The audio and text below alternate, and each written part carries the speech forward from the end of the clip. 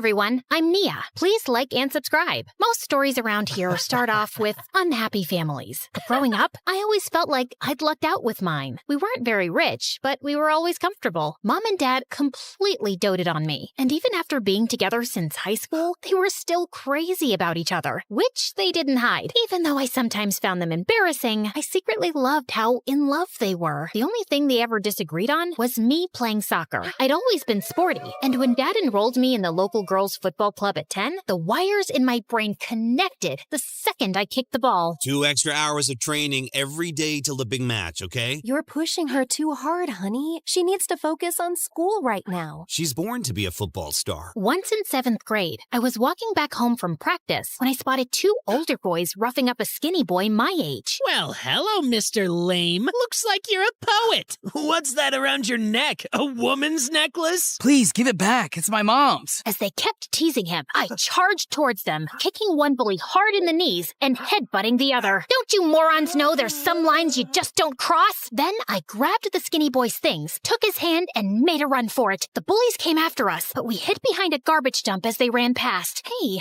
you're okay now? Oh, yes, thank you. It's just that you remind me of my goat octopus who used to headbutt everyone and died from a concussion. I remind you of a dead goat named Octopus? Yeah, your eyes are just like hers, even your voice. How about you just say thank you and stop talking? That was the day Zeke and I became friends. In fact, he'd just moved with his single dad into the house next to ours. He couldn't kick a ball to save his life, but he was sweet and smart, and he seemed to really enjoy doing all my homework. And because we were super close, I started getting teased about him in high school. He, likes you. It's all in the signs, babe. His eyes sparkle when he looks at you. His voice gets deeper when he says your name, and he always notices small things about you. And have you seen how his feet are always pointing at you when he's talking to you? Where else would they be pointed? You're being ridiculous. But those comments got under my skin, because after that, I kept seeing the stupid signs. Was I imagining them now, or had I missed them all along? I had a really big match soon, and before it started, I was sitting on the side bench and fidgeting with my hands when Zeke sat down next to me. Nia, you've got nothing to be nervous about. You're gonna win. We'll go out to celebrate afterwards.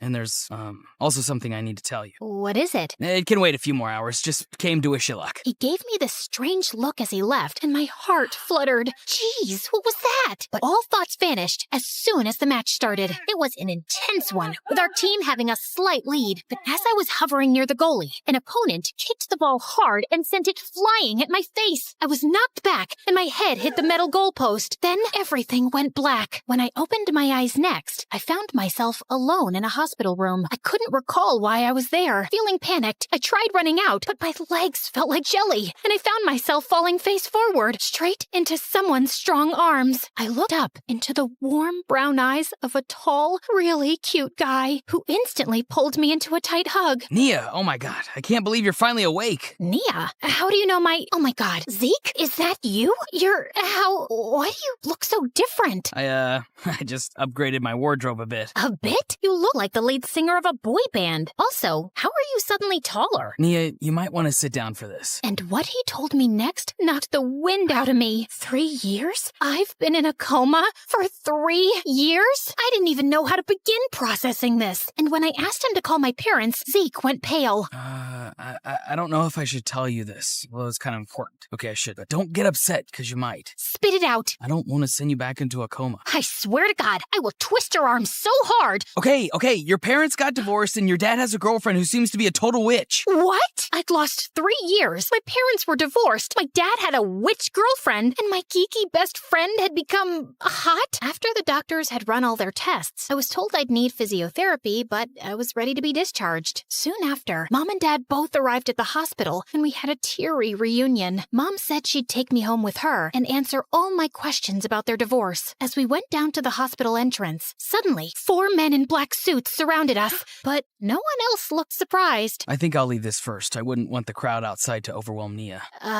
Did I miss something here? You know how you said earlier I looked like a lead singer of a boy band? Well, actually, I am. I'll tell you all about it later, okay? And the minute the hospital door opened, the crowd broke out into frenzied screams. I looked on in complete shock at Zeke smiling and waving while his bodyguards escorted him to a car, and then he was gone. Holy mother of what? On the way home, Mom explained that a year ago, Zeke had joined some neighborhood kids to form a band. They'd won a talent competition with a song Zeke had written, which shot them to instant fame. His fans are usually camping outside the hospital because they know he visits often. His fans? Man, I was not getting over this anytime soon. It also turned out that he no longer lived in the house next door. And then, Mom finally explained everything that happened with Dad. After you went into a coma, I started getting really angry at your dad. I knew it wasn't his fault, but I kept blaming him because he'd always pushed you to play soccer. We were fighting all the time and growing distant. Then one day I received pictures in the mail of him and a woman from work looking like a couple, and that was the last straw. He denied having an affair, but I had proof, and soon after the divorce, he started dating that same woman. Maybe it wasn't fair to blame him for your accident, but he betrayed our marriage. My heart broke at how my perfect family had been torn apart, but somehow I was having trouble believing that Dad would cheat on Mom. Adjusting to my new life was quite tough over the next few days. I had to get used to Dad not being around, and he couldn't even visit immediately because his girlfriend Rachel had a family emergency out of town. I couldn't play soccer till I was done with physiotherapy, and I was 3 years behind everyone in high school, which also meant that Zeke and I were no longer in the same class, and it was almost impossible to even have a conversation with his bodyguards lurking in the background, or his fangirls all over him. Just a week later, Mom suddenly had to go overseas on a business trip and was worried about leaving me alone, and I suggested I could stay with Dad. I can't leave you with him and that woman. Mom, I haven't had any time with him since I woke up, and I miss him. Mom reluctantly agreed to arrange things with Dad, and the next day, she dropped me off at his mansion. Apparently, his company had skyrocketed to success while I was in a coma. Dad greeted me with a bear hug, and just then, I saw Rachel walk in. She was pretty, but like a witch. Oh, I finally get to meet Nina. It's Nia, sweetheart. Close enough. My. You look just like your mother, don't you? Definitely didn't sound like a compliment. I'll get Nora settled in, babe. Why don't you order something nice for dinner? Yeah, of course. Not so fast. You forgot to hug me when I came home earlier, honey buns. Oh, sorry about that, sugar booger. Ew, I was about to vomit. As soon as Dad left the room, Rachel turned back to me with a cold smile. Oh, darling,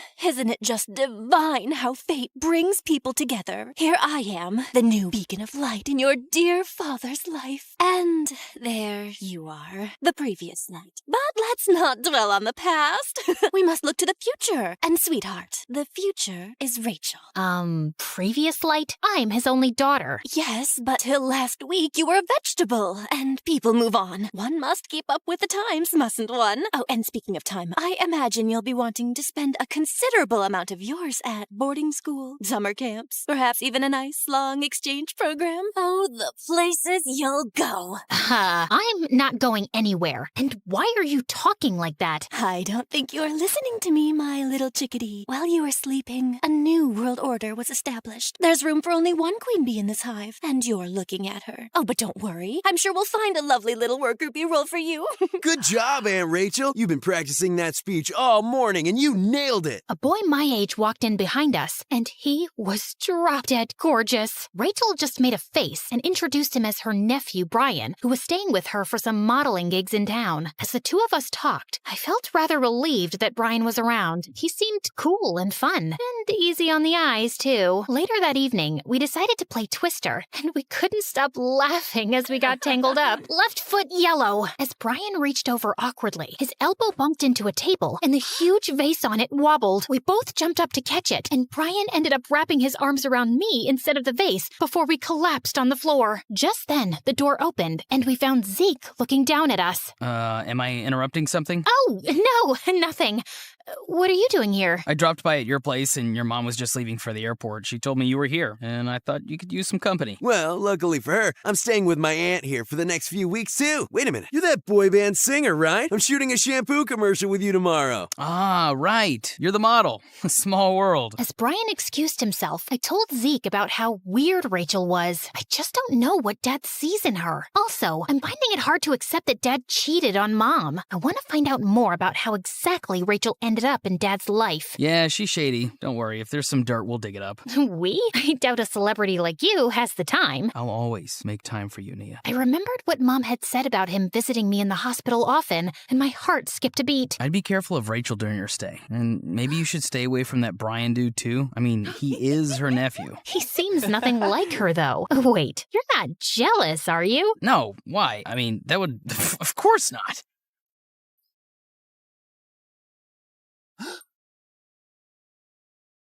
How does a famous pop star have so much free time? It's called time management. I can give you some tips. Won't you have paparazzi or fans following you here? Oh, no. I have a foolproof plan. I went wearing a mask to this small cafe no one visits, then changed my outfit there and my car too. Then sometime later, I ditched my car for a scooter my bodyguard was waiting with. And we zoomed on our way through some quiet back alleys, and here I am. Can we rewind the movie to the start? Hey, Nia, I thought you'd like to go watch a movie, so I booked the whole cinema for us. We'll go through the back entrance. No one will know I was there. That sounds amazing, dude. Can't wait. I meant me and Nia. Us. There isn't space for you. It's a whole cinema. Of course there is. Look a bit cranky. Here, have a cookie. Dude, did you follow us here? Of course not. It's my favorite place. I practically live here. Nia, you've got to try their slushie. Can't you see we've already ordered them? Oh, God. Brain freeze, brain freeze.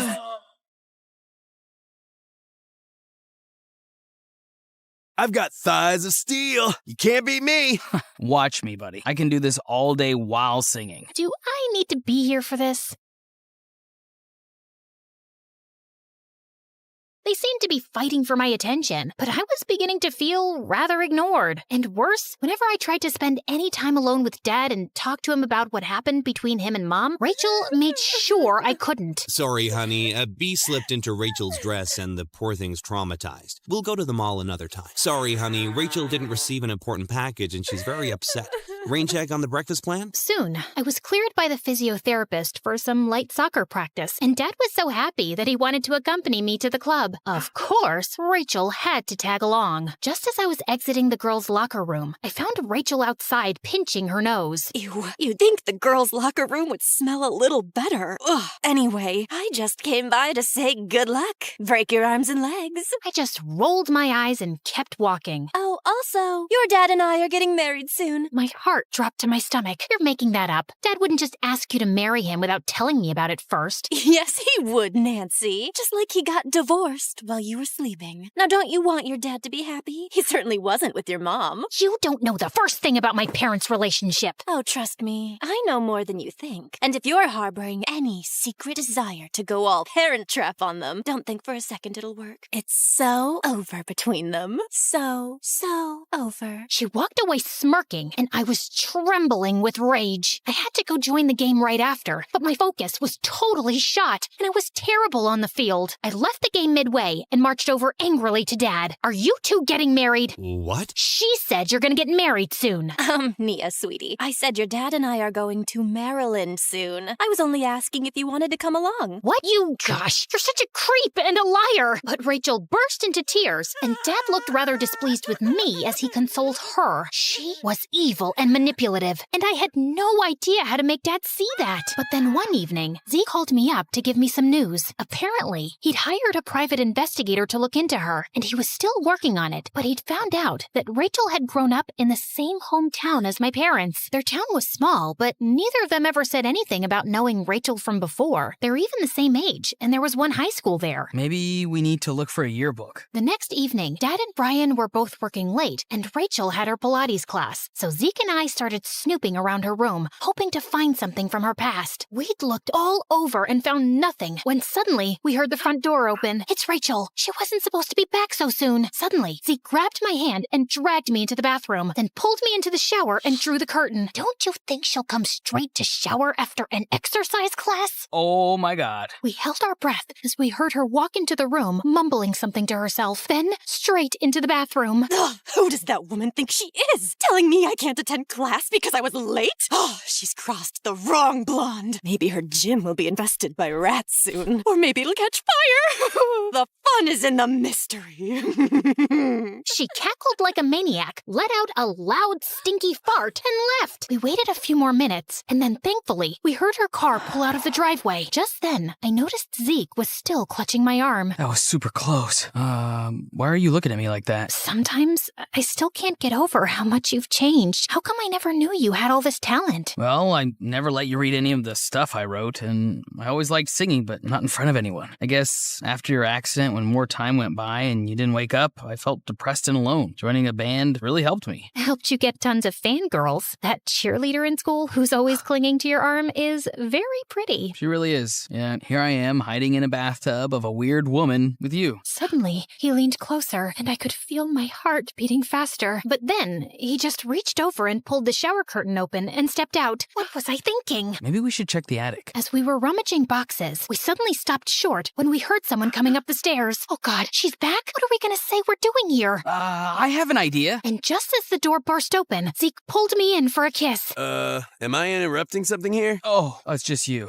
Yeah, duh, clearly. Can you please go away? Nia, are you okay? You look flustered. He didn't force himself on you, did he? Are you serious right now, dude? I'm talking to her. Nia. Before I could say anything, Zeke pushed Brian. Brian pushed him back, and the two started fighting like crazy. Ow! Stop! My face is my job! My face is my job! Don't touch mine either. I have a concert tomorrow. Deal. And then the two went crazy again. I tried to stop them, but they suddenly went crashing into a pile of boxes, and some things fell out that caught my eye. There were pictures of Mom and Dad sitting next to me in the hospital. Who took these? And when? And there were more pictures of Mom and Dad from before. All of them with Mom's face crossed out. Oh my God! Can you two cut it out and shut up for a minute? As they both calmed down and looked at the pictures, I filled Brian in on what we were actually doing here. We found Rachel's yearbook as well, and Mom's face was crossed out there too, but I couldn't find Rachel. No, look, that's her! It was a plump, brown-haired girl with glasses and acne who looked nothing like the Rachel I knew. She lost a ton of weight and got a lot of work done on her face. Obviously, I'm not allowed to ever bring that up. And I've always known she's crazy, but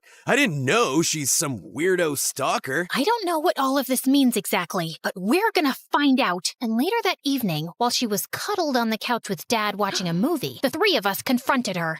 What are you doing? What are all these pictures? You'll have to ask Rachel. Also, did you know she used to attend high school with you? What? As Dad looked at Rachel, she suddenly lost it and wiped everything off the table. Of course you wouldn't remember me. You wouldn't even look at someone like me in high school. I've loved you since we were kids. But you were always so obsessed with Nia's stupid mother. I've kept tabs on your life since you left town, and I heard your kid had been in an accident and your marriage was on the rocks. I hired a private investigator to find out more. I just wanted to be near you, darling, to comfort you. I still loved you so much, so I joined your company and we instantly got close. I was going through an awful time, and I appreciated having a friend.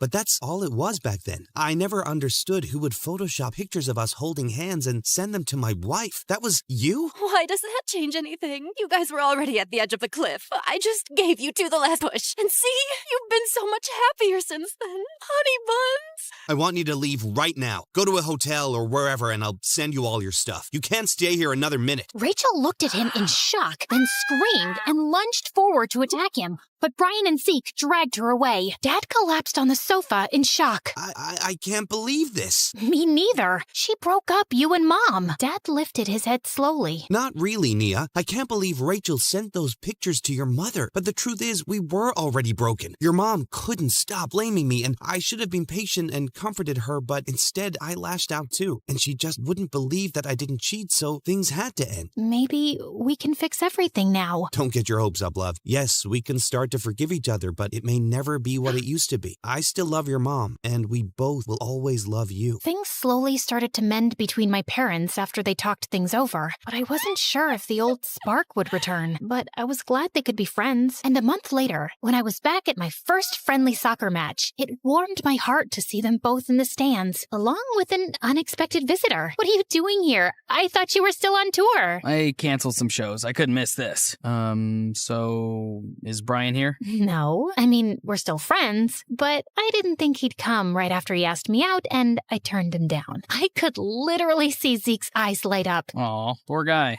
You're not fooling anyone. I gotta go. The match is about to start. How about this time you finish it and let me take you somewhere to tell you that I like you and have ever since the day we first met? I'm picking the restaurant.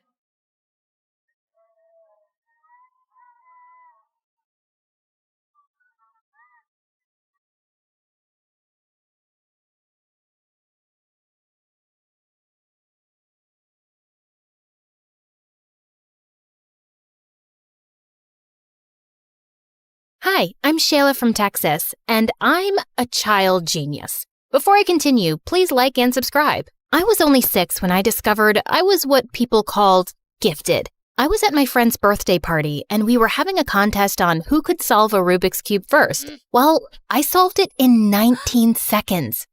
Mommy, she cheated! That's crazy! How could I cheat? You were watching me the whole time. Stop lying, Shayla. There's no way you could solve the Rubik's Cube that fast. Now go sit in the corner. But that's so unfair! I didn't want to play more party games after that because all the kids kept calling me a cheat. When I got home, I told my parents what happened, and a few days later, they had me tested. And it turned out I had an insanely high IQ, just like my mom, who was a respected neurologist. Cool, right? Well, not exactly. I got moved up 2 grades, which meant I was the youngest in the class. And no one wanted to be friends with a little 6-year-old who was every teacher's favorite. By the time I got to high school, I felt like a total outcast. One night in 9th grade, I was home alone even though it was Valentine's Day, and tons of kids at school were out on dates. Knock, knock. I have a Valentine's Day present for you, sweetie. Thanks. At least I have one Valentine tonight, even if it is just my mom. Here, open this box. I pulled out a bracelet with an infinity symbol on it. What's this? Shayla, people like you and I, we're not like everyone else. We're smarter and 10 times more special. This is an infinity bracelet. And remember that nobody can hold you back from your potential. Do you understand? I think so. After that night with Mom, I decided it was time to change my attitude and stop feeling sorry for myself. So for the first time during lunch, I decided to eat in the cafeteria with everyone else instead of alone in the janitor's closet. Then suddenly, as I was walking, a flyer hit me smack in the face. Greetings, miss. May I interest you in joining the most amazing club in all of Texas? The Humble Mathletes. What are the Mathletes? Ugh, ignore him. His name is Nolan and he's the new kid. He's trying to recruit fellow dorks to compete in math tournaments across Texas.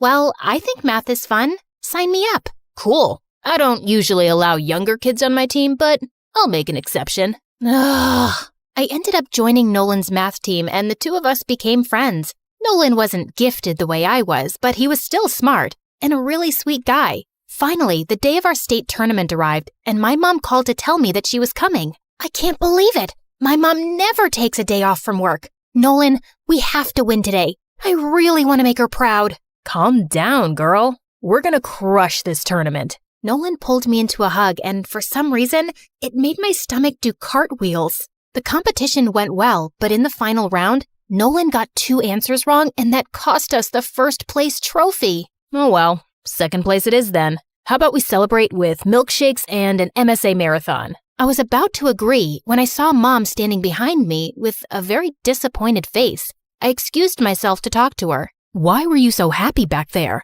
You're not embarrassed that you got second place? Hey, second place is still really good. Shayla, why are you friends with someone like Nolan? He's obviously not very bright. It's his fault you didn't win. Mom, don't talk that way. Nolan is really smart and we've become good friends. Suddenly, Mom took my wrist and started to unclasp the infinity bracelet. What are you doing? I shouldn't have given this to you, Shayla. You don't seem to care much about unlocking your potential. I'll just have to live with the disappointment. No, stop. I do care. I'm gonna make things right. Just give me a chance. I ended up riding home with Dad without saying goodbye to Nolan. And the next day at school, I tried avoiding him until he showed up at my locker. Hey, sunshine. I thought we were going to celebrate, but you left. Are you okay? Nolan, we can't be friends anymore. What? Why? You want me to be honest? Of course. You're not smart the way I am. You're average at best. And if we continue hanging out, you're just gonna hold me back. I'm so sorry. I ran away before Nolan could answer, feeling horrible. Nolan didn't speak to me again after that, and I didn't blame him. Then 2 months later, my life took a turn. Mom was offered a research position in China. So, does that mean we're moving to China? No, only I'm moving, and I'm divorcing your father. I just can't have anyone in my way right now. But don't worry, you and I will keep in touch. Mom kissed my cheek, and tears filled my eyes. After Mom left, I tried to keep busy and comfort Dad, who wasn't taking the divorce too well. One afternoon, I was sitting on the porch when I saw a van pull into our driveway. A lady came out, and to my surprise, it was my first grade teacher. Mrs. Johnson? Is that you? Shayla? I haven't seen you since they pulled you out of my class to move you up 2 grades. Miss Johnson invited me to dinner that night, but while we were eating, she kept asking me if something was wrong, and I just couldn't hold it in. I told Miss Johnson all about Mom leaving and how hard school was and how much I missed Nolan. It doesn't matter though. I just need to focus on myself and my goals. I remember I was just like you, Shayla. My grades and my dreams meant everything to me, but I realized over time that part of success is also about being happy. No offense, but that sounds like a cheesy quote you'd read on Instagram. Maybe, but it's true. Try doing at least one thing that makes you happy this week, sweetheart. I was exhausted from finals, so that week, I decided to take Miss Johnson's advice. I went to the community pool to sunbathe when I tripped over a crack in the sidewalk. Whoa, easy. Thanks. At that moment, I realized the lifeguard was Daryl, the most popular guy in school. I usually save people from water, not concrete. You look familiar. I feel like I know you from somewhere. What's your name? I was about to tell him, but then I paused. Boys like Daryl usually never talk to me, and I wanted to start off on the right foot. I'm Cher, like the singer. And you're pretty like her, too. I'm having a party tonight. How about you be my date? Whoa, did he just ask me out? Of course, I said yes. And that night, I got super dolled up for the party and even bought a new dress. The party was so much fun, and I danced with Daryl for hours. And when I saw the other kids at school there, I told them I'd changed my name because, well, I had a chance to be a new me. At one point, I had to go to the bathroom, but I opened the wrong door, which apparently was a bedroom. Oh my God, what are you doing in my room? Nolan? This is Daryl's house. Yeah, and my mom and I moved in here 2 weeks ago. Daryl's my cousin. Oh, I didn't know that. Of course you didn't. Daryl doesn't want to be associated with nerds. How did you get invited here anyway? Actually, I'm not a nerd anymore. I've decided to change. Also, my name isn't Shayla anymore. It's Cher. Cher? Yeah. So, if you could call me that from now on. No, I don't have the time or energy for this.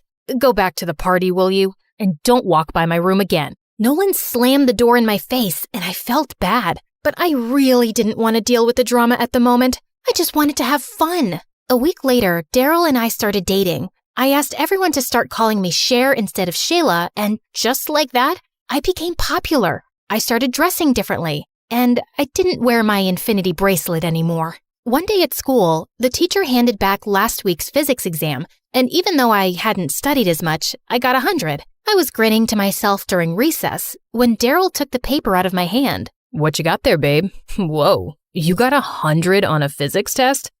What are you, some kind of computer bot? No, my brain just works a little differently than other people. Like a little Miss Smarty Pants? Wait, are you one of those nerds who thinks she's better than the rest of us just because she can memorize a few extra facts? I thought you were cool. I am cool. You know what? It was just dumb luck that I got full marks. Whew, I thought we might have to break up. Daryl and his friends made it clear They hated nerds. So for the next few weeks, I purposely failed all of my tests and didn't do any homework, which they all high-fived me for. The end of the semester school party came around, and the theme was game night. Daryl and his friends just wanted to play foosball and table tennis, but I couldn't help being distracted by a bunch of kids playing trivia. What is a 5-pointed star called in geometry? Time's ticking away, guys. This is a crucial round. Anyone in the room who knows what the answer is? Why would anyone know that, loser face? Can you stop ruining the party and have your geekathon somewhere else? I knew the answer, but of course, I stayed quiet. But I wasn't having any fun with my friends either. Daryl was busy with the boys, and the girls kept commenting how my dress wasn't flattering and how my pink lipstick wasn't a good color on me. Can you stop criticizing me already? At least I don't, have her outfit. That's really hideous. The girl I'd pointed at turned around, and suddenly, I felt really guilty. Why had I said that? Just then, Nolan came and took the girl's hand. Leave my date alone. She looks beautiful tonight. Oh, she's your date? Yup. She joined the mathletes right after you left. Nolan put his arm around the girl, and I tried to push the feeling I had away. Was it jealousy? The party sucked, and I decided to go home early. But when I arrived, Dad called me into the living room and said Mom was on a video call and wanted to talk to me urgently. Shayla, is that really you? I've never seen you wear so much makeup. It's not that much makeup. I was just at a party. Oh, I see. Partying on a school night? Well, that would explain the email I got from your principal today, calling me in for a meeting to discuss your grades. You've been failing your classes? Yeah.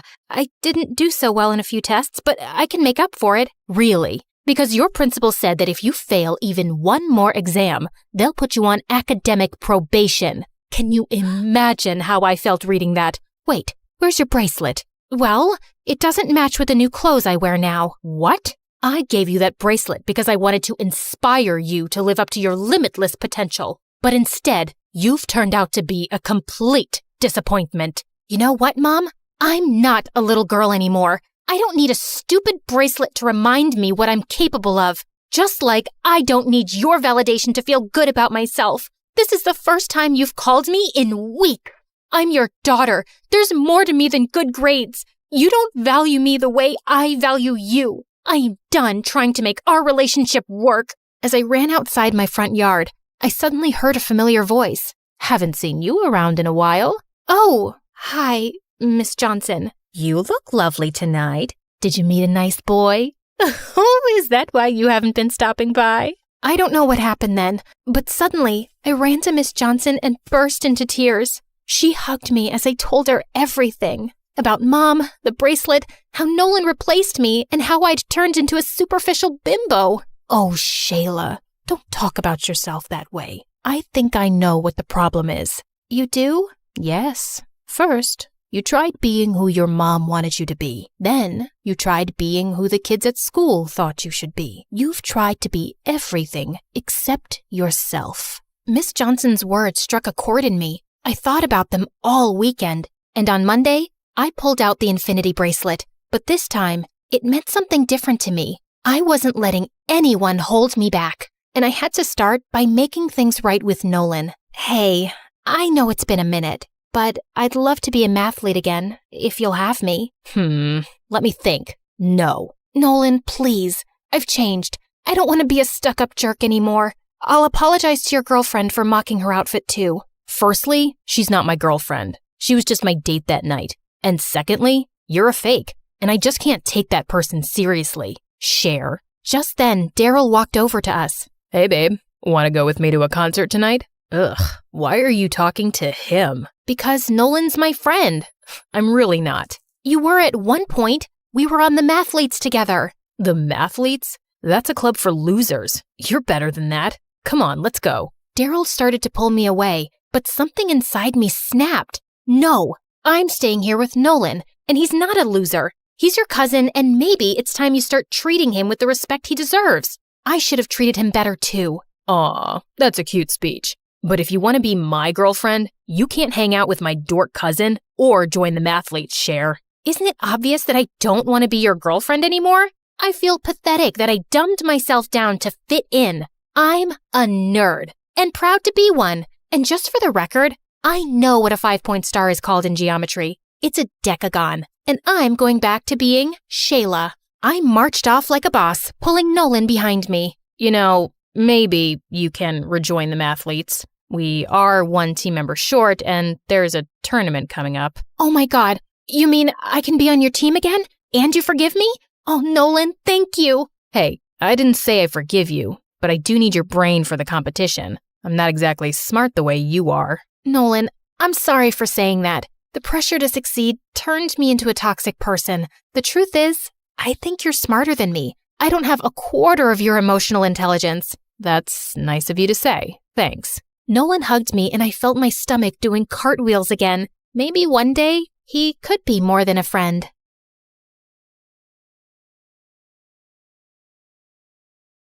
Hi, I'm Sophie from France, and my story, you'll have to see to believe. My life was brilliant. I grew up in a vineyard and my parents worked super hard to make it a worldwide success. Even though they were super busy, they made sure I got the best things in life. I've just bought you a pony.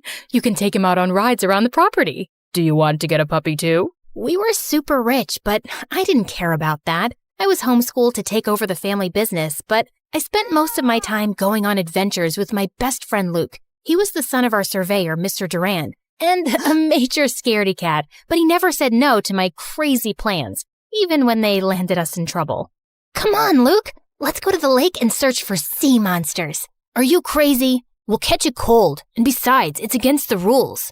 Rules schmools. If there was a rule against sneezing, your head would explode from keeping them in. And you'd pick your nose just to tick people off. No, we're not going to the lake, and that's final. But I never took no for an answer. So I jumped over the fence and went running towards the lake. And poor Luke had to follow. But I stopped short when I saw a couple of village boys throwing rocks at a beehive. Hey, leave those poor bees alone. What's it to you, princess? Go back to your stupid grape juice farm. Sophie, we need to head back now. No, you should go back to school and learn how important bees are for the environment. What, Luke? Those aren't bees, Sophie. They're hornets. Just then, a rock tore through the nest, and all the hornets flew out, and they were pissed. But instead of going after the village brats, they attacked Luke and me. We ran for our lives, but we got stung so much that by the time we got home, our faces resembled beach balls, and it hurt. And Luke went ballistic. I told you we shouldn't go. You never listen to me. I'm sick and tired of being your babysitter. Babysitter? The stings really mess with your head. I'm your friend. Friends listen to each other. You're not my friend. Your parents hired me to keep you out of trouble. Luke, stop it. We're honored to serve in any capacity. You might be, but I'm not. She's a reckless maniac. I'm sick of getting hurt because of her. I quit. Mom, what's going on? Sweetie, you're an adventurer, and we didn't want to hold you back. And Luke was the perfect balance to your hyper-personality. So we paid him to keep you safe. We were only doing what was best for you. You think this is best for me? My entire relationship was a lie. What else have you been lying about? Are you two even my parents, or is someone paying you too? I stormed off to my room and didn't speak to anyone for days. Luke left for the city without saying goodbye, and I felt humiliated that I was such a loser. No one would be my friend if I wasn't rich. Mom and Dad arranged playdates with other kids, but it wasn't the same. Every day I missed Luke, and every day I hated him more. But things at the vineyard got worse. Our wine sales went down, and then a freak storm destroyed more than half the vineyard. We had nothing left, and the bank seized the family estate. Suddenly, we were homeless. Don't worry, darling. As long as we're together, we'll be fine. The Durands have invited us to stay with them for a while. Stay with Luke? But he hates us. Beggars can't be choosers, love. And it's been years. I'm sure he's over all that. It'll be cramped in their small house, but it's temporary. But my jaw nearly fell to the floor when I saw their house. It was a mansion with fountains in the garden. Mr. and Mrs. Durand had made a fortune by making the right investments and were super nice. But Luke, I had to blink hard because I couldn't believe how handsome he'd become. His eyes were still as green as I remembered, and the small dimple still appeared near his lips when he smiled. Suddenly, he reached out and touched my hair. You've still got bugs in your hair. Oh, thanks. I didn't know it was there.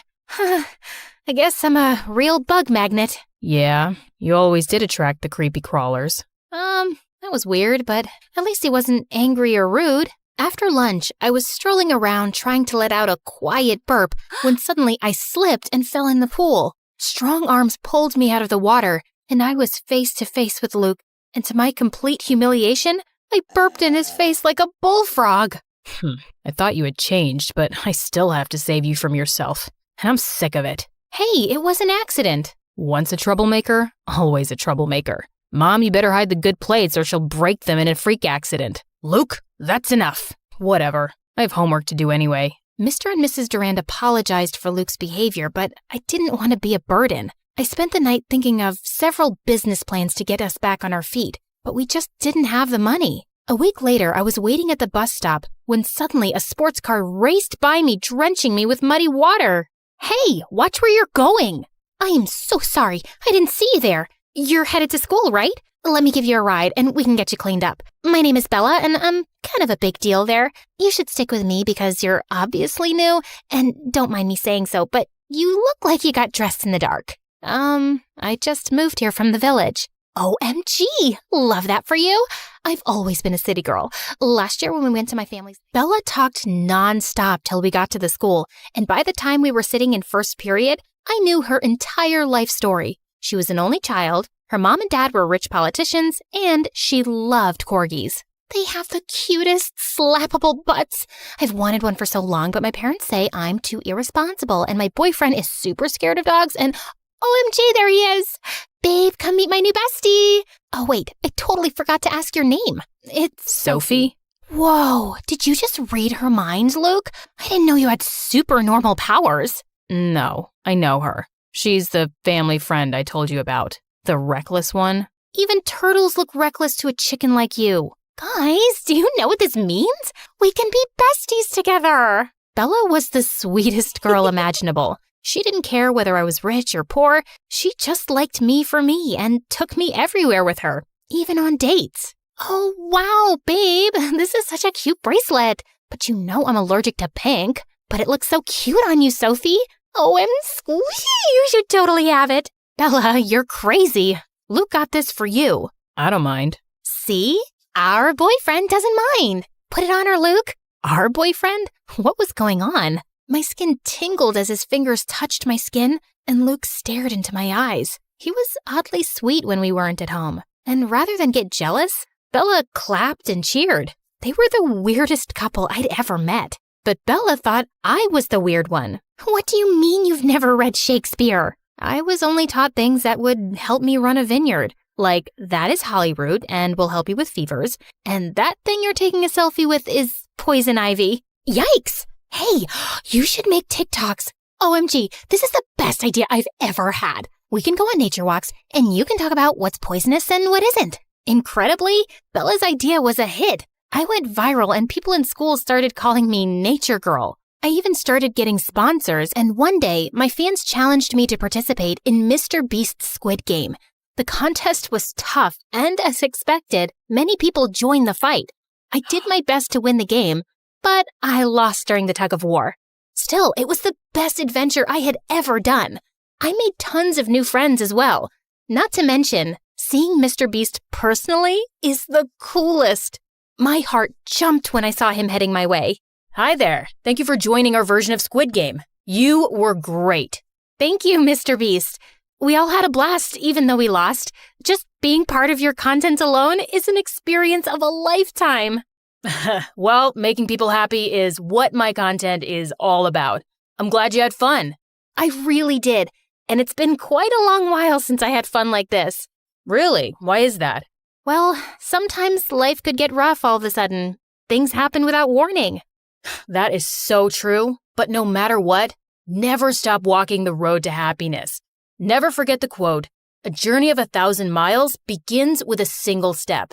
I felt my eyes sting as Mr. Beast gave me a hug. And just like what Mr. Beast said, I never stopped walking the road to happiness. I kept on seeking adventure, teaching my fans about plants through TikTok. Bella supported me 100%. Eventually, the money I got from my sponsors were used to set up a small grocery shop in the city. And little by little, we were saving up to move out. Life was getting better, but Luke's behavior at home was getting worse and worse. He was rude to his parents and ignored them all the time. One time, Mrs. Durand asked them to pass the bread, and he accidentally dumped them all on the floor. What is wrong with you? That's no way to behave with your parents. You have no idea what you're talking about. Stay out of it, please. This isn't you, Luke. You used to be so sweet and caring, even if you were pretending. His eyes softened, but then he shook his head and pushed past me. I'm not the boy you used to know. It's okay, Sophie. It's just a phase. I didn't get what his problem was. He had everything he could ever want. Loving parents, a roof over his head, and a great girlfriend. But things with Luke and Bella were getting weirder. The old feelings were coming back and made me nervous. So when Dad announced we'd be moving to our own apartment at the end of the month,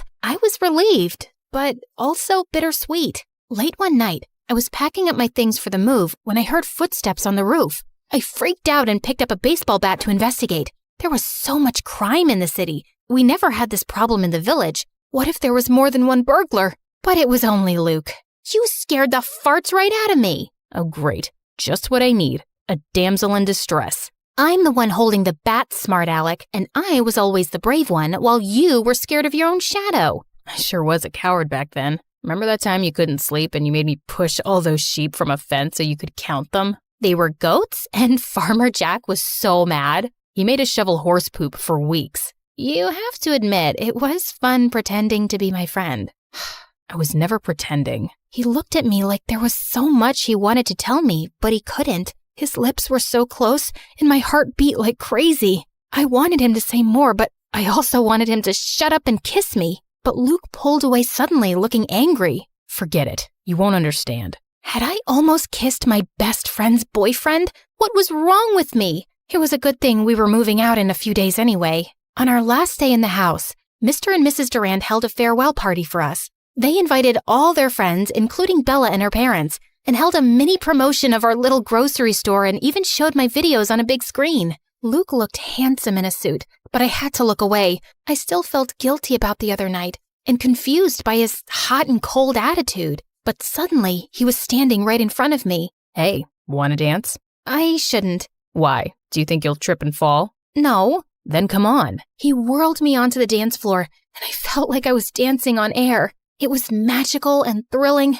Then his lips came close, and all the voices in my head fell silent, but the music suddenly stopped. Luke, what are you doing? Bella's parents are watching. You should be dancing with her, not the poor grocery girl. Yes. Sophia can't bring you any connections or wealth. I'm sorry, dear, but we have to think of Luke's future, and that is with Bella.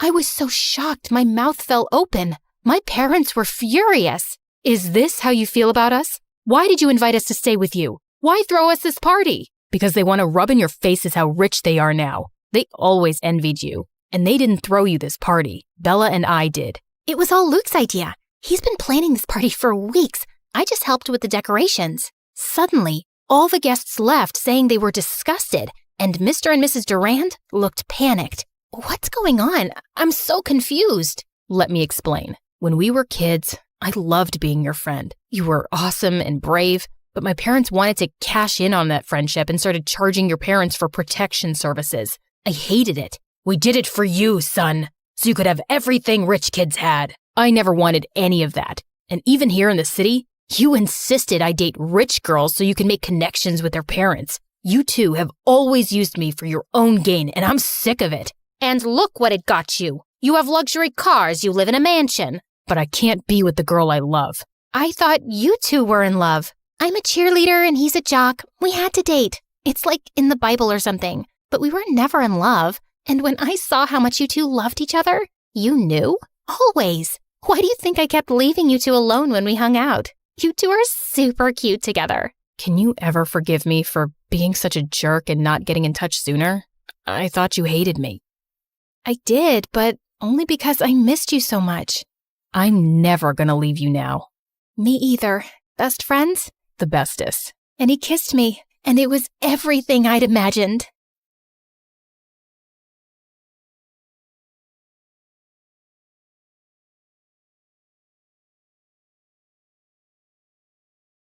Hey guys, I'm Ashlyn, and I lived with my mom and 2 siblings in Atlanta. And I have superpowers. Hang on to see why.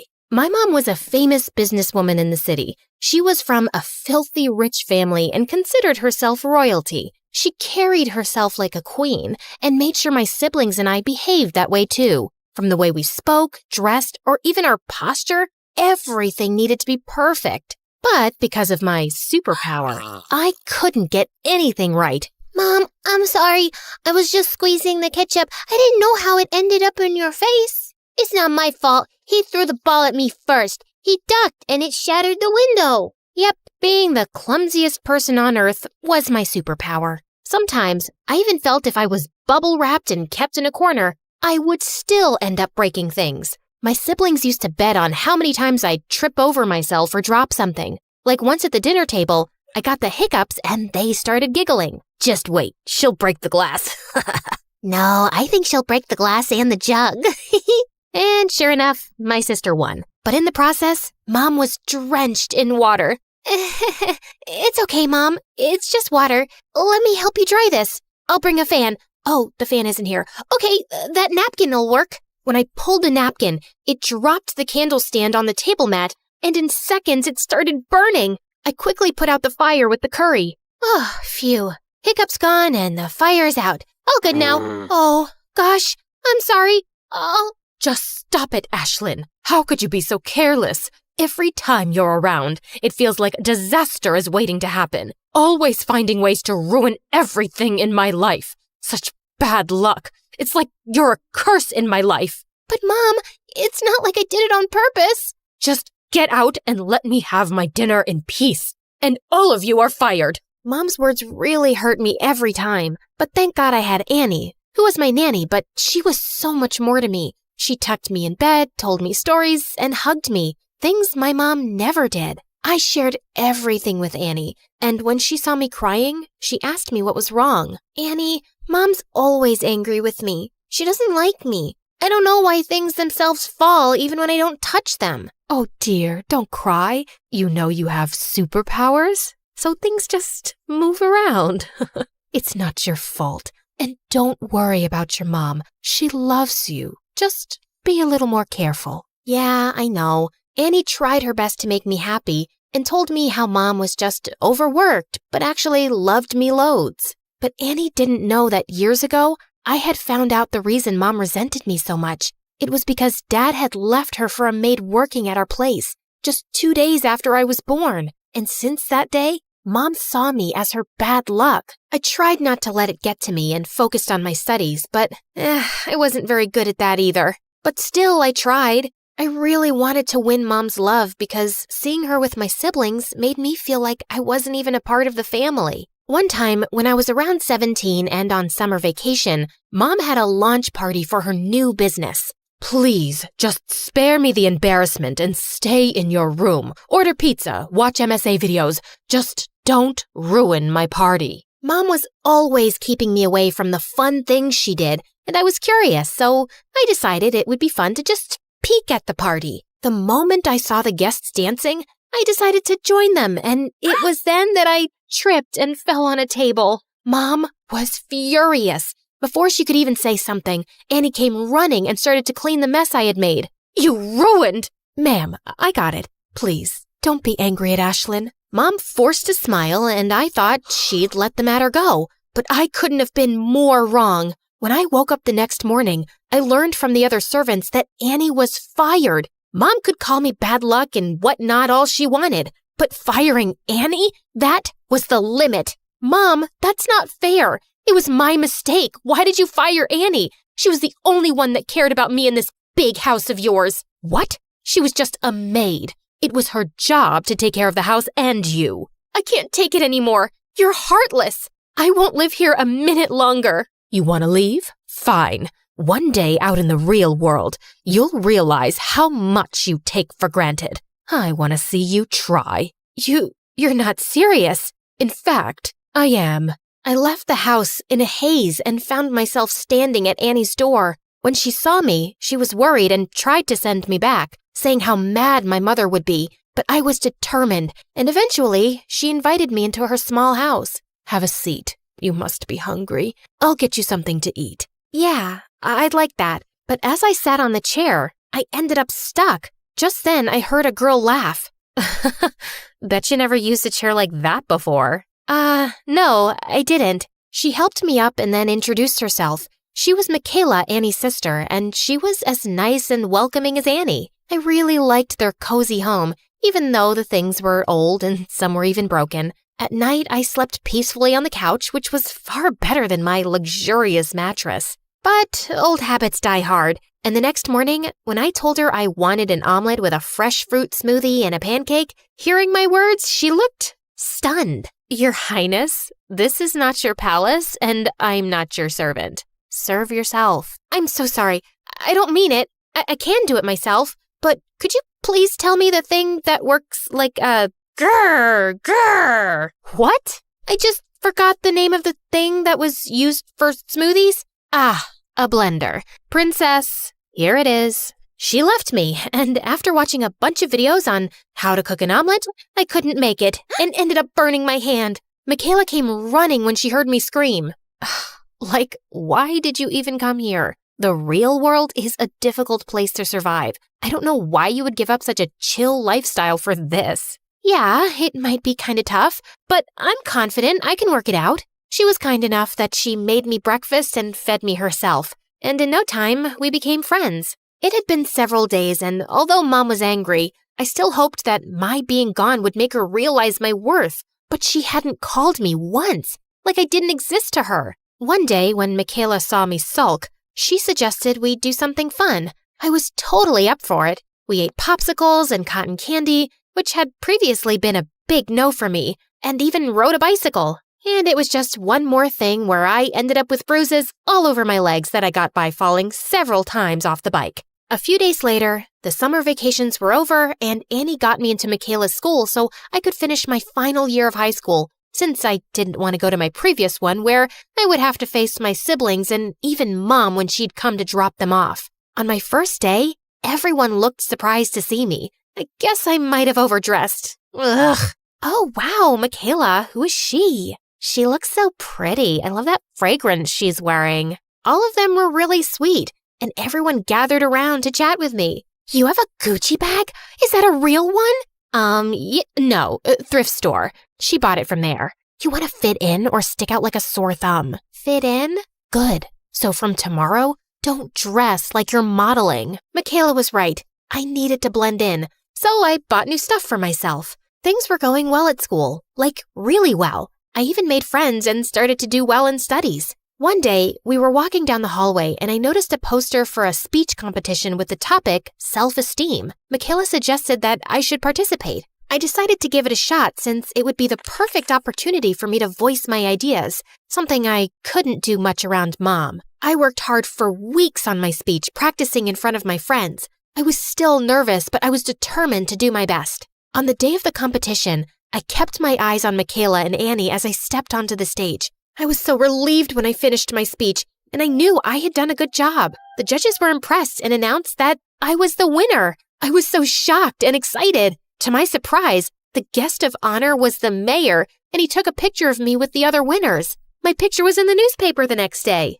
Just a few days later, as I was lost in the pages of my book, Michaela came running and told me how she'd seen my mom go to the principal's office. My heart raced with excitement as I thought maybe finally my mom was proud of me and had come to my school. But then I heard my mom's voice from down the hall yelling at the principal. I gave you permission to give her admission, but that didn't mean you could use my name to publicize your school. Putting her picture in the paper and mentioning she's my daughter was a publicity stunt, right? The school runs on my donations. Do you have any idea how humiliating that is? Mom, why are you saying this? I thought you'd be happy, but all you care about is your name?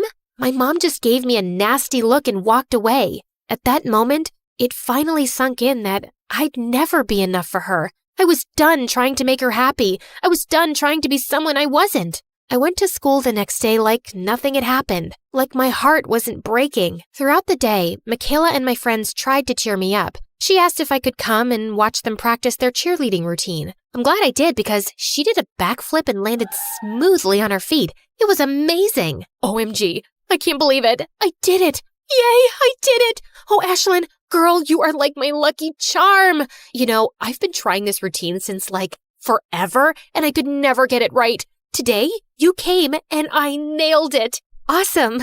Congratulations, Michaela. Hey, what happened? Why are you crying?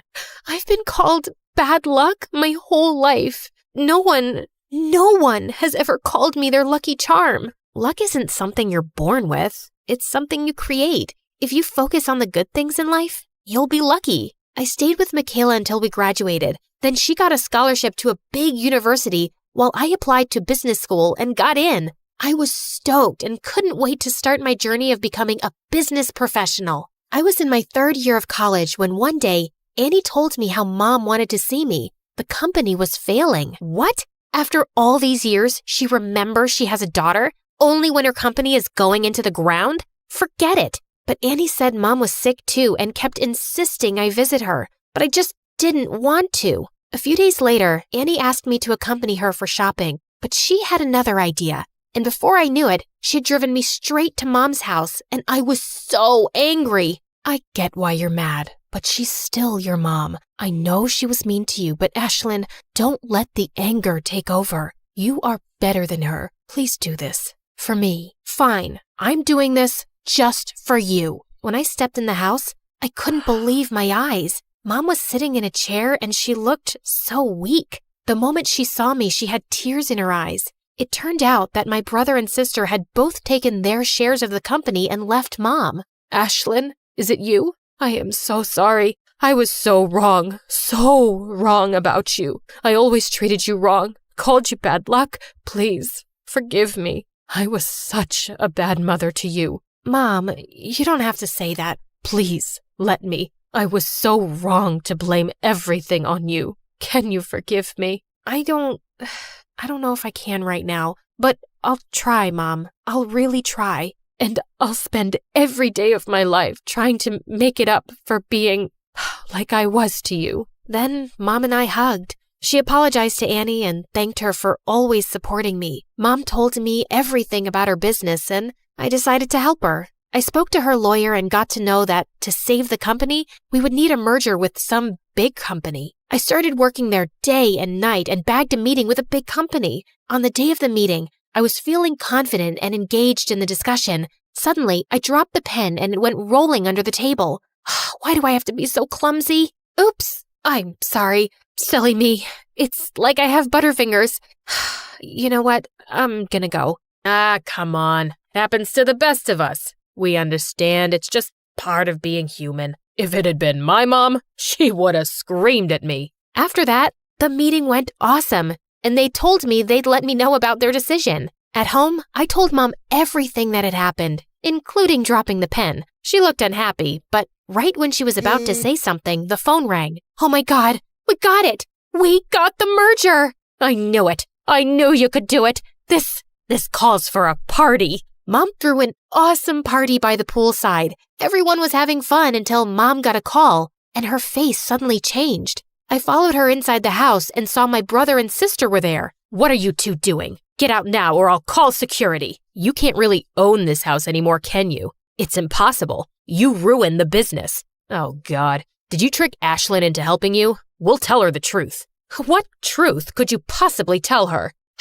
That you were never sick, Mom? That it was all an act to make me save your business? I knew all along. Mom's jaw dropped and my siblings were left speechless. You knew? But why did you still help? Because someone very important to me told me I'm a better person than you. I turned around with a newfound confidence and walked away, leaving Mom behind. Hi, I'm Blair from Salem, and this is my wacky Halloween story. Don't forget to like and subscribe. I had a good life growing up. Dad loved me to pieces. Even though I never stuck with a hobby for too long, he still paid for the best classes and equipment. Life was good, but there was only one problem. Dad ran a funeral home, and people at school thought I was a freak. I heard Dracula buys his beds from Blair. Is that why you're so weird? Are you, possessed or something? No, but you look like you're full of poop. As a result, I didn't have any friends, but when I was in the 10th grade, my life completely changed. Dad's sister, Aunt Mary, came to live with us, and she was the most fabulous-looking woman I'd ever seen. She had a daughter my age, and I was thrilled to finally have a friend. But she took one look at me and wrinkled her nose like I was dog poop. "What are you wearing? You look poor." Dior instantly became the most popular girl in school. Nobody cared that she also lived in the house with the funeral home in the basement. Aunt Mary had worked at a fashion magazine, so Dior thought she was qualified to rate people's outfits every day at school. 5, 7, 2. Ugh, minus. Who made you fashion police? You should be arrested for that crime against fashion. I ignored her and went to gym class, but when I went back to the girls' showers, my clothes were gone. Dior was in the back of the school, holding my outfit over a dumpster. Trust me, I'm doing you a favor. And she set my clothes on fire. You've gone too far, you witch. I tackled her to the ground and pulled her hair. We fought like cats till the teachers pulled us apart and took us to the principal's office, where we were given 2 weeks of detention. At home, Aunt Mary blamed me for everything. It's not your fault, John. This is what happens to motherless girls. I tried to provide for her. By spoiling her rotten?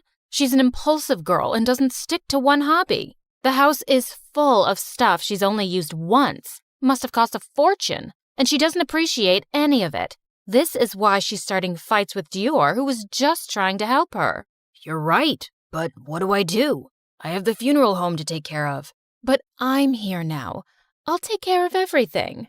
Thank you, Mary. Here, buy whatever you need. I couldn't believe Dad was giving up so easily. Did he also think something was wrong with me? Your reign is over, Princess. Mom and I are the queens here now. No, Dad loves me and he'll see right through you two. But things just got worse. I came home one day to find all my things boxed up in the living room. What the heck is going on? You don't need such a big room, and I could use the closet space. So I took it. And where am I going to sleep? The closet's pretty big. Dad won't allow this. You've overstayed your welcome, Aunt Mary. I'll have him kick you out of the house. But instead, Dad accused me of being selfish and not welcoming my aunt and cousin as I should have. I was completely heartbroken, and I felt replaced. Things were already grim at home, but a week later, I was rushing to the cafeteria to get the last slice of pizza when a boy beat me to it. Hey, you must be new here. That's actually mine. The lunch lady must have forgotten to tell you. Don't see your name on it. What a jerk. I had to settle for a gross sandwich. Ugh. The pizza thief's name was Ashton, and he had recently transferred from New York. He was super rich, but I suspected he was some kind of robot because the dude never changed his expression. But the girls were going crazy over his good looks. His style is on point. He's so mysterious and dashing. I mean, yeah, he was cute, but the guy hardly ever said 2 words. A few days before Halloween, Dior announced she was throwing a party and that there would be a prize for the best costume. I was planning on staying in my dusty, spider-infested attic bedroom, but then I heard Ashton would be there, so I spent hours coming up with the perfect outfit. But when I finally came out of my closet, I got the biggest shock. The party didn't have a horror theme at all. Everyone was dressed up like models and the Kardashians. I looked totally out of place.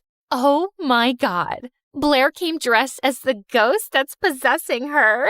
It's Edward Scissorhands, you idiot. I think you mean lame boy, lamer hands. Yeah, you'd know all about lame since you threw a lame party. What a snooze fest. Do you think you can do better, freak? You wouldn't know an awesome Halloween party if it bit you on the butt. Where are the bats, the witches, the skeletons? Where's the scary stuff? We're not crazy like you, and I throw classy parties, but I'm not scared of anything. Oh, I think you are. If you're so brave, spend 2 hours at the McNeely Mansion with me. First one to come out crying will be the other's personal assistant for a month. What's the McNeely Mansion? I jumped in surprise. Ashton was so close, I could feel his eyes on me, and it made my heart flutter in my chest. It's the most haunted place in Salem. It was abandoned years ago after the place burned down in a freak fire. Sounds cool. I was terrified of the place, and I was sure Dior was going to chicken out. But to my shock, she said, "You're on." Everyone got to the McNeely Mansion, and my heart sank into my belly. The place was spookier at night. Ashton was going to time the dare, and the others waited around making bets on who would win. This is where you can live once Mom and I have you kicked out. Ugh, she was trying to get in my head. I hated her so much. I walked to the house on jelly legs, imagining all sorts of horrors inside. I stood in the front hall, my heart hammering in my throat. The whole place was creepy, windy, and cold. Goosebumps broke out on my skin. Suddenly, Dior pushed me. Right then, go on upstairs. You wanted an adventure. Shut up, Dior. Let's just stand in one place for 2 hours. I thought you wanted a spooky Halloween. Go find a ghost boyfriend or something. You won't ever get a live boy to date anyway. What is your problem? Why are you so mean to me? Because you're a walking eyesore. Nobody wants you at home. Uncle only gave you everything because he feels sorry that your mom left you. Just get lost already. You are the worst, Dior. You can't treat people like this. Don't tell me what to do.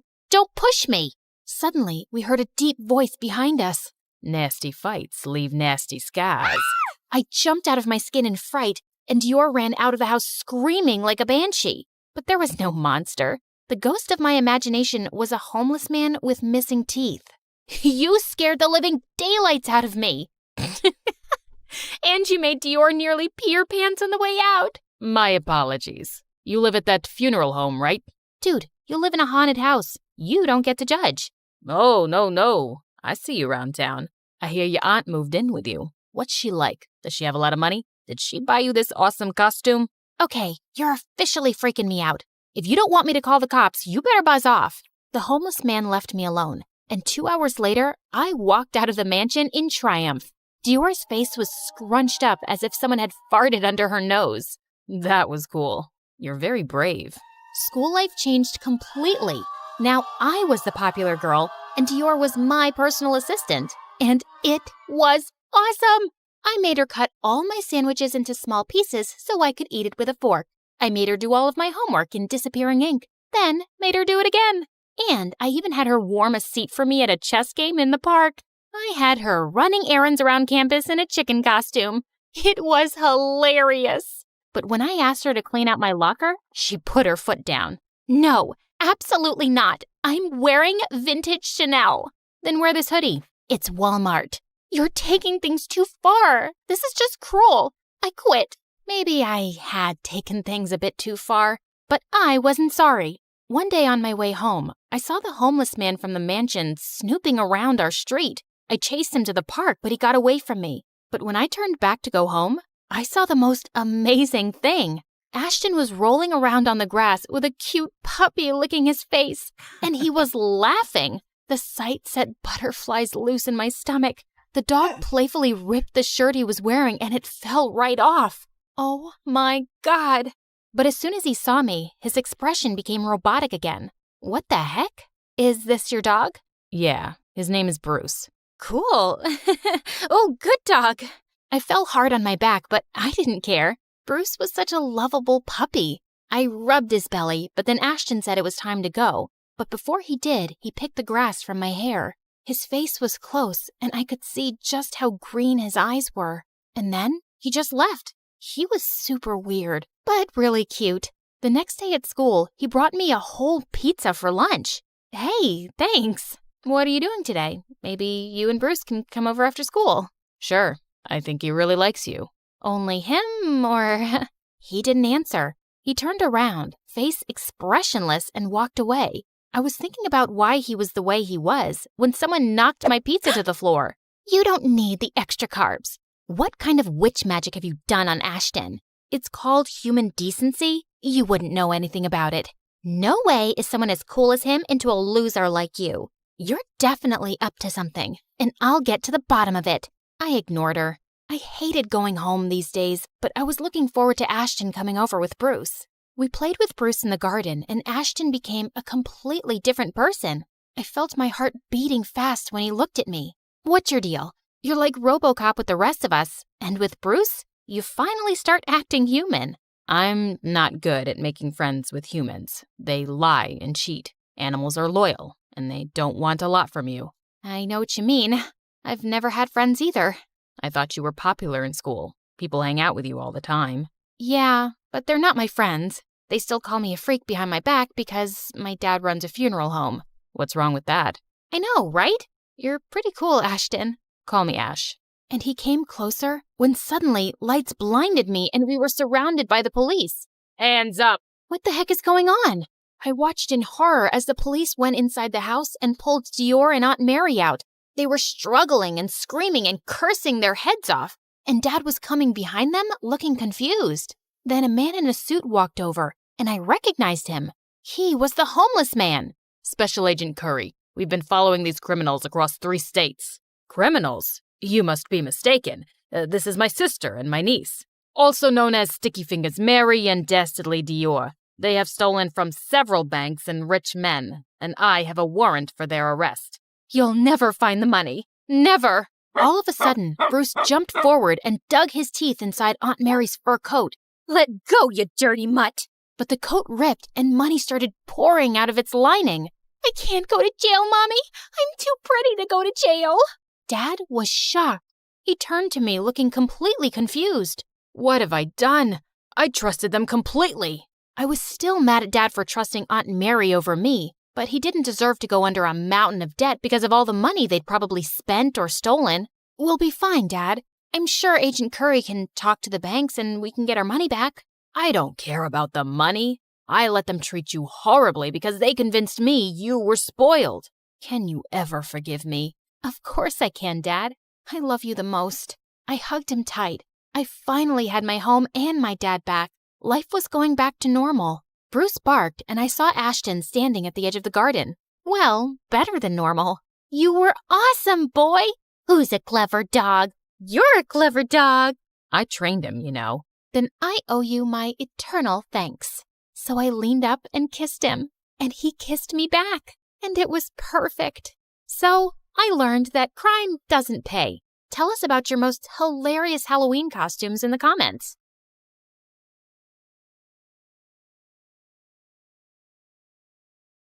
It's weird to think about why we even need enemies when we've got siblings. That's my thought when I look at my sister Natasha, and when she looks at me. To be honest, things weren't always like this. I used to have an awesome relationship with Natasha. She was just 2 years older than me, and man, I idolized her like crazy. Everywhere she went, people would be in awe of her beauty. Her hair was thick and shiny, her skin was as soft as silk, and her eyes were a captivating blue. Not only was she gorgeous, she was also a genius, passing every test with flying colors. People couldn't help but stare when she walked by. Natasha is the meaning of beauty and brains. She looks like a Barbie doll, but a smart Barbie doll. I'm in love with her.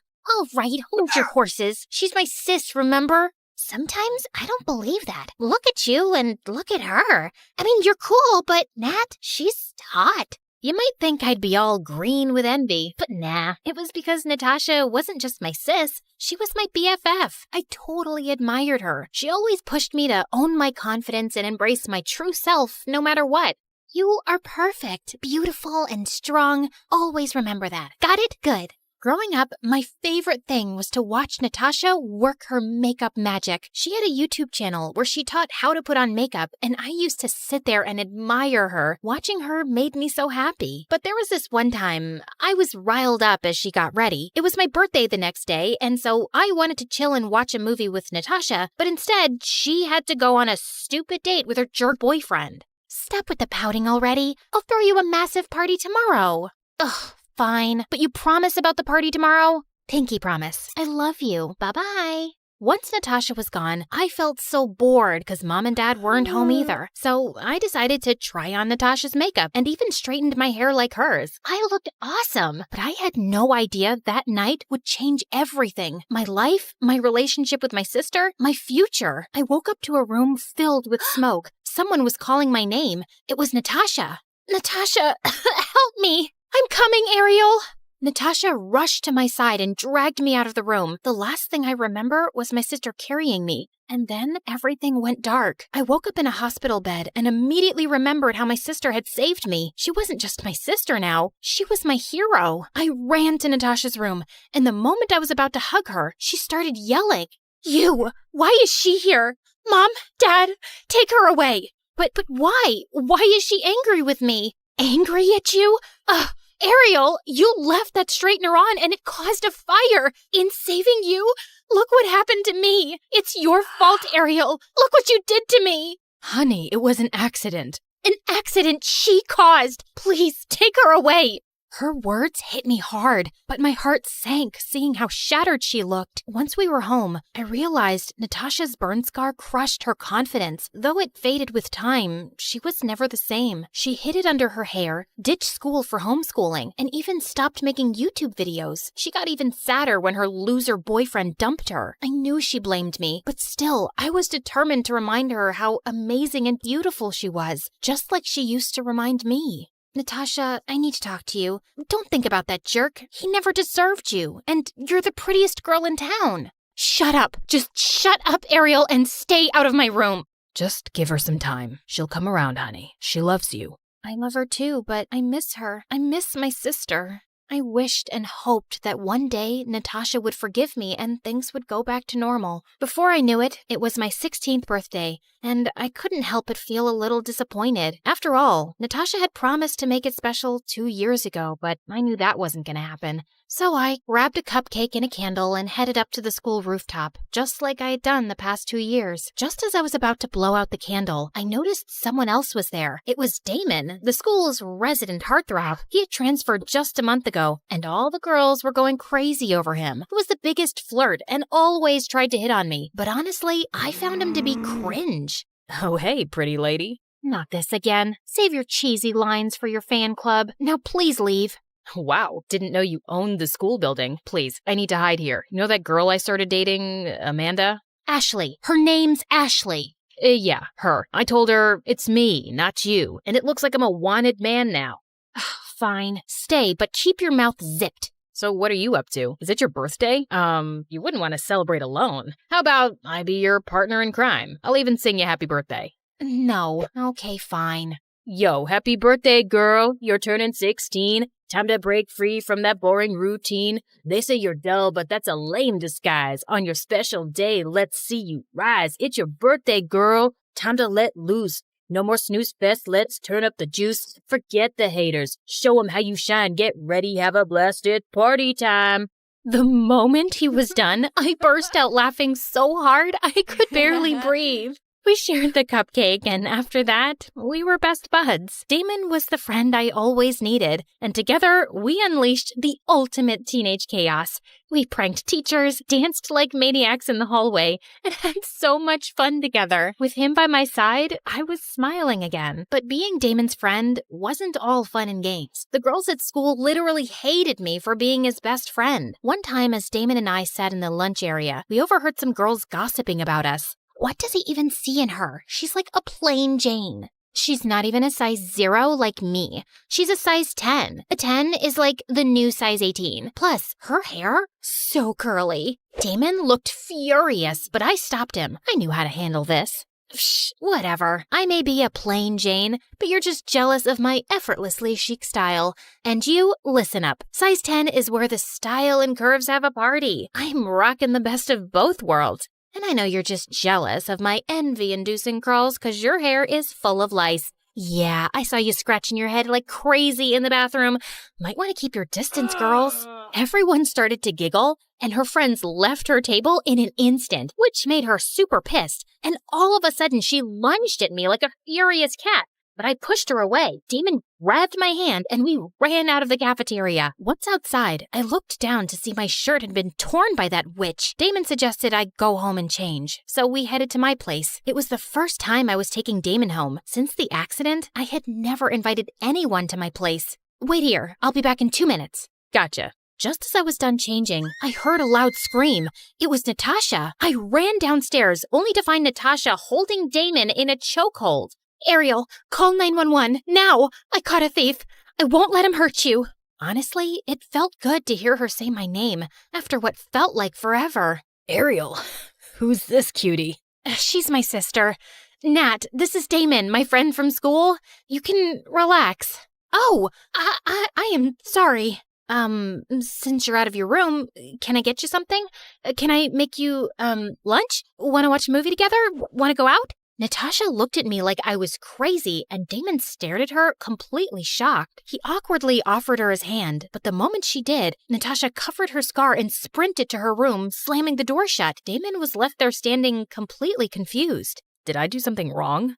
I shook my head and left the house with Damon. On our way back to school, I told him the entire story. After hearing it all, Damon suggested I keep trying to talk to Natasha. He said she still cared for me, considering she had protected me and thought Damon was a thief. He was right. I shouldn't give up on the love Natasha and I had. I kept trying to make things better between my sister and me. I cooked her favorite meals, baked her favorite treats. I sent her sweet texts and reminded her of all the good times we had together. But nothing. Even Damon tried to help me. He started coming over more and more, and whenever Natasha was out of her room, he'd tell her lame jokes and would try to chat with her. While at the start, she ignored him like he didn't exist. Slowly, I noticed how Natasha started to smile at his jokes and sometimes even spoke to him. I was happy, but to be honest, I couldn't help but feel a tad bit jealous that she'd respond to him and not me. One time, it was Valentine's Day and we had this fun fair at school. Damon came to pick me up, and just as I stepped out of my room, I spotted him outside Natasha's room. What are you doing? Nothing. Doesn't look like nothing to me. Show me. My heart sank when I saw Natasha's name on the box. I didn't know what to think. You can't do this. Nope, you can't give it to her. First, she won't accept it, and second, I don't want you flirting with my sister. She's been hurt in the past too, and I know you, Damon. You're the biggest flirt in school. He tried to protest, but I was having none of it. I felt my head spinning, and the urge to go to the fun fair suddenly disappeared. The next few days were a struggle. I was so mad at Damon and refused to talk to him, but he kept calling. Trying to ignore him, I focused on my college applications. I had applied to a ton of colleges and was accepted in most of them. I just needed to make a choice about where to go. Just as I was lost in my thoughts, Damon appeared out of nowhere. No, I don't want to talk. You have to, please. Just listen to me. Ariel, I really like your sister. A lot. I wasn't expecting you to be jealous. I'm sorry, I didn't know you had this big fat crush on me. OMG, me having a crush on you? I was mad because I don't want to see Natasha get hurt again. Her ex-boyfriend dumped her when she needed him the most. Damon, you're my buddy, but I know what a big flirt you are. My sister deserves the best. So please. Listen, I know I don't have the best reputation when it comes to dating, but I promise I won't hurt her. The few times I have talked to her, I realized what an amazing person she is. I just wish she could see herself the way I see her, the way you see her, beautiful inside out. Damon's words shocked me. The funny guy suddenly showed he cared for Natasha. I had to step back and give my blessings, with a warning to break his bones if he hurt my sister. That night, Natasha came to me and she was fuming. You think I'm some pathetic, lonely girl? You told your friend to ask me out, didn't you? Are you taking pity on me? Is he taking pity on me? Are you crazy? Why would he pity you? You're a beautiful, smart, amazing girl. He likes you for who you are, Nat. Just stay out of my life. I hate you, Ariel. I know you hate me, Natasha. And you know what? Maybe I hate myself too. For what I did. I've been hating myself the past 2 years. It was the first time in my life I was talking to Natasha this way, but I needed to let it all out. Every time you ignore me, I feel like someone hit me in the gut. That day when the accident happened, I tried to style my hair like yours, wanting to be just as amazing. I love you so much, but I guess it's too late. You just told me you hate me for the first time. Well, let me put your mind at ease. I won't be here for long. I got accepted into a college far away. You won't be seeing me as much. I guess it would be for the best. Saying those words, Natasha turned to leave, but her foot slipped and she was about to go tumbling down the stairs, but thank God I caught her just in time. But I ended up with a twisted ankle as a result and let out a scream. Mom and Dad came rushing.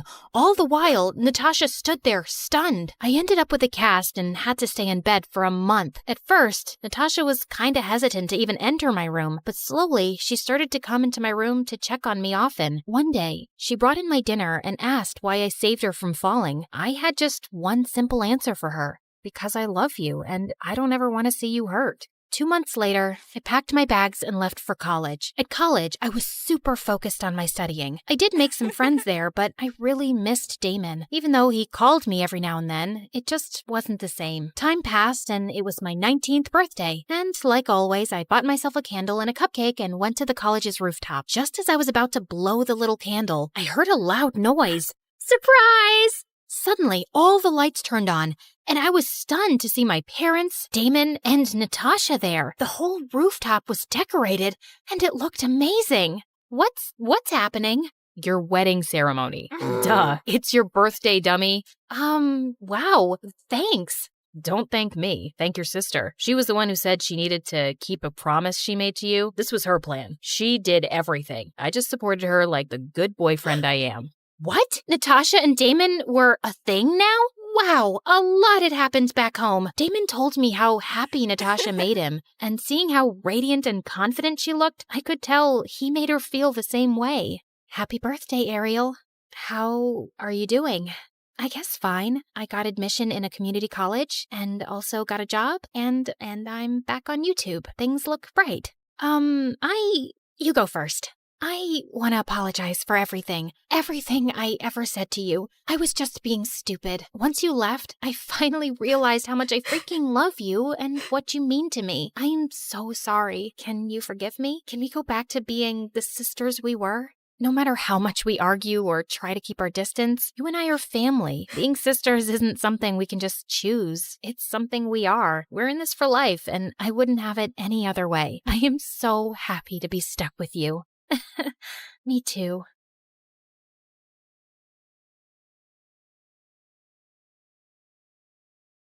Hello, everyone. My name is Diana. Before we get into my story, please like and subscribe. I was born in a tiny town in America, in an old house where my mom had grown up. Our cleaning lady once told me that Mom used to be the most beautiful woman around, and when she walked by, everyone stopped to look at her. She'd left for Hollywood, but she returned when she was pregnant with me. But the version of Mom I knew was not very glamorous. She hardly left the house and spent all day watching soap operas. She was obsessed and was always trying to copy the actress. This woman is the worst actress ever. I can do better. Yeah, that role would have been mine if I didn't give up my career. Mom didn't say it exactly, but I always felt like I had gotten in the way of her acting dreams and a different life. Sometimes I kind of felt bad for her, and I tried not to bother her so much. She came in wearing jewelry and some flowy silk gown that was too tight. Did she think she was at the Oscars? She catwalked down the hallway and flirted with all my male teachers. It was so embarrassing. Why did you have to act that way, Mom? Couldn't you just be normal? What? I'm just being myself. I'm an actress. Looking and being a certain way is all part of it. Mom, I'm just a kid. I don't care about your acting and all that. I just want you to be a normal mom. Over time, Mom and I grew more distant, and by the time I was 12, we were living like housemates that barely spoke to each other. One time in 8th grade, I'd asked to borrow some of her clothes for a talent show, but I didn't bother inviting her. To my surprise, though, Mom walked in halfway into the show, and she looked totally normal, just like all the other parents. But soon after, a girl was performing a one-man show, and suddenly, I saw Mom running up to the stage and grabbing the mic from her. Honey, that was so embarrassing. I just couldn't watch anymore. You have to play each character as if you are the character. Look deep into your soul. Come on now, try it again. And maybe you can do one character with a British accent. She started speaking in a terrible British accent. The girl looked as confused as the audience, and I was beyond embarrassed. Hey, isn't that Diana's wacky mom? I ran away to hide in the bathroom. I couldn't even do my act anymore. Once the show was over and everyone left, I came out to the parking lot to find Mom there. Hey, I was waiting for you. Why did you come here? Was it to humiliate me? What? No, I came to support you. Then why couldn't you just sit quietly instead of jumping onto the stage and snatching the mic from a kid? I was doing her a favor, and she'll remember me forever for those tips. Come on, let's go home. I'm gonna walk home. In fact, I'm gonna walk all the way to China if that's what it takes to get away from you. Diana, watch out. I suddenly felt something hit me with force and I went flying. I saw a blinding white light, and then I passed out. I woke up to Mom's worried face and realized I was in the hospital. Mom told me that I'd been hit by a car. I'd broken my leg and I had to use a cane now. For how long? A few months, at least. We can't be sure when it'll be fully healed, and you might end up with a small limp. I'm so sorry, baby. This is all my fault. That day, I cried so much I thought my eyes were going to fall out. I tried to stay mad at Mom, but I couldn't. She wasn't great, but I knew she didn't wish for this. When we got home, Mom tried so hard to be the perfect caregiver, but I knew she was struggling. It just didn't come naturally to her, but she never stopped apologizing. Baby, this is all my fault. In times like this, I wish I was more like Carol. Carol was my mother's sister who lived in New York. When I was younger, I always wished she was my mom. She had 2 kids, Theo and Becky, and the holidays I spent with my cousins were my favorite memories. Auntie Carol is quite amazing, and it would be nice to see Theo and Becky. Do you think spending some time with them would make you feel better? Yes, yes, yes! If that's what you want, love. And soon enough, I was heading for New York. But my first disappointment came at the airport when I saw Aunt Carol wasn't even there to pick me up. When she didn't show up after a while, I called her. It turned out she'd forgotten. I am so sorry, honey. There was a little situation at the kids' school. She still looked like the amazing aunt I remembered, but something about her also felt different. And when we got to her house, it was really quiet. As Aunt took my luggage to my room, I wandered into the kitchen to find Theo making a sandwich. Hey, Theo, it's so good to see you. Theo just looked at me blankly, then walked off without a word. What the heck? Didn't he remember me? Just then, someone almost knocked me out with a bear hug. Oh my gosh, you're finally here. I've been waiting all day. Gosh, I missed you. How are you? Well, I know you're a little sad, but I got you now. Thank God Becky was the same chatterbox I knew. We talked and laughed for hours. Hey, is Theo okay? He was so weird to me earlier. Becky's face instantly fell, and she looked like she was going to cry. Yeah, that's him these days. Mom thinks it's just a puberty phase, but it's more than that. He's changed so much, I hardly know him anymore. But at least I have you now. In the coming days, I got to see the new Theo myself. He never spoke to anyone and spent all his time in his room playing video games. One day, Aunt had to go in to make him clean his room, but Theo started yelling like a crazy person. Leave my room right now! Get out! One day, Aunt was having a garage sale, and Becky and I were helping her out, when suddenly a police car pulled up, with Theo in it. Is this your son? He was caught stealing cigarettes and magazines at the mall. All our neighbors were staring at the spectacle, and Aunt's face was red with embarrassment. The policeman let Theo go because he was a first-time offender, but that day, Aunt snapped. Why have you decided to humiliate me? I work my butt off for you to have everything, and you go around stealing? And what, you're smoking now? That's none of your business. And if my allowance was enough, I wouldn't have to go around stealing, would I? So maybe you're not working hard enough. Hey, stop that. You're being rude. You know your mom works so hard. Who asked you? This is a family matter, and just because your mom dumped you here doesn't mean you get to butt into everything. I was so sick of his stupid attitude. I hit him with my cane, and we got into a fight, and Aunt had to separate us. That's enough. Theo, apologize right now. From that day, Theo and I were dead to each other. I didn't care anyway, as long as I had Becky with me. Aunt Carol registered me at my cousin's school soon, which Theo looked very unhappy about since we were in the same grade. On our first day, Theo cornered me right after Aunt dropped us off. Listen, just stay away from me. Mind your own business, and as far as anyone knows, we are not related. Understood? It was my first time in school since the accident, and I was nervous, but the students here were really nice. They helped me up the stairs and even helped me find my class. I had a feeling I was going to love it here. But when the bell rang for recess, I noticed the strangest thing ever. A group of boys ordered Theo to pick up their books and put them in their lockers. And he did, without a word, like he was their servant. During lunch, I noticed him with the same boys again. This time, they made him fetch their lunch, and while he was balancing all the trays, someone bumped into him and he fell down, and those jerks all laughed at him.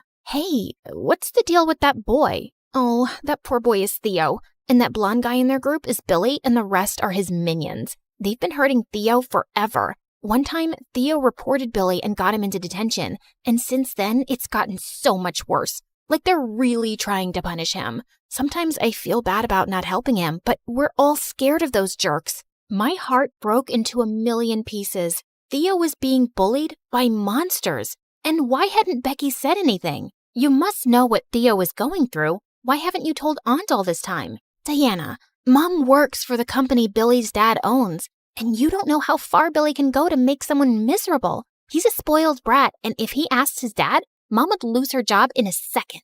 Theo has forced me to stay quiet and says he can put up with it. He says things will be worse if he doesn't. I tried to understand her point of view, but I just couldn't. This had to stop. That night, I went to Theo's room. Listen, I'm really sorry for the way Billy is treating you, and he needs to be punished. Didn't I ask you to mind your own business? And it's not how it looks. I do stuff for those guys and get paid for it. You get paid to run around like their errand boy? That's humiliating. Let me help you. No, you'll make it worse. It's just for a few more months and then we'll graduate. I'm handling it just fine. No, you're not. You are hurting and everyone close to you is hurting too. Can't you see it? Leave me alone. But I just couldn't. So the next day, I made videos every time I saw Billy bully him, then sent them to the principal's email address. The next day, I felt a million butterflies when I found out that Billy had just been called in by the principal and suspended for 2 weeks. Not long enough, but a little justice. But when I got home, Theo was furious. I told you to leave it alone.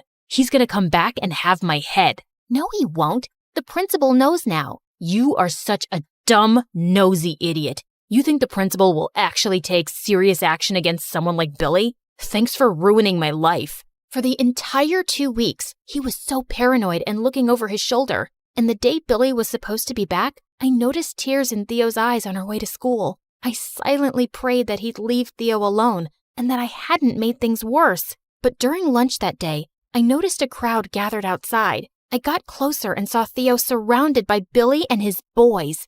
OMG, they were gonna hurt him. Hey, leave him alone. Stop it. But no one heard me. Then suddenly, I felt a huge force rush through my legs, and I charged forward and hit Billy in the knees with my cane. He fell to the ground and stared at me furiously. Theo had grabbed Billy by the collar and punched him in the face. No one messes with my cousin. Luckily, someone had called the principal to the scene, and everyone said that Billy tried to hurt me. The principal told him he was expelled. You can't do that. Do you know who my father is? Oh, yes, I know, son. And I'm sure he wouldn't want word getting out that his son goes around beating kids with disabilities. That wouldn't be good for his reputation. You hurt a girl with a cane.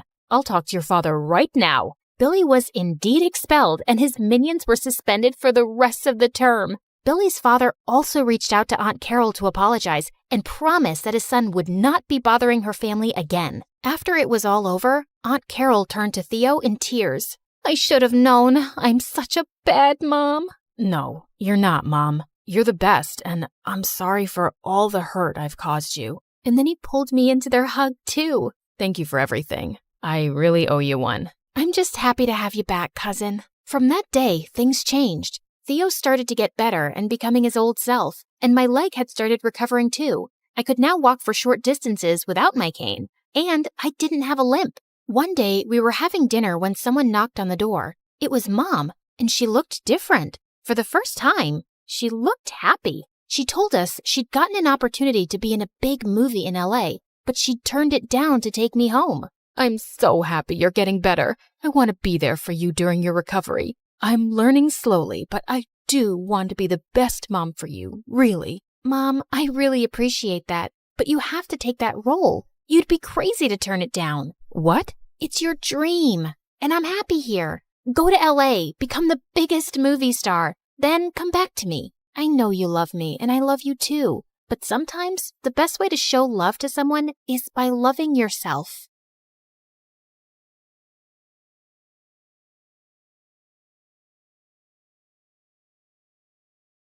The music was pumping, everyone was dancing, and then suddenly, chaos. People were pushing and shoving, trying to make their way towards the exits. We have to head out immediately. Milo, wait, There's no time. We need to go, now. That was my prom night. It was a disaster, and it was all my fault. Hey everyone, it's Jenna. If you want to hear about my crazy story, make sure to hit that like and subscribe button. I grew up in a small town in the Midwest, where life was slow and predictable, but I've always been the kind of person who likes to push boundaries and have a little fun. My parents were pretty strict when it came to homework and other boring stuff, while all I wanted to do was explore the world and play outdoors with the boys. And it paid off when I got a cute teddy bear as a gift from Milo, my crush. I love that bear more than anything in the world. But eventually, Milo and I grew apart. He wanted to play video games with the boys, while I still wanted to swim in rivers and explore nearby caves. But I had Teddy, my partner in crime. Even my parents had to get special permission for me to bring my Teddy to class, or else I'd throw a major tantrum. Life was amazing, but things changed when Layla, stepped into my second grade class. Look at her. She's still carrying a teddy bear like a baby. Did you forget your pacifier? I kept my cool, but once she even went as far as cleaning the whiteboard with my Teddy. After that, I decided to put it away. I never told my parents what happened with Layla. In fact, they were happy I wasn't obsessed with my Teddy anymore. All they cared about was how good my grades were. You failed yet another exam. But Mom, I was studying really hard. I guess the teacher doesn't like me. Maybe I should have gotten her a birthday present. Come on, be responsible, Jenna. I wanted to prove to Mom and Dad that I could be responsible, so I decided to please them with a bunch of chores while they were away at work. I started with attempting dishes, then vacuuming the living room, but I was left with broken plates and tangled curtains. Talk about a productive day. It's okay, Jenna. You still have a chance to prove yourself. Let's open the books now. Time to prove yourself. Oh no! Panicked, I scrambled to clean up before my parents got home. But just then, I heard the screeching of car tires outside. My heart dropped as I realized they had come home early and would see the mess I'd made. As they walked in, I quickly pretended to be studying. How many bones does the human body have? 0. Is the earth flat? Duh, if it was round, people living on the other side would fall off. I turned around to see my parents staring at me in disbelief. I tried to pretend like I hadn't noticed them coming in. Hey, Mom, Dad, you're home early. What happened here? I was trying to but today's been a really bad day. But like you said, it's all part of life. Unbelievable. Jenna! I just wanted to have fun. And my teenage years were wild with my inseparable twin troublemakers, Sarah and Samantha. They were the ones who introduced me to the world of sneaking out and partying. Looking back, I realized how silly it all was. Like when we decided to skip school and try having a DIY spa day, they wanted to do it at my house, but I knew the wrath of my parents and how strict they were. Trust me, my parents can sniff out trouble from a mile away. We'll be safer at your house. We tried a homemade oatmeal and honey face mask, but it turned out to be a sticky disaster. We looked like we were attacked by a swarm of bees and spent hours cleaning up. It was not the relaxing spa day we had hoped for. Little did we know, that lesson would come in handy sooner than expected. And the next day, we decided to have a bonfire party in their backyard, but the flames quickly got out of control. After trying water and dirt, we had an unexpected solution. A bag of oatmeal. It was strange, but it worked. As we stood there, covered in ash and oatmeal, we couldn't help but laugh. But the twins' parents didn't laugh at all, especially given that their rose garden caught on fire. I was devastated when their parents called mine, and even more so when they forbade me from ever seeing my friends again. The fact that their father was a lawyer and threatened to sue my parents because I damaged their property only added to the seriousness of the situation. It was as if my world had been turned upside down. You were supposed to be in school. Is this the first time you're sneaking out like this? Unbelievable. We are so disappointed, Jenna. Can I go back to my room? You are grounded until further notice. What about prom? We'll see about that. Only if you behave well. Prom was only a few weeks away, and I had been dreaming about it for years. From now on, I had to be on my best behavior. In the days that followed, I tried to make amends by texting Sarah and Samantha, but I never received a response. I couldn't help but wonder if they had blocked me. I knew that they had moved to another country shortly after the incident, and I wondered if they held me responsible. I was heartbroken. I missed the twins terribly, but when I saw Milo, my childhood crush, in the school's hallway, I went to talk to him, hoping we could hang out like we used to, but he was busy with the boys. Meanwhile, my nemesis Layla was getting asked to prom by 5 different guys, each trying to outdo each other. I couldn't help but roll my eyes at how cheesy they were being. Layla seemed to be enjoying all the attention, but I couldn't help but feel bad for the guys. It was like they were all competing for her affection, and it was obvious that she had no interest in them. That's not nice. Oh, look who it is. The girl who never gets asked to prom. Of course, Layla was still the same brat she was when we were kids. But she was right. I was still dateless and feeling pretty hopeless. One day in combined class, I was scribbling notes in my notebook when my phone popped up with Milo's name. My heart skipped a beat. Was he asking me to prom? I tried to act cool, but my hands were shaking. I couldn't believe it. Milo, my forever crush, was asking me to prom. But as I opened the message, it wasn't the love declaration I was hoping for. Instead, it read, "Can you pass me a pencil?" Silly me. And to make matters worse, I accidentally passed him a pen instead of a pencil. Smooth move, Jenna. Real smooth. But my embarrassment didn't end there. Just as I was daydreaming about my prom night with Milo, him looking fabulous in a bold red suit and tie, him making me dance like in a fairy tale, hold me close and never let me go, Milo.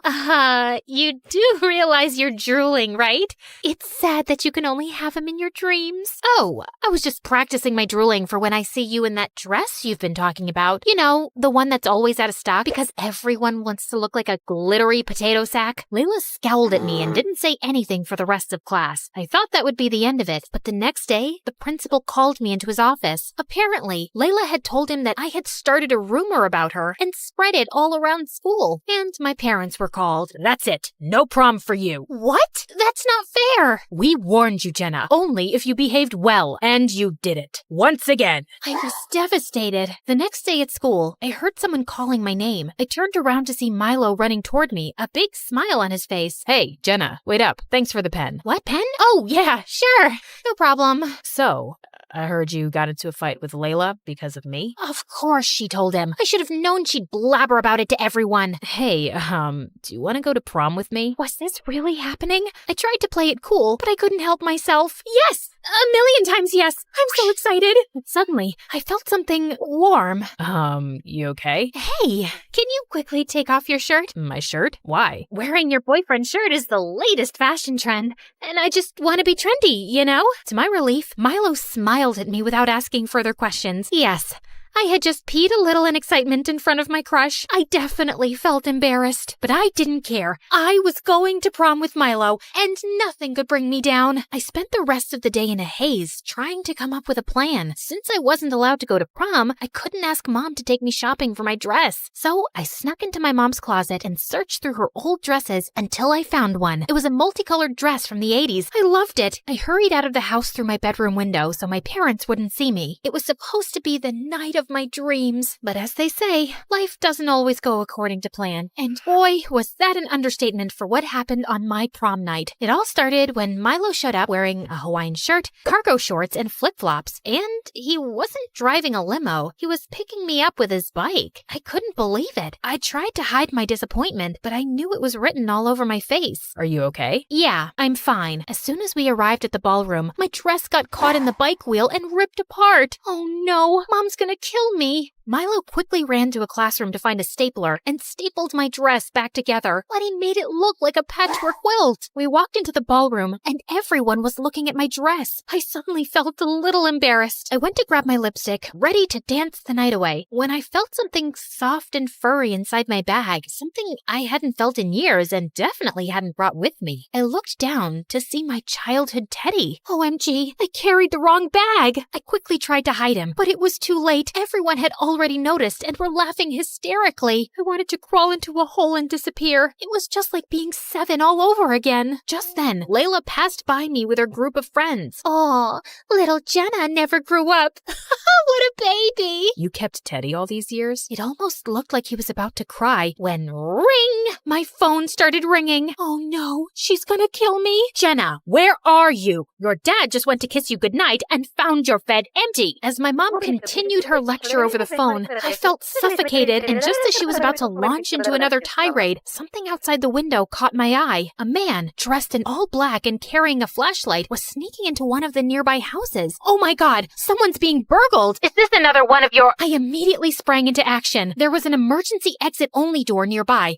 and without thinking twice, I ran through it. Little did I know that the loud alarm would go off, causing the entire entire school to panic. We have to head out immediately. Milo, wait, There's no time. We need to go. Now. He was right. There was no time. As Milo gathered around with all the students outside, I chased after the burglar, shouting for help. Soon enough, other people joined in the chase, and together we were able to get him and call the police. As we were waiting for the police to arrive, I couldn't help but feel a mix of emotions. I was relieved that no one had been hurt and that the burglar had been caught, but I knew my actions had just caused prom to be canceled. So, you kept Teddy all these years? I did. You forgot me, but I never forgot you. My bad. I missed you, Jenna. And I'm feeling blessed now. I wish we could slow dance. I can't believe prom is canceled. And I can't believe you saved my family from a burglar. What? That was your house? Yes, I owe you one, Jenna. Thank you so much.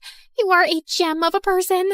Does this mean we're not enemies anymore? I guess so. When Milo dropped me off at home, I felt nervous about facing my parents. I knew they were going to be mad at me for sneaking out to prom. Mom, Dad, I'm so sorry for everything. You were right. Is this my dress? So funny story. Just as my mom was boiling up like a tea kettle, Milo intervened. He told my parents how I'd saved Layla's house. They might not have believed him, but then my principal called my parents and told them everything. My parents were shocked, but for the first time, I also saw how proud they were of me. It wasn't easy, but they eventually forgave me for my mistakes. I promise, I'm going to be more responsible and more careful from now on. But just as I was about to bask in my newfound maturity, I'm sorry, Mom, but don't worry, I'll fix it. Oh, please, let it be. I can handle it. Just bubble wrap yourself and sit in the corner.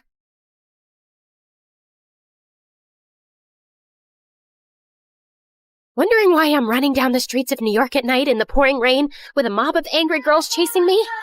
I'll tell you when I catch my breath. I turned a corner and ran down an alley, only to find a dead end. I looked around frantically and burst through a tiny door that led into a dingy cafe, which was empty, except for a boy sweeping the floor. Quick, I need you to hide me. He just stared at me silently. Sometime today would be nice, buddy. What's the magic word? I don't know. Hurry up. That's not one word. Jesus Christ! Wrong again. Please is the magic word. No, it's abracadabra. Okay, I'm guessing you're not from the mafia. You want to look at the menu? I wouldn't order the salmon. It's been smelling weird for weeks. Just hide me, now! The boy shoved me into a tiny broom closet just before the girls chasing me burst in. Did Lana Moon come in here? No one's been in here for 3 days. No, wait, yesterday, a big ugly guy came in and cut his toenails here and left without ordering anything. Does that sound like Lana Moon? You're crazy. Let's go, girls! When I heard the door slam shut, I came out. You really don't know who I am? I figured out your name was Lana Moon. Duh. But no. Who are you? Hi, everyone. I'm Lana Moon, global sensation and chart-topping singer. But of course, you all knew that. I don't know what rock this weirdo's been living under. Before I continue, please like and subscribe. My life wasn't always like this. In fact, growing up, I was a nobody with nothing much. My dad was a math teacher in a public school, and my mom was a maid. She was French and had come to America for a better life, but it hadn't turned out like she'd imagined. Pay attention, Lana. You have to learn fractions. Yes, Lana. It's very useful to know that half your father's miserable salary goes to rent, and 1/3 goes to bills. How much is left for buying us something nice? Do the math and feel disappointed. Algebra is important. This equation can help you calculate the gradient of the slope. Yes, Lana. Let's calculate the slope of your life going downhill. And it's a steep slope, baby. Clearly, my parents didn't get along. And even though I loved Dad, I was with Mom on how useless math was. I was actually obsessed with singing. But my parents were either too busy with their jobs or too busy arguing to notice. One day they were fighting when I put my headphones on in my room and started singing a ballad. All by myself. Don't wanna be all by myself anymore. As I belted out the high note, I saw my parents in the doorway, their mouths hanging open. That was you? Singing? It was you? No, Celine Dion's hiding under my bed. Oh my God, Celine is here? Dad, of course it was me. You don't get sarcasm, do you? Oh, my baby, you have a gift. You're going to be a singer, a superstar. We'll talk about this after she finishes high school and college.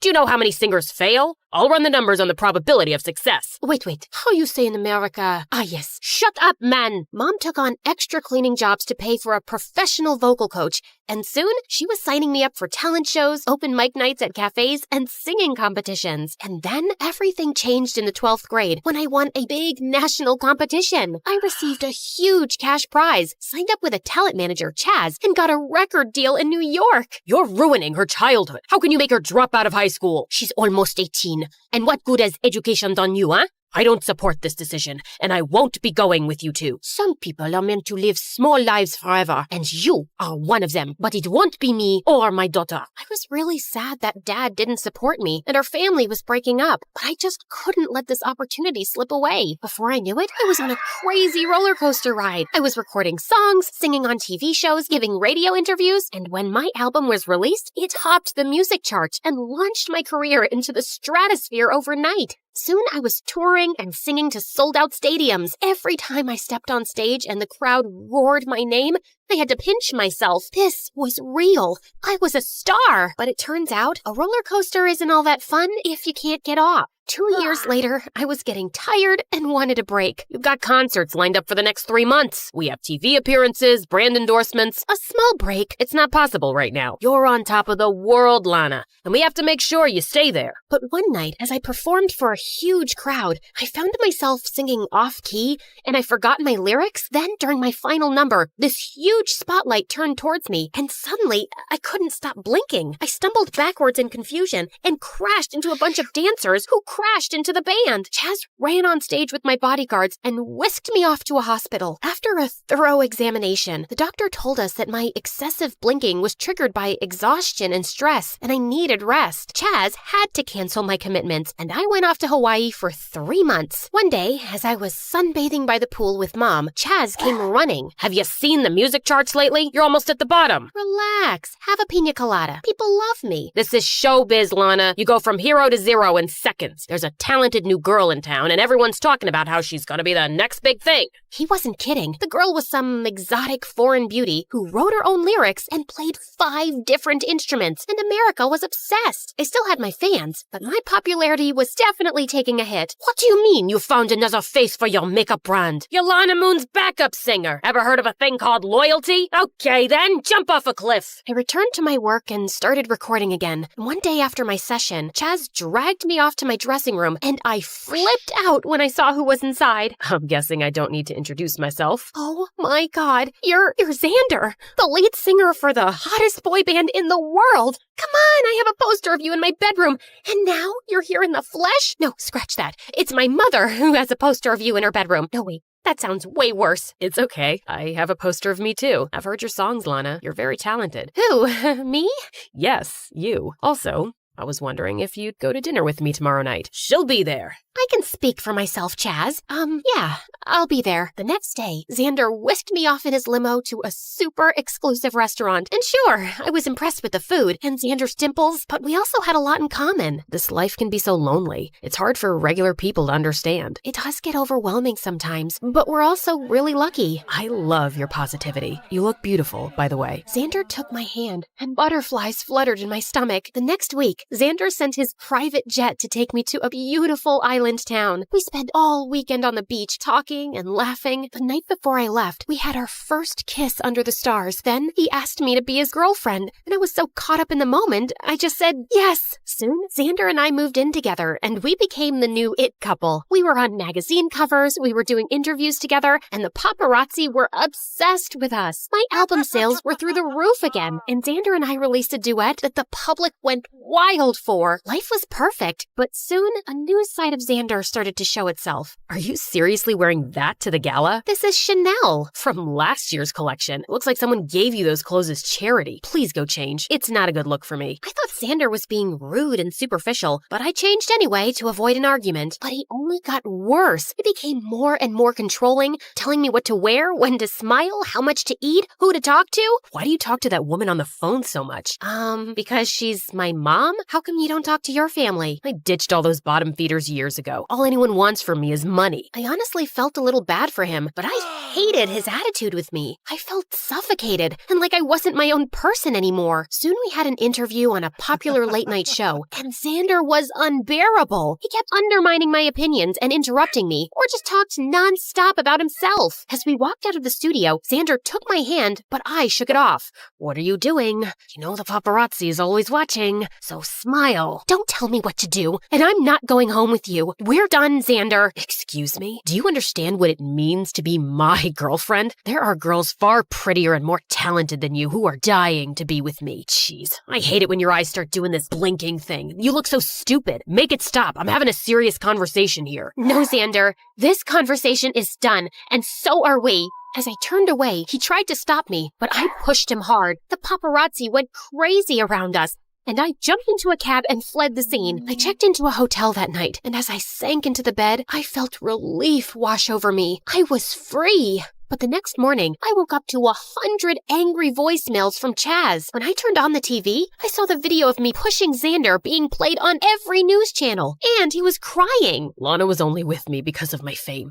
Her manager set us up because her career was tanking. I really fell in love with her, though. I did everything she said, bought her everything she asked for. But after the interview last night, she told me she was seeing someone else. Lana Moon is a cheater, a liar, and a gold digger. That jerk! I checked Twitter and TikTok and found thousands of comments calling for a boycott of my album and tour. I moved back to my own place and released an official statement saying Xander was lying and just couldn't accept the relationship was over. My fans were supportive, but his fangirls were insane. They were camping outside my house, chanting protests and egging my windows. After a week of this nonsense, I slipped out one night, climbing over the back wall. But as I was sipping my favorite latte at a cafe, some of those girls spotted me. It's her. I can't believe you treated Xander that way. You need to apologize to that precious angel. That's when they started chasing me, and I ended up with the crazy boy in the weird cafe. His name was Kenny, and he offered me a dry sweatshirt and a cup of tea as I told him my story. He was fascinated, especially when he saw Xander's picture. Whoa, you were dating this guy? I don't think I've ever seen someone so proportionate. And those cheekbones, you could grate cheese off of them. Sorry, went off on a tangent. We hate this guy. He's a toxic piece of garbage. Thank you. How come you don't know about all this? I don't have any social media accounts. I'm a theoretical physicist in an advanced level university program, so between that and my multiple jobs, I don't have much time for stupid gossip. Not that your life is stupid. This was really interesting, and it's nice to meet a pop star. It's been nice to meet someone so ordinary. Wait, that came out wrong. No, I'm pretty ordinary, and I'm okay with that. Is it okay if I come hang out here sometimes? I'm always alone here. I could use the company. The noise created by Xander's fans started dying out, and I returned to work. But in the evenings, I started slipping out frequently to the cafe. And even though we were poles apart, I found Kenny the easiest person to talk to. He listened attentively and always gave the best advice. He was smart and funny and even cute, but clearly unaware of it. And he really seemed to love my songs. After I finished the new album, I decided to take a weekend break on an exclusive island resort where no paparazzi would be around. And I invited Kenny. Kenny was loving the resort, but he just wouldn't come into the pool. I could show you some disturbing statistics about how much pool water is actually just pee. There's no one here, and I'm not peeing. There's a lot of life-threatening bacteria in that water that can travel up your nose. You don't know how to swim, do you? Yeah, you caught me. I'm a loser. I'll teach you. I'm an expert. No thanks. Come on, just jump into the pool. I'll catch you. You jump into the pool. I'm already in the pool. Jump at me. You jump at me. I literally had to drag him in and force him to learn. When I thought he was ready, I pushed him towards the deep end. Kenny started flapping around like a crazy duck, but he was actually afloat. Oh my God, I'm swimming. You're doing so well. Keep going. Soon he was swimming around like a clumsy mermaid, and then he circled back to me laughing. Wow, this feels amazing. Thank you. And then suddenly, he kissed me, and I kissed him back. We broke apart and stared at each other, but just then, Xander turned up at the pool. What are you doing here? Are you stalking me? Maybe. Is that a crime? Yeah. When I found out you were coming here with a +1, I had to see for myself. You were cheating on me all along, just as I'd suspected. Why else would you break up with me? 'Cause you've been acting like a jerk for months. So you decided to cheat on me with skinny, pasty nobody? Hey, that's rude. What do you want, Xander? Just some pictures to prove my claim. I got one of you two kissing. That'll work. You're invading my privacy. I want you to delete it. Sure, after I posted it. What's happening to your eyes, Lana?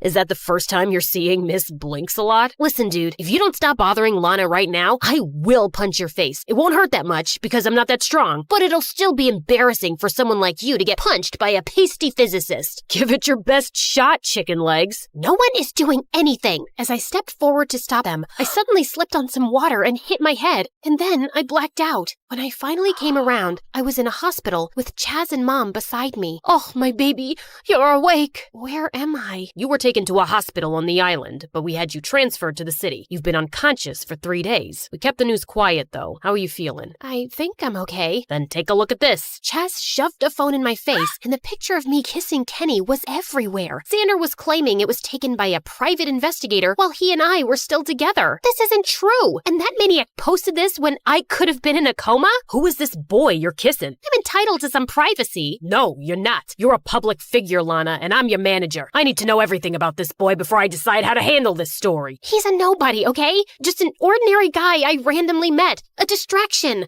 I only invited him to the resort because I didn't want to be alone. Don't drag him into all this drama. He's no one important. Of course I lied to get Chaz off my back. Kenny meant a lot to me, and I wanted to talk to him about us before I made anything public. I texted Kenny, but he didn't reply. Soon after I was released from the hospital, I went to the cafe, and sure enough, he was there. Hey, why haven't you replied? You didn't want to know how I was doing? I knew you were fine. Okay, then.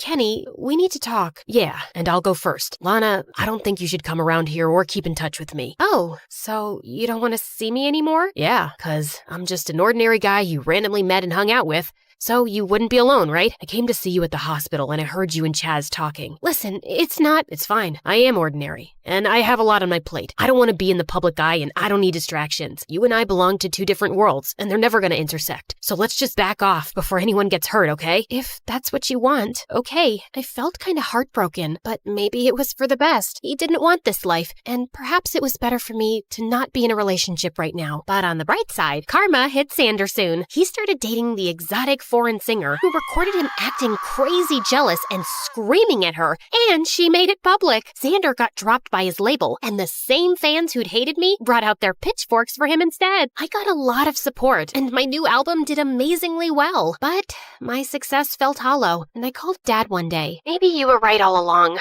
and I should have never become a singer. I never said that, Lana. You're very talented, and I never expected you to become a mathematician. I just wanted you to have a balanced life. You should have fought harder to stick around, Dad. I could have used your wisdom. I didn't think you'd listen then, but I am sorry. Do you think I should take a break and finish high school? I think that sounds great, honey. The next day, I publicly announced my career break. Mom didn't protest much because apparently she was getting married to a rich music producer and relocating to France. Chaz went berserk, but I fired him. I was done being pushed around, and I would get back to music when I felt ready. After my high school graduation, I was celebrating with my friends at a cafe that was having an open mic night. I couldn't resist getting up on stage and singing, and it felt great. Just then, I spotted a familiar face smiling at me, and I walked over. Kenny, it's been a while. How are you? Pretty great, actually. I finished the program with flying colors. Of course you did. It's lame in comparison, but I just finished high school. I know. I made a social media account just to follow you. Kenny,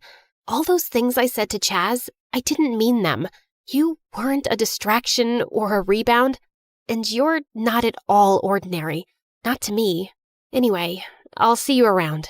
Are you free for dinner? I know this shady cafe that's great if you want to get food poisoning. And good tea. We could talk more? Sounds good to me.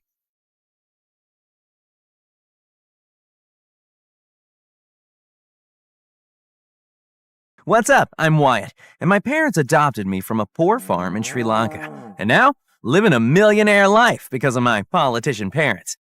Well, I'm not a fan of rich life, but shh, don't tell my parents I said that. I mean, I'm grateful for what they've given me, but rich people always boss people around for the craziest things. I asked for a gold-plated toilet seat, not this regular one. What? Are you stupid? Mom, who cares? It's just a toilet seat. No one's going to rate our bathroom on the luxury loo leaderboard. So I spent all my free time jamming on a guitar with my best buddy in the whole world, Kevin. Time for the next gig. You in? I met Kevin at a local band tryout, and we've been close ever since. We got in the band and started playing local charities. It felt so awesome to bring so many people joy. One day we were playing at the local soup kitchen, and I heard a commotion. A bully was cornering one of the most beautiful girls I'd ever seen. I found twigs in your soup you made. I want my money back. It's free, and I saw you put those in there. I was about to step in when the girl poured soup all over the bully's head. Security came and threw her out. I ran outside to tell her how cool she was, but it was too late. She was gone. But when I got back to Kevin's, he had the biggest smirk on his face. Do you remember that cute girl who souped that bully? Duh. Well, her name's Gabby, and I asked her out. So she's kind of my girlfriend now. I felt like a giant rock had been stuck in my throat. But you guys, what was I supposed to do? There's a bro code. That's awesome, Kev. But as they started dating, I started to see less and less of Kevin. And whenever we did hang out, all he would ever talk about was Gabby. You know, Gabby supports her entire family. She has like 17 jobs. Wow. And the next day, my parents had a huge surprise waiting for me. There was a pretty girl twirling in my kitchen. She batted her eyelashes in slow motion. Honestly, it was a little ridiculous. Hello, I'm Olivia. I'm Wyatt, and why are you here? Well, son, it's your 18th birthday, and your present is Olivia. She's gonna be your wife. My what? Did you really think we'd leave your matchmaking up to fate? But your mother and I were in an arranged marriage. Look how happy we are. I was definitely not convinced. Olivia's living with us until the wedding. You'll have plenty of time to get to know her. I tried it first for my parents' sake, but everything about Olivia rubbed me the wrong way. Every time she opened her mouth, I felt like some brain cells had died. One time, we went on her family's yacht for a week and sailed past the farm where I was born. Ew, I could never be that poor. How sad and pathetic. That really made me want to throw her overboard. Wyatt, remember, you're a gentleman. I needed out of this. A life with Olivia would be a life tied to the very type of person I hated most. So, I decided to run away. As I was climbing out of my window, Kevin pulled up to my house. How could I forget we were supposed to practice together? Bro, what are you doing? My parents want me to marry this total snozberry. I'm running away. What? Wyatt, you can't give your life up. I don't have any other choice. I couldn't bring myself to say no to my parents or break their hearts. So, it's either run away or marry her. Besides, it's not like I have any other romantic leads. But then Kevin looked at me with this sparkle in his eye. What if you hired a fake fiancé and told your parents you're already getting married? I burst out laughing. Yeah, right. Would anyone actually be interested? I mean, it's a little pathetic. Gabby could do it. You mean, your girlfriend? Yeah, she's desperate for money.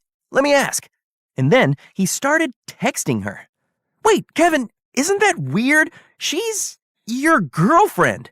She said she's in. And who cares, dude? It's just pretending. Besides, I trust you more than anyone. I mean, it's not like I really had any other options. Luckily, my parents went on a business trip, so at least that bought me some time. The next day, I met up with Gabby and got up to pull her chair out, but she kicked it back in. One thing straight. This is just a job. Jeez, I was just trying to be polite. I love Kevin. So do I. But don't you feel weird that he's passing you off to me like you're some loaner car? I would advise you to shut your face hole before I shut it for you. Well, you better get an attitude transplant if you're gonna be a convincing fiancé. Otherwise, this won't work. She looked at me with this mischievous smirk. You don't have to question my believability. Trust me. The next day, I invited Gabby to my school's potluck. I went to the bathroom for 2 seconds, and when I came back, I saw Gabby had entered the green chili eating contest. As Gabby shoveled chilies down her throat, she glared at me with cold hatred. And then, to my shock, she told everyone, My fiancé holds the green chili eating world record. Before I knew it, tears were streaming from our eyes as we ate chili after chili. Remind me to bathe in milk later. After Gabby won, I dragged her away from everyone. What are you doing? Just having some fun with my fiancé. I'm gonna be in the bathroom for a week straight now because of you. But if that's what you want, I'll give it to you and eat until you're happy. No, stop! Suddenly, Olivia appeared out of nowhere. Wow, Wyatt, that is pretty impressive. My parents love spicy food. They're going to be so happy when they find out you can handle it. And then she kissed me on the cheek and ran off. I wanted to flip a table. What was that about? Ugh, you need to start playing by my rules, Gabby, or you can kiss your money goodbye. I do one thing you don't like and this is how you act? You're exactly who I thought you were. You're a rich, arrogant jerk. I walked outside to blow off steam, literally, but I realized I got why she thought I was that way. I mean, rich people, they're the worst. I had to show her that I wasn't like that. I went back inside, but Gabby was nowhere to be found. I started to get worried, so I called Kevin. Did you seriously lose my girlfriend, dude? I'm on my way. Then I heard someone crying in the girls' bathroom. I took a chance. Gabby? It's Wyatt. I wanted to apologize. She unlocked the door, but when she opened it, I was shocked to see Gabby was covered in Jell-O. What happened? That girl who kissed you on the cheek threw a whole Jell-O cake in my face. Olivia. So maybe she was starting to get the message. I was almost a little excited when... I look like a sea monster. Here, let me help. I washed Gabby's hair in the sink and gave her my sweatshirt so she'd have clean clothes. Why are you being so nice to me? Because this is all my fault. Olivia attacked you because of me. And then I told her everything about the arranged marriage and Olivia. I'm sorry, Gabby, for all of this. This was stupid. No, it's not. I was wrong about you. Just give me one more chance. I'll be the perfect fake fiancé. And then she hugged me so tight that my heart started beating fast.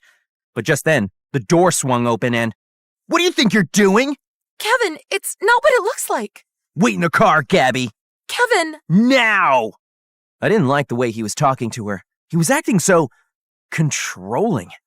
Kevin came for me, his nostrils literally flaring. What gives, man? She's still my girlfriend. Whoa, dude, relax. This was your idea. Gabby and I are just... Stop, man. I see the way you look at her. What? No, the bro code. I would never... Whatever. Just finish this up ASAP. I can't believe he was really gonna let a girl get between us after all we'd been through. The next day, I woke up and was surprised to see Gabby sitting at the edge of my bed. I have a surprise for you. Then she put a blindfold around me and put me in the driver's seat. I had no idea what was going on, but I've always been a sucker for surprises. And the next thing I knew, we were in the mountains. We climbed the whole thing, but what shocked me is that the longer we hiked, the more I actually started to love it. For the first time, I could drop everything, and I could just be me. We took a picture together at the top, and Gabby put her arms around me. I blushed so hard. Uh-oh. Maybe Kevin was right. Maybe I was starting to catch feelings for Gabby. And it was magical. Doesn't this feel like a scene from a movie, Wyatt? Yeah, these paths are just like finding a YouTube channel unexpectedly. And you're just pulled to hit subscribe and like. You never know what stories you'll get next, but it's sure to make your day. So, you're saying that our lives are a YouTube channel now? Maybe, because if it were, then people would subscribe to see if we soar or crash. You heard it. Want to know what's next? So hit like and subscribe. And when I got home that night, Olivia was waiting for me. You better be free tomorrow night. Hello to you too. My parents are coming for dinner to meet you. Our wedding's happening, Wyatt. Can you believe it? I called Gabby immediately. Why don't I just come to the dinner and they can see for themselves that you're taken? Gosh, women are smart. If anything had a shot, it was that. The next day, Gabby arrived at my house. She looked incredible. You look beautiful. Thanks. Too bad tonight's our last night doing this. It's actually been fun. But before I could confess my true feelings, Kevin stepped out from behind her. I thought you may need a little chaperoning to make sure you don't fail miserably, Wyatt. Thanks for the vote of confidence. When we got inside, Olivia and her parents were already there. It was now or never. I said for you to come. Olivia, this is my best man, Kevin. This is Gabby, my fiancé. I wished I could bottle the look of disgust on Olivia's face for the rest of eternity. I was waiting for her to explode, but she simply said, Okay then. Prove it. Kiss her. What? If she's really your fiancée, it shouldn't be hard. I looked at Kevin, who was fuming. But I had no other choice. Gabby gave me a nod of approval. I leaned in and kissed her, and the world seemed to stop. Crash! We broke the kiss and swirled around to see that Kevin had just smashed a vase and stormed off. Kevin, wait! What happened to the bro code? What was I supposed to do? You're the one who told me to do this. I never said to kiss her. Gabby is my girlfriend. You crossed the line. Aha! I knew you were lying. Kevin and I both turned to see that Olivia, her parents, and Gabby had followed us and overheard everything. Nice try, Wyatt. But I knew you'd never date low-life trash like Gabby. You're marrying me whether you like it or not. Can you really blame him for wanting to leave? You've got the ugliest personality ever. This was getting out of hand. They were literally pulling each other's hair. So I stepped in the middle of them. Girls! Gabby, stop! And she felt bad the way I screamed, so she dashed away. Things couldn't end like this between us, though. Her family was struggling, and I had to do what was right. So I followed her. Gabby, wait! Take this. I wrote her a check for $3 million. Wyatt, you shouldn't have to do this. Any of this. Just be honest with your parents about Olivia. Maybe they'll understand. She was right, but I was still afraid of disappointing my folks. Just take the money. Now you can take care of your family. What? But she just stared at me blankly. That's why you took the job. No, I took the job for Kevin. I agreed to do it and give the money to his sick mom. What? But Kevin's mom isn't sick. Last week she ran the marathon. Just then, we saw Kevin with Olivia, of all people, showing her my cars like they were his own. He even had his arm around her. Kevin, you lied to us? All this time, you wanted my money for yourself. Kevin turned around with an evil look in his eyes. You don't even do anything with it. I deserve to have a little. Come on, Gabby, let's go. I'm not going anywhere with you. You lied to me too. We're over. Are you happy now, Wyatt? You've ruined my life. Don't be so dramatic, Kevin. Consider our friendship over. And then he got in his car, actually my car, and rode off. I didn't even care. He was never a true friend to begin with if he was only after my money. Gabby called a cab, but there was really nothing to say except, I'm sorry for how this all turned out. Me too. I wanted to kiss her so badly, but before I even got the chance, Olivia had a tentacle around me. I guess that was that. My parents came back and I went along with wedding planning, but I felt like a total ghost. I droned out Olivia's nonstop talking with thoughts of Gabby. I should have told her how I felt. I even texted her on the day of the wedding, telling her that it was happening. Maybe in hopes she'd want to pull a big romantic gesture. But when the time came and Olivia was walking down the aisle, Gabby was nowhere to be found. The priest started officiating when I heard a familiar voice call out, "Stop the wedding!" Everyone turned and gasped. To my shock, it was Kevin. Kevin, what are you doing here? Olivia, I love you. Let's run away from here. You want me to confess it in front of the whole world? So here I am. What? But then Olivia ran over to Kevin and started kissing him. I guess there was a lot more to that casual arm around her that night at dinner. The wedding's off! As they ran away together, I couldn't help but laugh. And then I was in for the shock of the century when my parents came up to me. Son, I'm sorry we forced this upon you. We never should have. We were wrong. Olivia is clearly not good enough for you. We made a mistake with her and just want you to be happy. From now on, we've agreed, you choose who you love. And they hugged me tightly and went to the guests. What just happened? It looks like someone just got their happily ever after. I turned around, shocked, to see the priest removed his beard and hat. It was Gabby. You seriously thought I'd miss watching this train wreck? Gabby, I'm so sorry. Look, I know this sounds crazy, but although we were just pretending, I actually fell in love with you. I know, silly. Why else do you think I'm here? I feel the same way. How did I have no idea that was you? I told you not to doubt my believability. I laughed and grabbed her in my arms. What do you say? Should we make this a happy ending? I thought you'd never ask.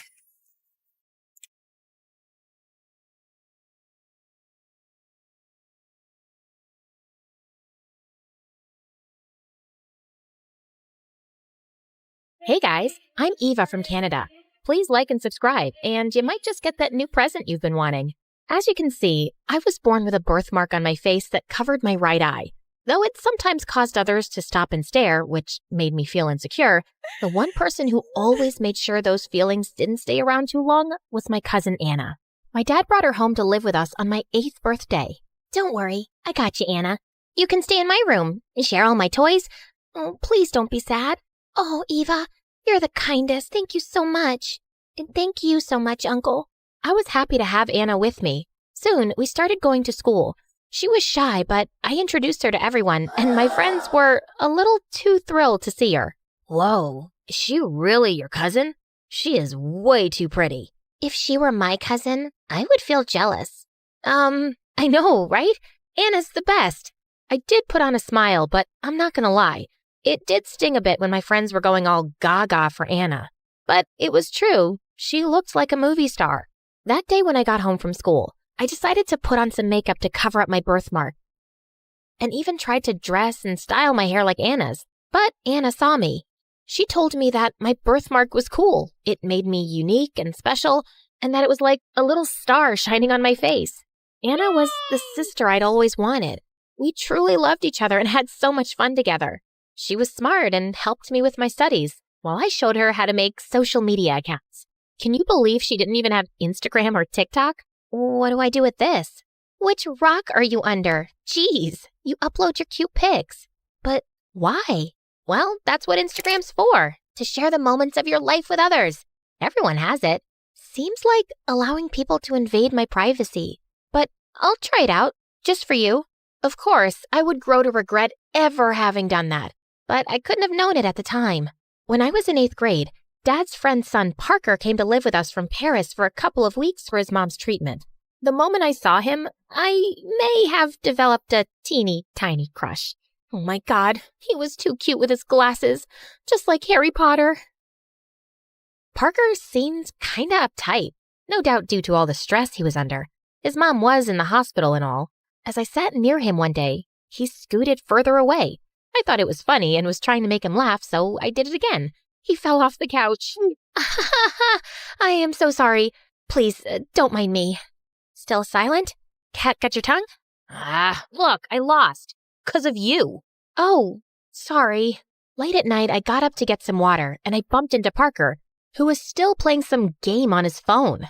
Dude, it's like 12 a.m. No wonder you have glasses. I just couldn't sleep. I have a cure for that. Come on, follow me. I took Parker to the kitchen to make him some hot chocolate. Slowly, he opened up to me. I was surprised by how chatty he was. I could feel this connection between us, and I found myself really liking him.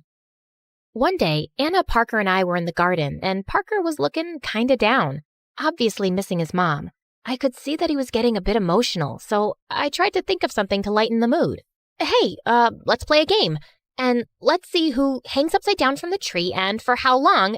Oh, no. Okay, how about a bubble making competition? Right then, I tripped over a rock, and thank God Parker caught me before I fell. My heart was fluttering. Then the gum popped and splattered all over his face and glasses. I wanted to help him clean it up, but before I had the chance, here, let me help you. Anna took off Parker's glasses and started wiping them down, and he just stood there and stared at her. I just couldn't help but feel a bit jealous. Parker stayed with us for 2 weeks while his mom recovered, and I got pretty attached to him. I was glad his mom was okay, but it was kind of sad to see him go. I missed our talks. One day when I was studying with Anna, I saw unread messages from Parker on Anna's Instagram account, the one I had made for her and she never used. Well, I knew Anna was obviously not interested in replying to him, so I decided to chat with him from her account. And then I made an account like hers to talk to him. I mean, it wasn't like we would be seeing Parker anytime soon anyway, right? I just thought it would be fun to get to know him more. And I was right. We talked about everything under the sun. But the more we talked, the more I realized we had a lot in common. We both loved Chinese food and taking pictures of nature. He even told me the story about his first breakup in kindergarten. And I told him my secret, how I was afraid of heights. I think I was falling in love, but I couldn't even tell him because he thought I was Anna. One day, as Anna and I were hanging out, I got a message from Parker that absolutely rocked me. He was coming to town and would be staying at our place. OMG, this was gonna be mad. I was up all night and decided that I'd tell him the truth when I met him. But once he arrived, he had his eyes only on Anna. Someone got handsome. Whoa, was he always this huggy? Why is he talking to me like he's known me forever? How would I know? I just got a fist bump. I had managed to make the guy I loved fall in love with the one person I was always jealous of. Parker was totally head over heels for Anna, and she seemed to be liking the attention. But still, I held on to a tiny bit of hope that maybe, if I told him the truth, he'd feel something for me too. I tried so many times to tell him, but every time I was about to, I'd chicken out and my heart would sink. Just a week later, I was displaying my photography in an art gallery, and Parker, Anna, and Dad were also there. Wow, the angles, the lighting, everything's perfect. Eva, you're a pro. And I thought Anna loved photography. Ah, she does. I learned everything from her. Oh, okay. Eva, I need to ask you something. I need to tell you something. Oh, go ahead. No, it's okay. You go ahead. I chickened out again. I want to buy one of these photos from you. Really? I never sold my photography before. Yeah, I want this one of Anna. I'll give it to her when I ask her out. Do you think she'd like it? And right at that moment, I felt like I was hit by a train. You want to ask her out? Really? Don't you want to get to know her more first? I know her better than anyone else. She's my soulmate. I've known that all these years, and she's the one. I was too shocked and just smiled. Yeah, I think she'd love it. Parker bought it right then and there and gave it to Anna. I couldn't hear them, but I knew what he was asking. And then he kissed her.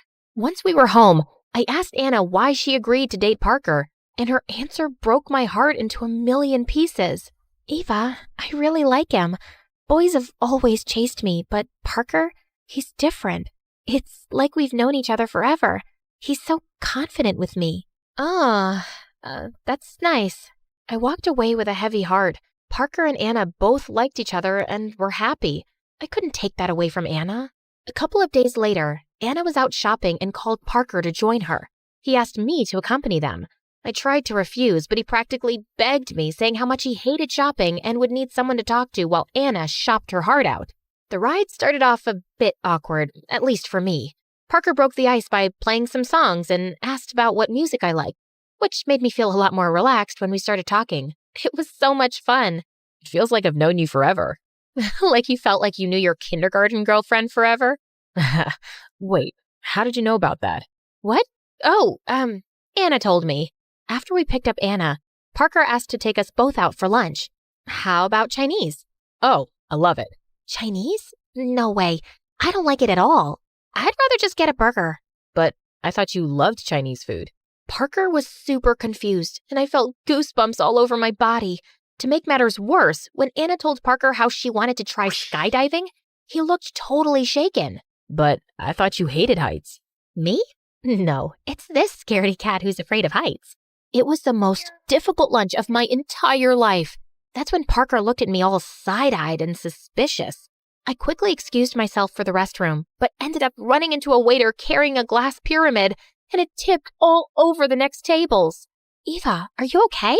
Yeah, sorry, just in a rush to pee. I felt so embarrassed. And Parker stayed quiet the whole time, even on the ride home. As soon as we were back, I hurried out and hid in my room. And then I realized I had left my phone in his car. I ran outside. Anna had already gone in, but Parker was still in his car. He was looking at my phone. Oh no. I had my doubts, but Now I know. How could you, Eva? I thought Anna and I had a real connection. It was all a lie. Here I was thinking Anna was my soulmate. Parker, I know I messed up, but I was afraid that you wouldn't like me. You were always too busy looking at Anna to pay attention to me anyway. I was just trying to get to know you. But then I fell in love with you and couldn't stop myself. You couldn't stop yourself? That's your excuse? What am I supposed to tell Anna now? I can't do this. But she likes you. You still don't get it, do you? Eva, I am in love with the person I talked to all these years, but now I don't know if I can ever trust that person ever again. Saying that, Parker walked away while I crumbled. I was stuck in this mess of lies I'd created for myself. I had no idea how to get out of it. I went for a walk, trying to clear my head and think of how I would explain it to Anna, when I heard her crying at the top of her lungs. I rushed to her and saw that she'd smashed her phone. No one ever did this to me. That jerk. He said he wanted to date me, and now he called and said he wants to break up because I'm not the one? I can't believe this. Like, who even breaks up on the phone? Oh no. I hugged her tight and told her there must be a misunderstanding. I needed to talk to him and make him get back with Anna.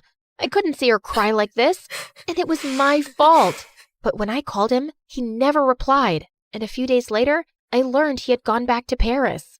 Anna was devastated, and I knew the right thing would have been for me to tell her the truth, but I didn't have the courage, and the guilt was eating me up inside.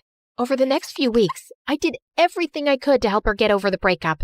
I took her out for laser tag, bowling, mini golf, and even on a short trip to Hawaii. We had the most amazing time ever, and on our last day in Hawaii, as I was looking at the setting sun, Anna came and sat next to me. You are the best sister ever. I'm so lucky to have you. No, I'm not, Anna. There's something I need to tell you. I told her the truth. I'd expected her to be upset, but I hadn't expected her to be so silent. I felt like my heart was going to burst out of my chest on our flight back home. When we got back home, Anna didn't talk to me at all. I was desperate to make things right, so I started doing little things for her. I made her favorite chocolate chip cookies, gave her notes telling her how sorry I was, even made her a scrapbook of all our childhood memories, but nothing seemed to work. I was starting to feel hopeless. One day, I was in my room when Anna suddenly barged in. If you want me to forgive you, you have to go skydiving with me. Skydiving? You know I'm terrified of heights. I need proof that you're actually sorry. Anyone can make cookies, Eva. This would show me you really care. Wait. Okay, I'll go. When we got on the plane, I felt like I would black out, but I was willing to push myself to make up for my betrayal. When it was time, Anna grabbed my hand. I closed my eyes, and we both jumped together. The feeling was peace. At first I was scared, but then I felt calm, and once we landed, I looked over at Anna, and she smiled back at me. Without a word, I ran over and hugged her tightly. I am so sorry, Anna. Eva, I know how insecure you are when it comes to boys, and since I was always being chased by them, I realized I don't know how you must have felt, even though you are beautiful. I can't believe I ruined what you and Parker had. Maybe you can forgive me, but I can't forgive myself. But it wasn't real, our relationship. I only thought it was. I'm not mad at you for that anymore, but I will be mad at you if you keep doubting yourself. I talked to Parker and decided he's right. I'm not the one. He's back in town today, but he's leaving in an hour. Go. Tell him how you really feel. Really? I got an Uber and rushed to the airport. I couldn't get past security without a ticket, so I bought one. There goes all my savings. After looking for him everywhere, I saw him sitting on a bench looking at his phone. I went and sat next to him, and he scooted over without looking at me, just like the first time we met. Hey, excuse me. Oh, Eva, it's you. Yep, it's me, Eva, the girl who just jumped out of a plane to prove how sorry she really was, and the girl who really, really likes you, but was too insecure to be herself. Anna actually made you skydive? And you did it? Of course I did. She's basically my sister. And for you, I would go anywhere.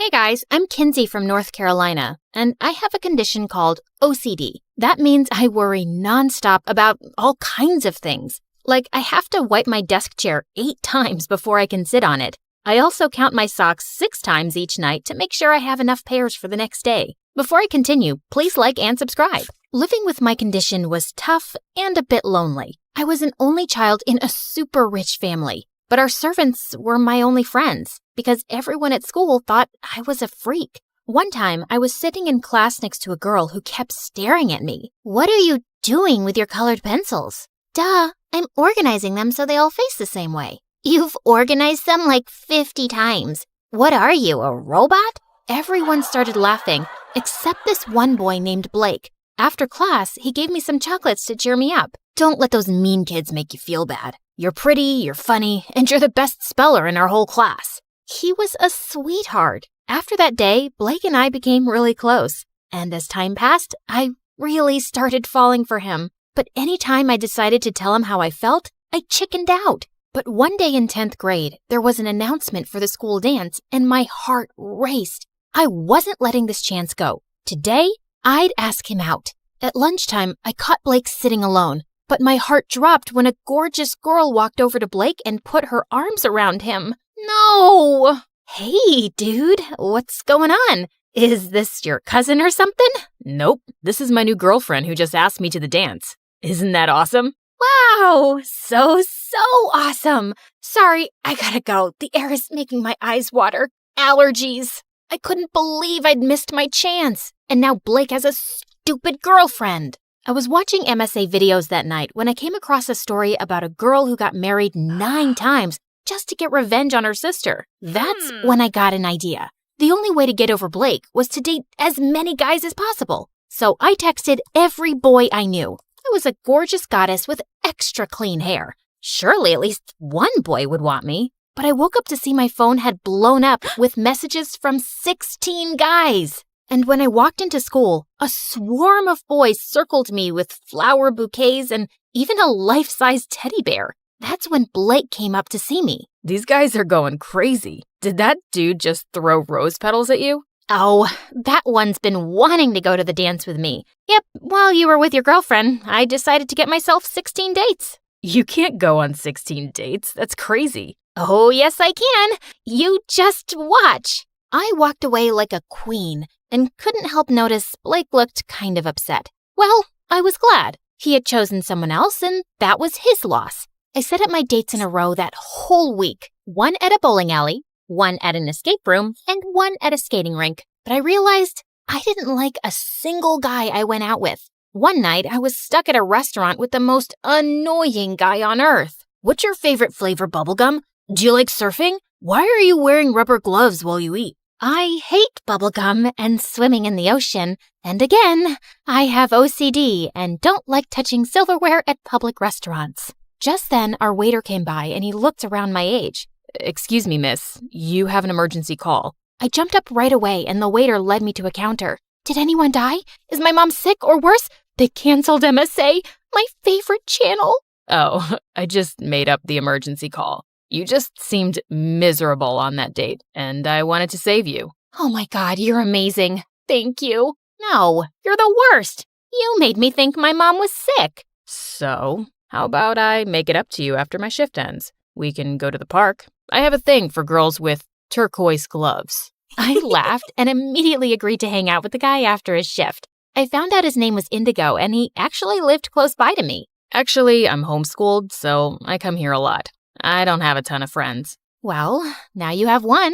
From that day on, Indigo and I started hanging out a lot. I had made a commitment to go on every one of my dates. My mission wasn't complete, so every time I'd go on a bad date at his restaurant, Indigo would come up with some excuse to rescue me, and we had the best time laughing over it. Then one day, Blake and I decided to catch up over coffee. How come you and Indigo hang out so much? I thought you were busy dating 16 guys. Now I'm down to 9 guys. I still haven't found anyone yet, but whatever. Indigo's my friend, and I really like him. Oh, so you like him. Didn't you say he doesn't have any friends? That doesn't seem a little off to you or anything. There isn't anything off about him. Why can't you just be happy that I made a new friend? He's the only person besides you who doesn't think I'm a weirdo. I am happy for you. Why wouldn't I be happy? I just don't want you getting hurt since you obviously like him. God, what a drama queen. But the more I hung out with Indigo, I wondered if Blake was onto something. Indigo was lovely, but he also never invited me to his house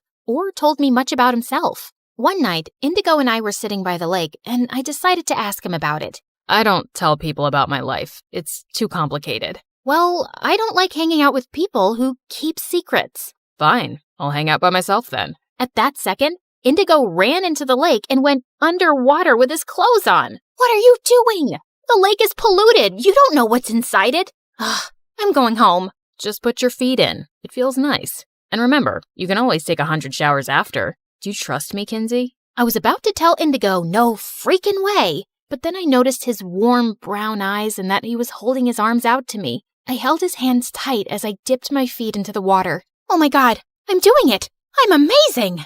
Indigo, this is a really big deal for me. Well, I'm honored to be by your side during such a big moment in your life. Indigo smiled at me, and suddenly, I pulled him close and kissed him. I felt my heart race like never before. I fell asleep thinking about Indigo that night. I could still feel his lips.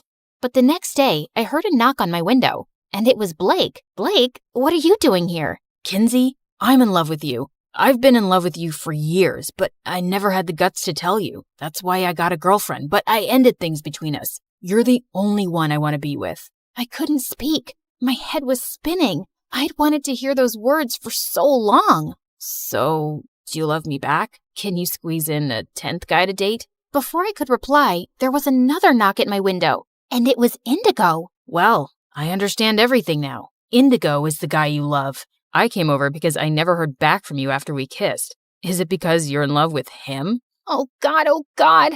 I sat on my bed and both boys sat on either side of me. Okay, it's true. I like both of you, but I don't know who I like more and I don't want to hurt anyone. Fine then. There's only one way to settle this. You cancel the rest of your 9 dates and date both of us for a few weeks and then decide who you want to be with. Indigo agreed, and suddenly the two of them were arguing about where they'd take me and what gifts they'd buy. I kicked them both out so I could go to sleep and take a frickin' bubble bath. But I agreed to their date plan since it was probably the best course of action. Blake was first and invited me over to his house for a candlelit dinner. He was even wearing a suit and playing romantic music. I thought the two of us could have a slow dance before we ate. I actually would love that. Blake pulled me close and my heart fluttered. Even with everything that had happened, I did still love him. But then suddenly, Blake pulled away. What happened to your hands, Kinsey? They're not peeling or red anymore. They look normal.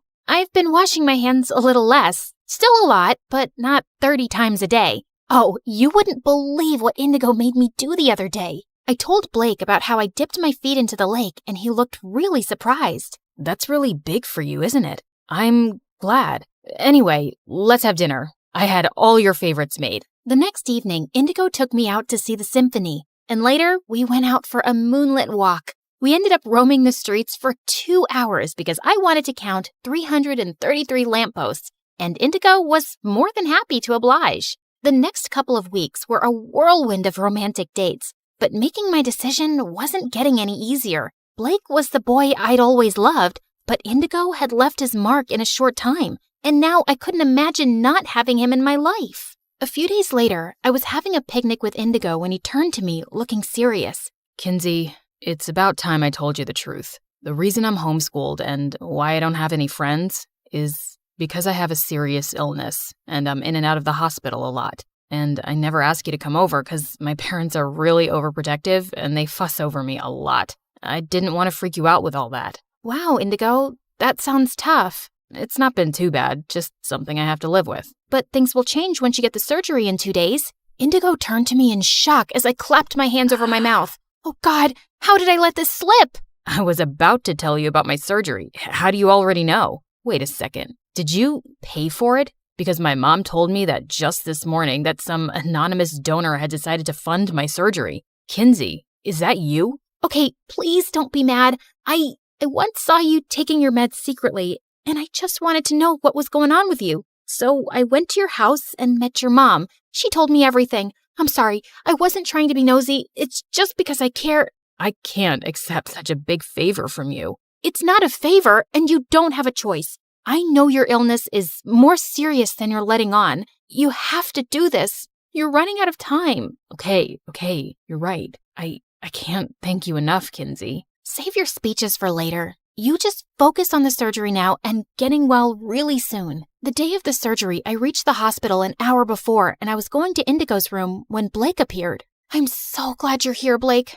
God, I'm so dumb. I nearly told Indigo everything the other day. But he doesn't know that I paid for half of the surgery, right? You did what? Blake and I turned around to see Indigo in a wheelchair, ready to be taken to the operating room. Listen, Indigo. Are you kidding me? Your lover BFF took pity on me and chipped in too? What am I, some charity project that he used to win you over? No, dude, it's not like that. Save it, Blake. Lucky for you that you're rich enough to pull off such grand gestures. You helped save my life and come off as the hero, so of course she'll choose you. And I'll just end up feeling like a total loser. I'm calling it off. I'm not getting the surgery. And Kinsey, you're better off with Blake anyway, so choose him already and let's get this over with. With that, Indigo stormed off. I have to go and convince him. He needs this. Let me try once, okay? Indigo, don't be stupid and come back inside. Please, just leave me alone. No, I won't. And that's because I really care about Kinsey and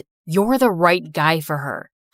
Over the last few weeks, I've seen how much Kinsey has changed. She seems lighter and more comfortable with herself. I've been her friend since we were kids, but I haven't had the same impact on her that you have. She's different because of you, and I just really want my best friend to be happy. So I told her days ago that I was going to step aside, and I helped pay for the surgery because I want you to be healthy. So do it for yourself and do it for her. We all waited anxiously for hours, and finally the surgeon stepped out of the operating room with a smile. The heart transplant went really well, and we're expecting a full recovery. Congratulations. The next day, when I could finally see Indigo, I went up to him and hugged him gently. I'm so glad you're doing well, Indigo. And it's all because of you. I have a new heart now to love you even more with. I love you, Kinsey. I love you too.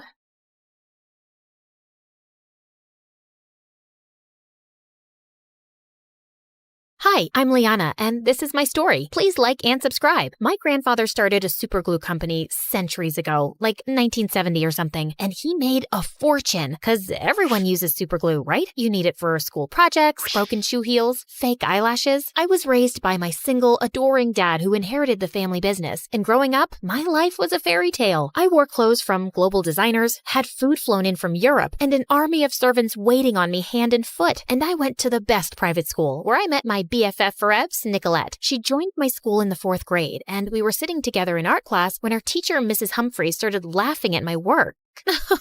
Liana, why did you make your elephant blue? It looks so silly. Why, have you seen all the elephants in the world? No, but I know there are no blue ones. How can you be sure until you've seen every elephant? Maybe one is blue. Nicolette, I said there are no blue elephants, and you'll listen to me. Why? I don't even listen to my parents. Everyone, color your elephants blue, purple, yellow, green, the whole rainbow. Mrs. Humphrey carried Nicolette off to the principal, and she was fired. Apparently, Nicolette's dad was even richer than mine, and the principal wasn't about to piss him off. I thought it was cool of her to stand up for me, and we've been friends ever since. And yeah, she can be vain, and she's kinda bossy. Like, we always have to eat where she says or watch the movies she wants. But overall, she's a first-rate bestie. Together, we practically ruled the school. Everyone either wanted to be us or be with us. For my 16th birthday, Dad said he had a special gift for me. Did you buy me an island? Another car? The Eiffel Tower? Eee! A credit card! Yes, darling. It's time for you to understand how things work and how much stuff costs. Oh, thank you, Daddy!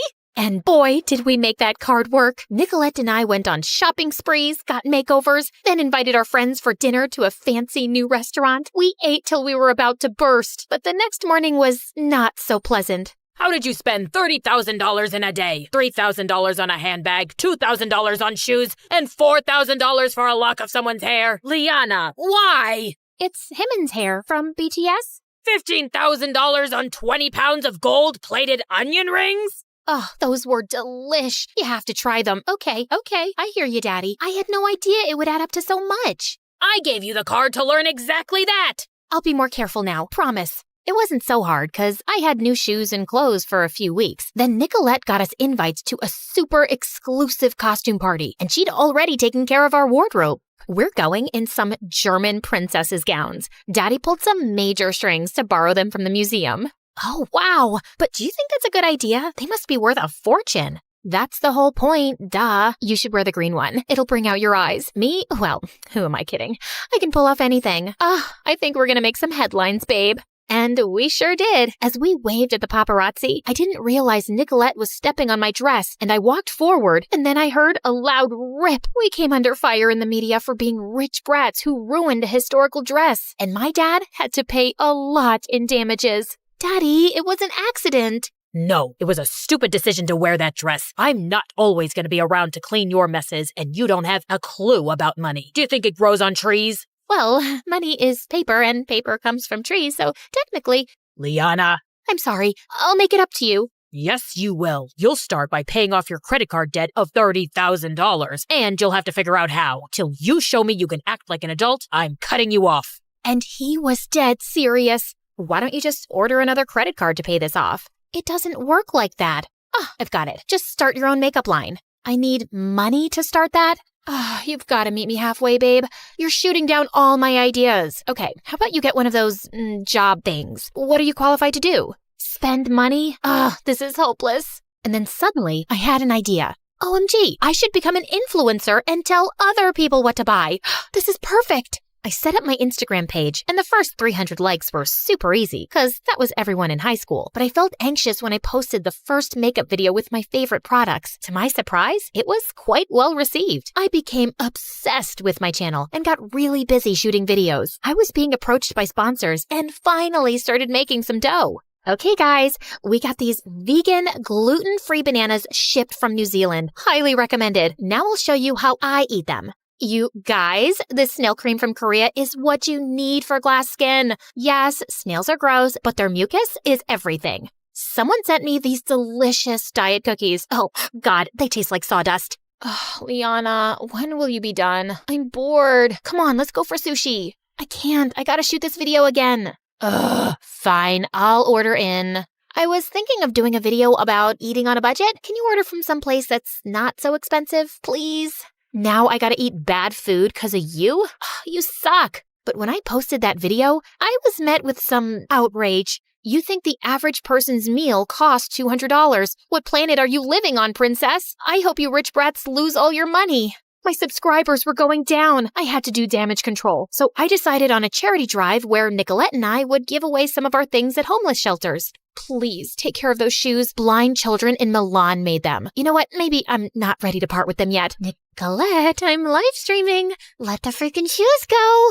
One girl looked really displeased when I handed her a makeup kit. What am I supposed to do with this? I don't even have enough to eat. Well, it's better to be pretty and poor than ugly and poor, no? Gosh, you rich people are awful. She threw a cup of coffee at Nicolette, who had a total meltdown. What have you done? This is a real fur coat that my daddy got from Russia? You are such a cruel creature. You've ruined the sacrifice of 1,000 squirrels. Oh God, why is life so unfair?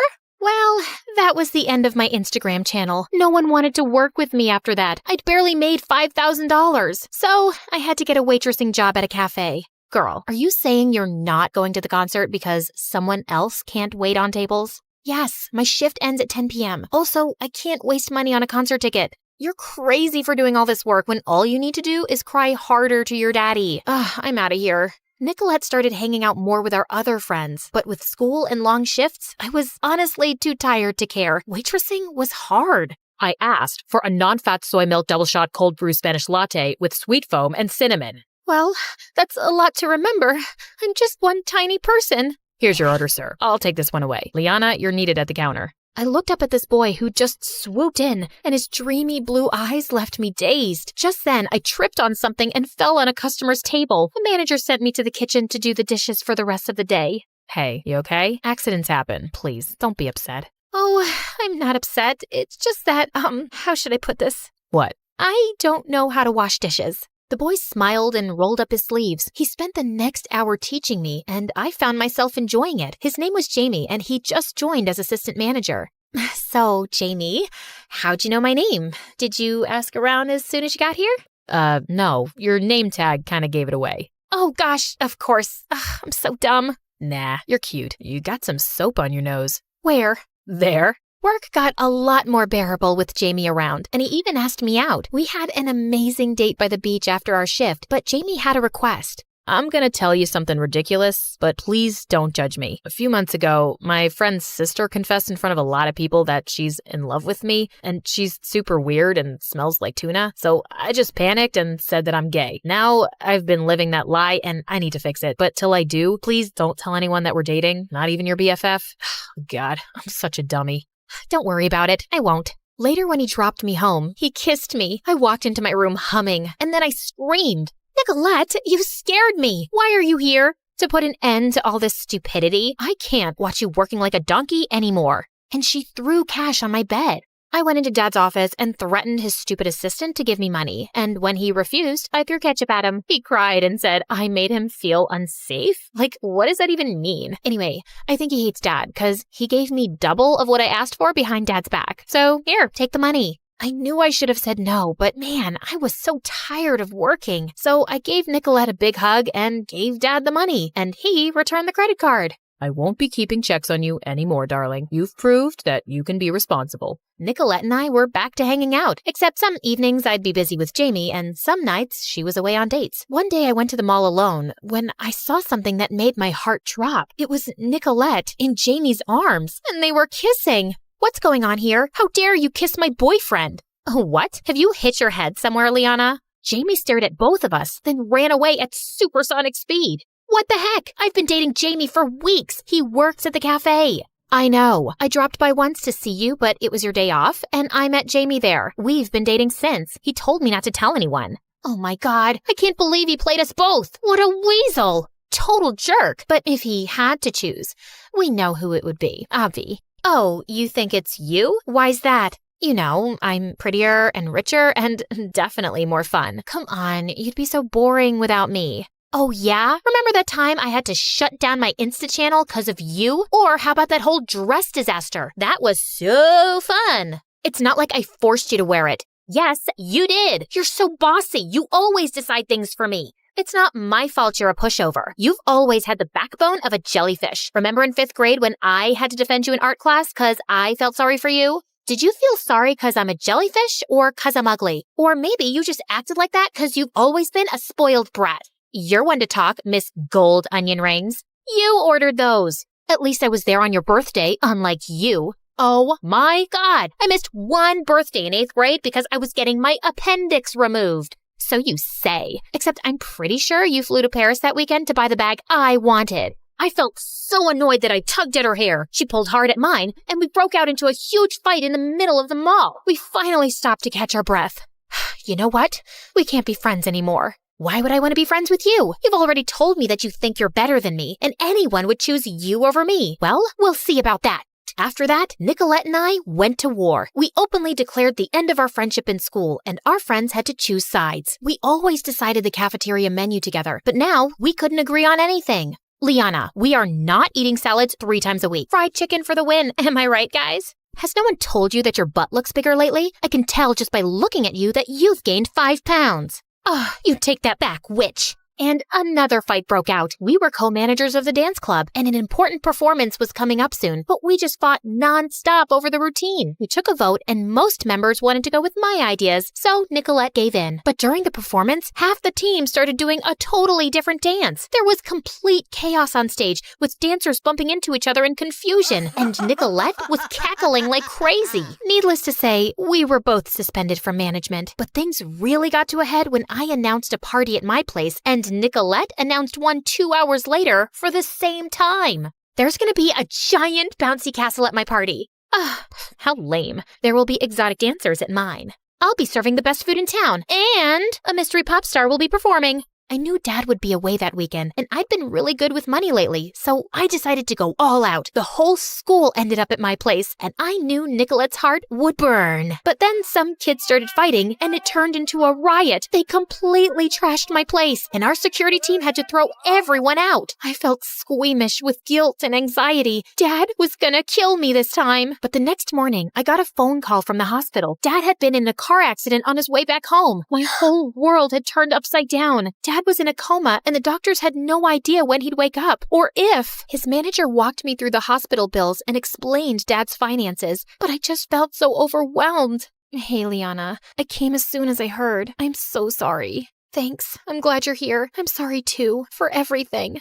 Me too. I can't believe that stupid Jamie set us off like that. FYI, I got Daddy to get him fired. He deserves that, but I don't think our fight was really about him. Clearly, we've had issues with each other that we just never talked about. Let's just call it a truce now, okay? Of course, and I'm here for you, babe. She did try, but Nicolette was Nicolette, and my responsibilities bored her soon enough. I had an entire household to manage, and I even had to learn more about the family business to make decisions on Dad's behalf. I had some serious growing up to do, and one day when I went to visit Dad, I screamed when I saw him sitting up and smiling. Oh my God, Daddy, please don't scare me like that again.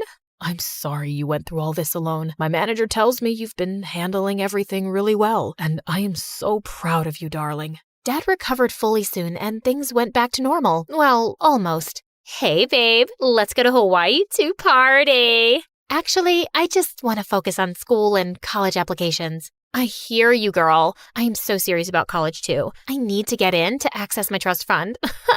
But come on, a week away can't hurt. I'm gonna pass, Nicolette. See you around. A year later, I'm doing really well in business school. Nicolette and I keep in touch, but sometimes you realize you've outgrown certain friendships, and it's totally okay to go down your own path.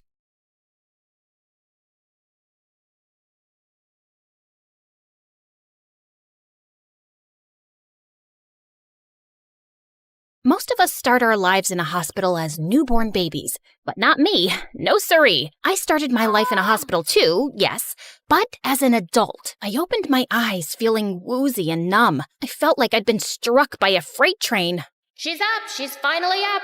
Nurses and doctors surrounded me from all sides, examining me excitedly. What's going on? Can you tell us who you are? I'm me. Who else am I supposed to be?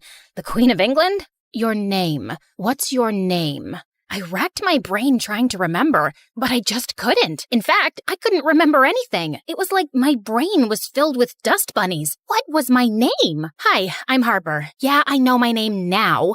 And I woke up in a hospital bed one day with no clue who I am. But before I continue my crazy story, please like and subscribe. There was nothing wrong with me, except, my amnesia. The doctor told me my name, that I was 18 years old, and apparently I'd been unconscious since an accident I'd had 2 weeks ago. But what she said next turned my world upside down. Both of your parents are in jail. My jaw dropped to the floor. I was the daughter of some criminals? Just when I thought things couldn't get any worse, the doctors decided to kick me out.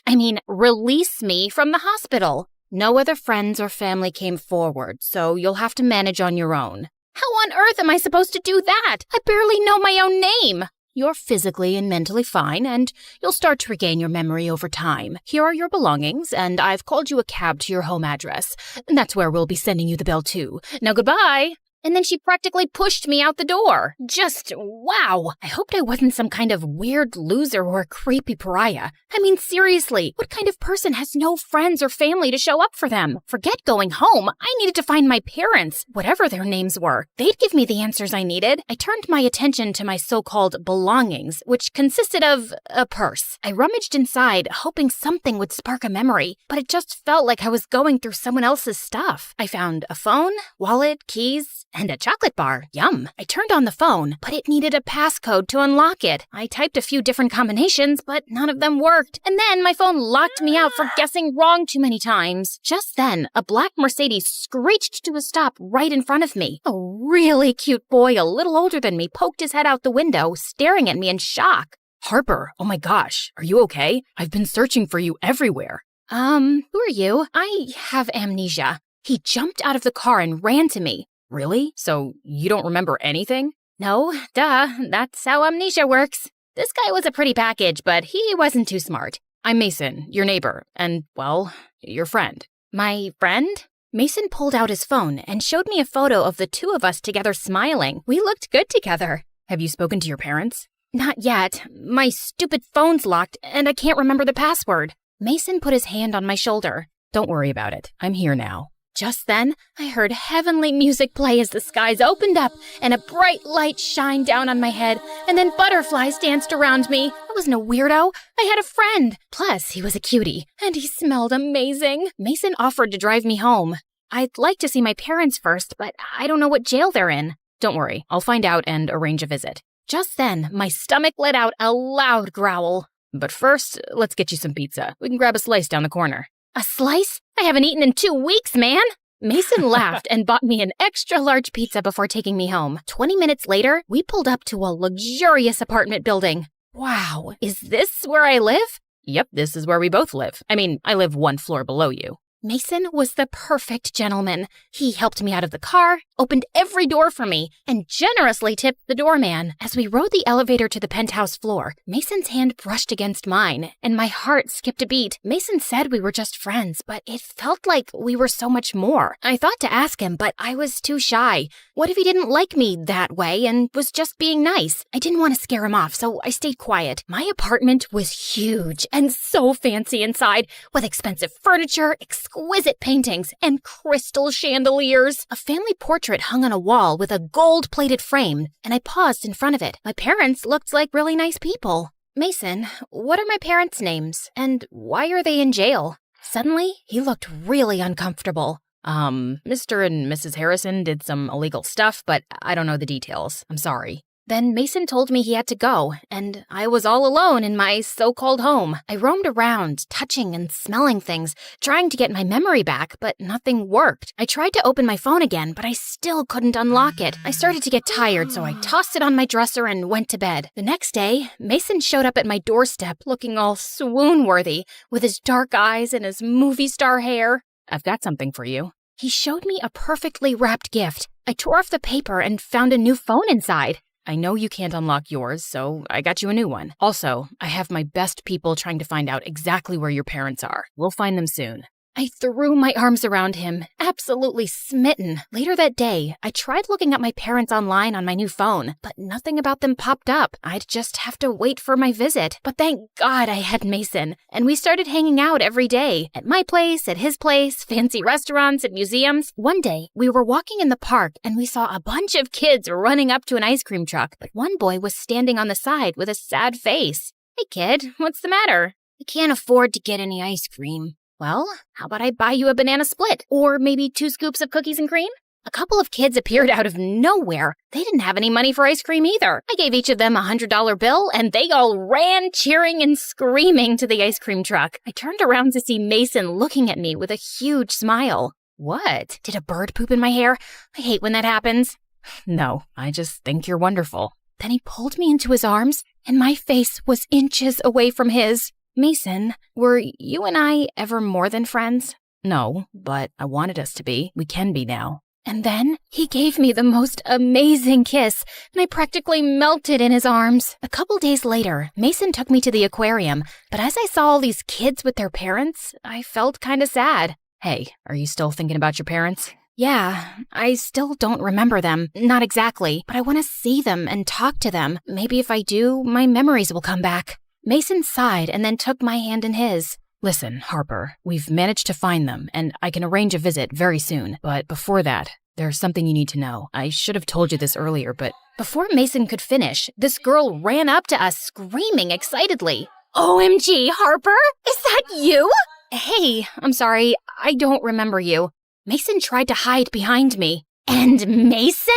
Hi, Jackie. I knew it! Knew what? Oh, Harp, you're so hilarious. I'm your friend, and I knew you always had a crush on Mason before you started hating his guts. How'd you ever patch things up? Mason turned as red as a cherry popsicle. I have no idea what you're talking about. You called him Mason the Maniac, and you wanted to crush him for ruining your life. You spray painted his house, scratched his car with your keys, threw a brick through his window, and created a website that listed 1,000 reasons why he shouldn't be trusted. What? That's crazy. Why would I do something like that? Yeah, you went a little psycho. But Mason did write that article which got your parents arrested. Are you insane? Mason would never do that to me. Tell her, Mason. Mason? Mason lowered his eyes. Harper, I can explain. It's okay, Mason. I can show her myself. Jackie pulled out her phone and showed me a news article with a headline that read, "Whiz Kid journalist puts criminal couple behind bars." The whiz kid was Mason, and the couple were my parents, and their names were Mr. and Mrs. Smith. Right beneath my parents' photo, there was a link to a video. With trembling hands, I clicked the link. It showed the police hauling my parents out of our apartment building, while a dozen reporters were taking pictures and firing questions. And Mason was right there in the front, with a smirk on his face. "We're innocent. We didn't do this. That sneaky kid Mason is out to get us." Then suddenly, I came running out of the building and tackled Mason to the ground. We crashed into the reporters, then the video ended. It's not what it looks like. Yes, it is.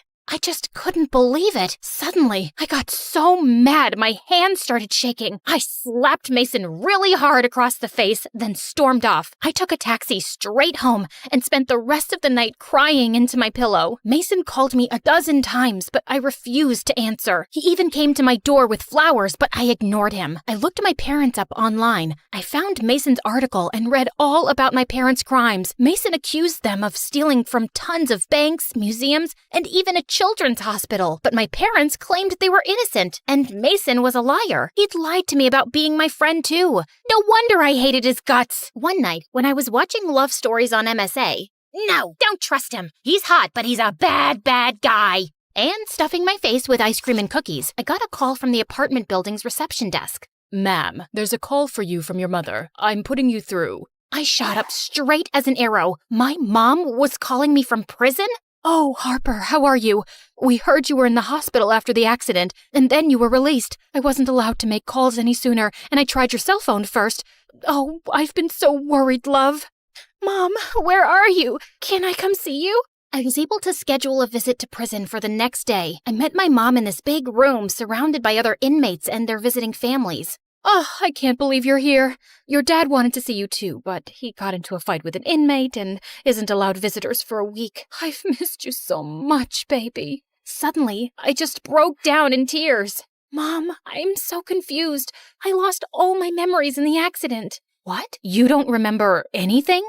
"No, nothing. I just know that you're in jail because Mason said you guys did all these awful things." "Mason? Oh, what I wouldn't do to wring that boy's neck. We wouldn't be in this mess if it wasn't for him. He's evil, Harper. You can't trust a word he says. I'll explain everything later, but first, you need to listen to me closely." Mom leaned in and whispered, "Get the money out of the safe." "What safe?" "It's in a secret room behind my closet. Your dad and I stored things for the family business there. We didn't tell you about it because you were too young. I need you to use the money we've kept in that room to bail us out. The combination is in a drawer in my desk, and be careful.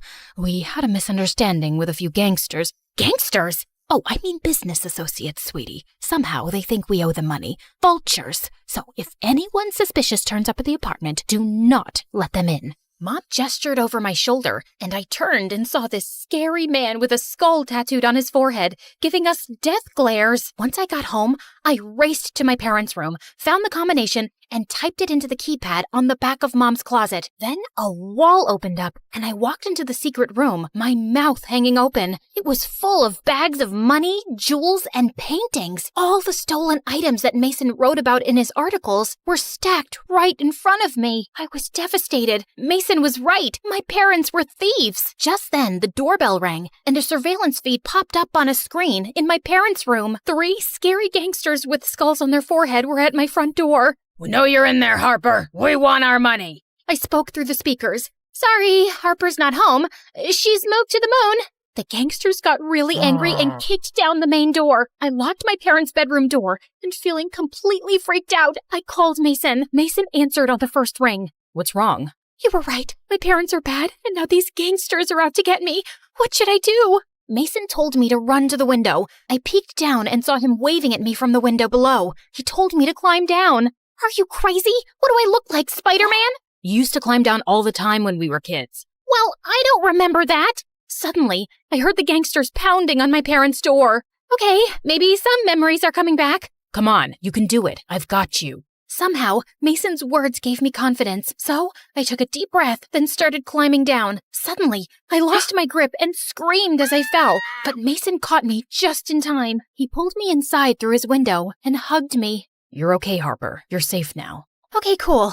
This is really nice. You always smell so comforting, like fresh laundry. I still have to call the police. You mind letting me go? We reported the gangsters to the police, and they were arrested and hauled off to jail. After that, Mason walked me back to my apartment. When we got to my door, tears started streaming down my face. Mason, was I a bad person, like my parents? No, you didn't even know they were criminals. Your parents lied to everyone about their business for years. But I did all those horrible things to you. Why did you even go to the hospital to find me? Because it was my fault you got hurt. Mason's words shook me to my core. The day you had the accident, I tried to talk to you about your parents and make you see the truth, but you got so mad you got into your car and drove off. The next day, the police found your abandoned car stuck in a ditch and they said you were missing. Mason showed me a picture of my car in the ditch. Then a memory popped into my head. I think I remember now. It was raining. I was driving really fast and I lost control.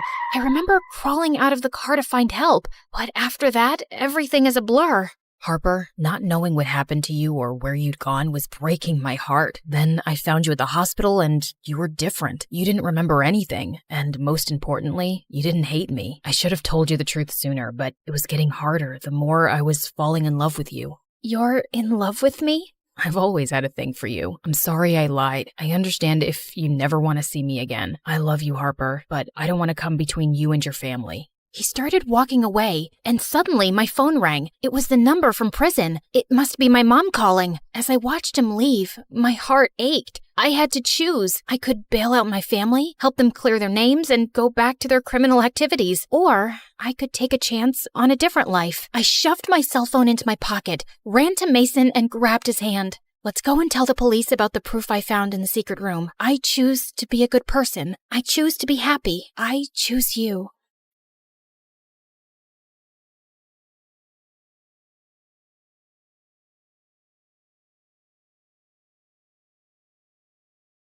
Hi, my name is Yuichi Hamada. My friends and family know me as a normal teenage student at Yokohama High School. But the truth is, I possess extraordinary powers. Ever since I was a kid, I had this habit of disappearing into other worlds, fantastical and magical. There, I could be whoever I wanted to be, the hero of my own story. These episodes were particularly active during my childhood, but no more so than my parents' frequent fights. He needs more discipline. His teachers say he's always zoning off in class. He's got an active imagination. Not every kid is a good student. It doesn't mean he's defiant. We didn't raise him to be lazy and uneducated. You're too easy on him. Eventually, Dad would leave the house in a rage. I always felt like it was my fault, but at least I had another world to escape to. And when I'd return, I'd tell my friends all about my heroic adventures. I buried the demonic wolves in the snow, one by one, sending them into the icy dimension. And finally... Finally what? You realized you were a crazy person who lives in a delusional fantasy world? The other bullies started chuckling. They were making fun of me. But my friends loved hearing my stories, especially my childhood friend, Jinsha. She would be glued to every word I said. Despite her support, the bullies just kept getting worse. Earth to Yuichi! Snap out of it! The other bullies were laughing at me again, and everyone was staring. Time to grow up and stop playing pretend, nerd! I was so embarrassed. I felt terrible. Tell me a story. That'll cheer you up. I'm not in the mood. I don't know, maybe it's time for me to grow up. I saw Jinsha's disappointment, but I couldn't handle the judgment and bullying anymore. Sometimes I would secretly hide my ability and adventures because I was afraid how other kids would react to my crazy stories. And then everything fell apart when my dad left us and my mom got sick. A few months later, Mom slipped into a coma, and the power I once had to escape reality felt like a distant memory of childhood. Dad came back to me, not because he loved me, but because he pitied me. We couldn't afford to keep paying the mortgage, so he sold our house. As a result, I had to move into his tiny apartment. When I saw the state of it, I was shocked. Dad was always on my case to improve my grades and be successful. But here he was, living in filth. Dishes were piled up in the sink, dirty clothes lay all over the floor, and the fridge was stocked with nothing but TV dinners. A few years had passed, and I was now in high school. I had also started working at a convenience store, where my manager was always breathing down my neck. The candy bars are all out of order. There's dirt on the floor in aisle 3. Jinsha could tell I was feeling especially down lately, so after work, she showed me something to cheer me up. It's called Honkai Star Rail. It's a single-player strategy and turn-based game where you can travel across different worlds through the Astral Express to seal the evil Stellarons threatening the galaxy. She showed me the gameplay, and it honestly reminded me of the fantasy worlds I used to travel to. I know you've been feeling down lately, but now when you're sad, you can just dive into the game and transport yourself to another universe. Well, I had nothing else to do in my free time, so I gave it a shot, and I was immediately hooked. One day at the convenience store, I was terrified to see the bullies from school perusing the aisles. When my manager caught them stealing, he told me to go after them and stop them, just as I was getting into another Trailblaze level in Honkai Star Rail. I tucked my phone away and chased them out the door and down the alleyway. Hey, stop running! They stopped running and turned around. Wait, I recognize that voice. You're the geek who can't grow up. Give me back what you stole, and no one gets in trouble. Ha! Or what? Before I could make a move, one of them pushed me, and I fell to the ground as they stood around me, cackling. Suddenly, Jinsha turned up. Stop hurting him! I've got it on camera, and I'm gonna post it online if you don't stop. This got their attention. I was so worried as they started to gang up on her. But then, the three of them immediately backed off when a patrol guard showed up. We're not done with the two of you. I sat on the ground with my face swollen. Yuichi, are you okay? Jinsha tried to help me get up, but I pushed her hands away. You shouldn't have come after me, and now you're gonna be in trouble. I'm sorry. I was just trying to help. I don't need your help. I immediately stood up and ran away, blaming myself for being weak and putting her in danger. I took the train and gazed out the window. As I settled in my thoughts, I decided to play Honkai Star Rail on my phone. I noticed that I had only one golden ticket left in my account. I pulled on a character banner without much hope of winning a 5-star character. But in that moment, I allowed myself to wish for something more. Suddenly, the train began to rumble, and a strong golden light began to emanate through the train car. Then I guess I must have passed out. Weren't there coordinates sent out from the space station? Who cares? They're here and alive. Do they look like a mannequin to you? Weak heartbeat and pulse. March, you better do CPR. Huh? I've never done it before. Denheng, you do it. Wait, stop it. He's awake. Are you all right? Can you hear me? Do you remember your name? I couldn't believe it. Suddenly, it all came into focus. Dan Heng, the archivist of the Astral Express from Honkai Star Rail, in front of me. And the girl next to him was March 7, the enthusiastic amnesiac who was saved by the Astral Express crew. Is this some sort of cosplay event? Or a prank? Wait, what station is this? Where am I? What are you talking about? We're in Herda Space Station, and this is not a very good time to be idle. The Antimatter Legion is laying siege on the station as we speak. We must go. I looked around, and nothing seemed to be making any sense. I grabbed my phone and saw my reflection in the screen, but I didn't look like myself.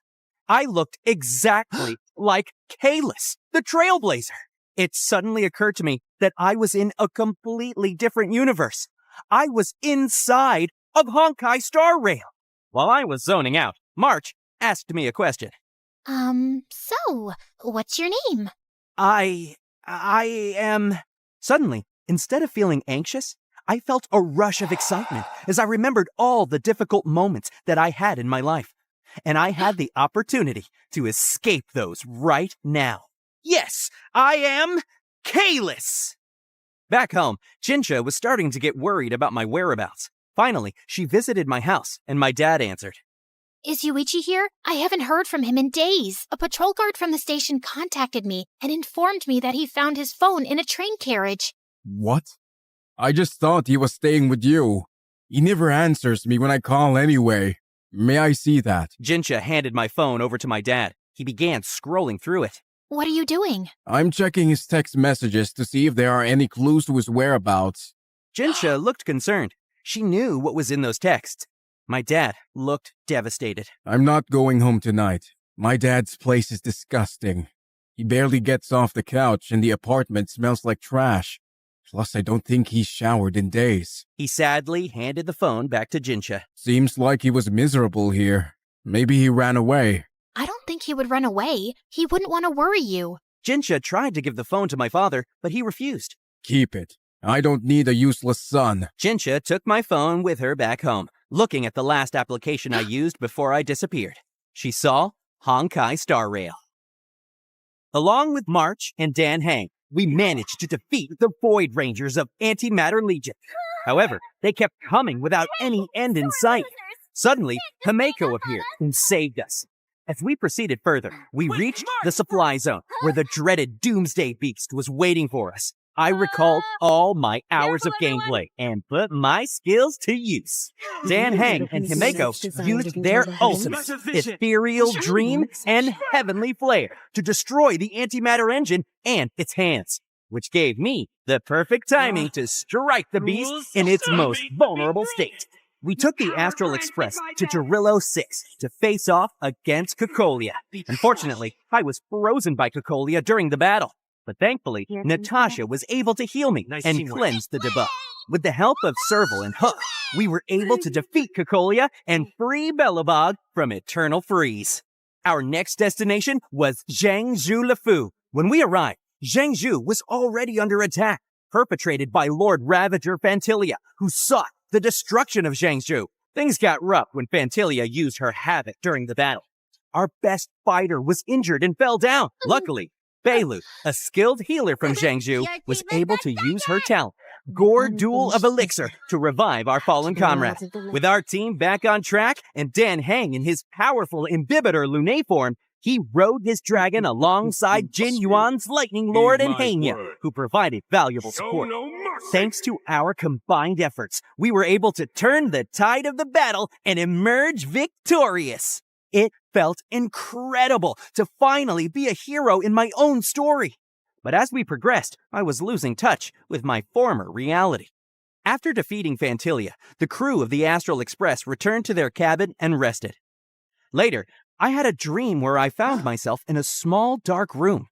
As I looked around, I noticed a girl sleeping at a desk next to a phone, which had the HSR game open on it. She looks familiar. Then she spoke my name. Yuichi. Her voice floated away as she said, Yuichi. And suddenly, it all came flooding back to me. I was Yuichi, an average high school student in Yokohama High. Has she been by my side all this time? I held her hands, and suddenly, Jinsha felt my presence, waking up from her sleep. Yuichi! She looked around and saw nobody. The next day, I gathered the team together and came clean. Everyone, I'm not who you think I am. I am not of this world, nor do I believe this world is real at all. I'm Yuichi, just an ordinary guy with terrible luck in life. I have this ability to disappear into worlds I've imagined, and I just pretended to be one of you. But it wasn't my intention. You are you, Yuichi or Kalis. Your adventure with us, your heroic deeds, it was all real. You'll just have to discover it in yourself. What are you trying to tell me, General? Listen, Yuichi. Life is not a problem to be solved, but a reality to be experienced. In time, you'll understand. But for now, you must find a way to get back to your world. Do I really need to? Didn't you call us here because you want to go back? I realized now what I must do to return to the reality where I came from. Everyone, before I go, I want to have our one last adventure. We're ready when you are. Lead the way, my friend. All right, Yuichi, let's go. Our next stop, the Penacony. Back at home, Jincha was navigating through Penacony, the land of festivities, not realizing that I was actually a part of the game, and I wanted to keep it that way for a while. From there, we wandered through the dreamscape, which was a fun experience, solving the dream ticker, riding the bubble pinball, and becoming a Hanin. But as we progressed, we found ourselves dealing with Sam, a member of the Stellaron Hunters. Sam seriously gave us a hard time because of his skill, DHGDR, Supernova Overload. Welk immediately used his synthetic black hole to hold Sam for another turn, while Himeko and Dan Hang poured all their efforts to give me the opening I needed. Rules are made to be broken! I put all my strength into my ultimate skill, Stardust Ace. You about to say you're welcome! After the Sam boss fight, Jincha received a character message. She was shocked at how the game messages were actually interacting with her, telling her about my adventure in the game. And the last message left her in disbelief. Yuichi is waiting for you at the station. At first, she was skeptical, but then it all started to make sense. She knew I used to disappear often during our childhood and would return with a bunch of stories. One time, she witnessed me transporting, but she always thought it was just a dream. The station, the train, where his phone was found. Jincha rushed over to the site of where this all began, and I knew I needed to meet her halfway. When Jincha arrived on the train, she started looking all over for me. Yuichi, where are you? I'm here. The train was eerily quiet when suddenly it rumbled and a strong golden light emanated. And then we saw each other in what seemed like a dream state. Jincha, you're here! I can see you! Jincha walked up to me and then slapped me hard. Why? Why did you leave me? I'm sorry. I didn't mean to, but it was all too much for me and... You idiot! Life is full of sad moments, just as it is full of happy ones. You can't just give up every time something bad happens. It wasn't fair, at least for me. I saw Jincha crying as I reached for her hands in the light. Seeing her like that, seeing how much I meant to her, I knew she was right. I couldn't abandon her. I leaned in and kissed her. A bright light enveloped us both and drew us together. We were back on the train where it all began. Jincha woke up, but I was unconscious. Yuichi, wake up! Help! Everyone! I had fallen into a coma, probably due to the stress my ability had put on my brain and body. Later, in the hospital, Jincha was leaving to go home when Dad entered my room with a really worried face. He rushed up to me and started apologizing for everything. I read your texts. At first, I was angry, but now I'm so relieved to have you back. I'm so sorry for not being there for you in your hardest times. I've cleaned the apartment and even bought fresh food. It's ready for you, and I'm ready for us to make a fresh start. I love you, son. Jincha smiled as she closed the door behind her. A few months had passed, and Jincha had returned to school. One day, Dad was coming to see me with fresh clothes, but when he reached my door, he dropped everything to the floor. Yuichi? I looked at my dad and smiled, like everything was gonna be okay. When Jincha was walking down the alley, she coincidentally encountered the 3 bullies who immediately cornered her. You're that geek's friend, right? We said we weren't finished with you. Where's your little buddy? I'm not afraid of you. For a brief moment, they were frightened by her unwavering gaze. The leader of the bullies immediately raised his hands to strike Jincha when a hand suddenly caught his arm. What the? Yuichi? Go now, before I wipe the floor with your faces. They smirked slyly, ready to fight, and I braced myself, prepared for battle. As the bullies charged at me, I chopped the first one in the throat. Then I swing-kicked the other one in the face. And finally, it was down to the head honcho. We engaged in hand-to-hand combat, and I didn't suffer a single blow. Before Jincha could blink, all 3 bullies were on the ground, cowering. Where on earth did that come from? Not Earth. Honkai Star Rail. Luca taught me how to fight. The renowned boxing champion of the Bellabog Underworld. Guess I still have it in me. I have so many questions. And I'll answer them right after... I leaned in and kissed Jincha. Finally, I didn't want to be anywhere other than exactly where I was. Promise you'll never leave again? Promise I won't. I have everything I need right here.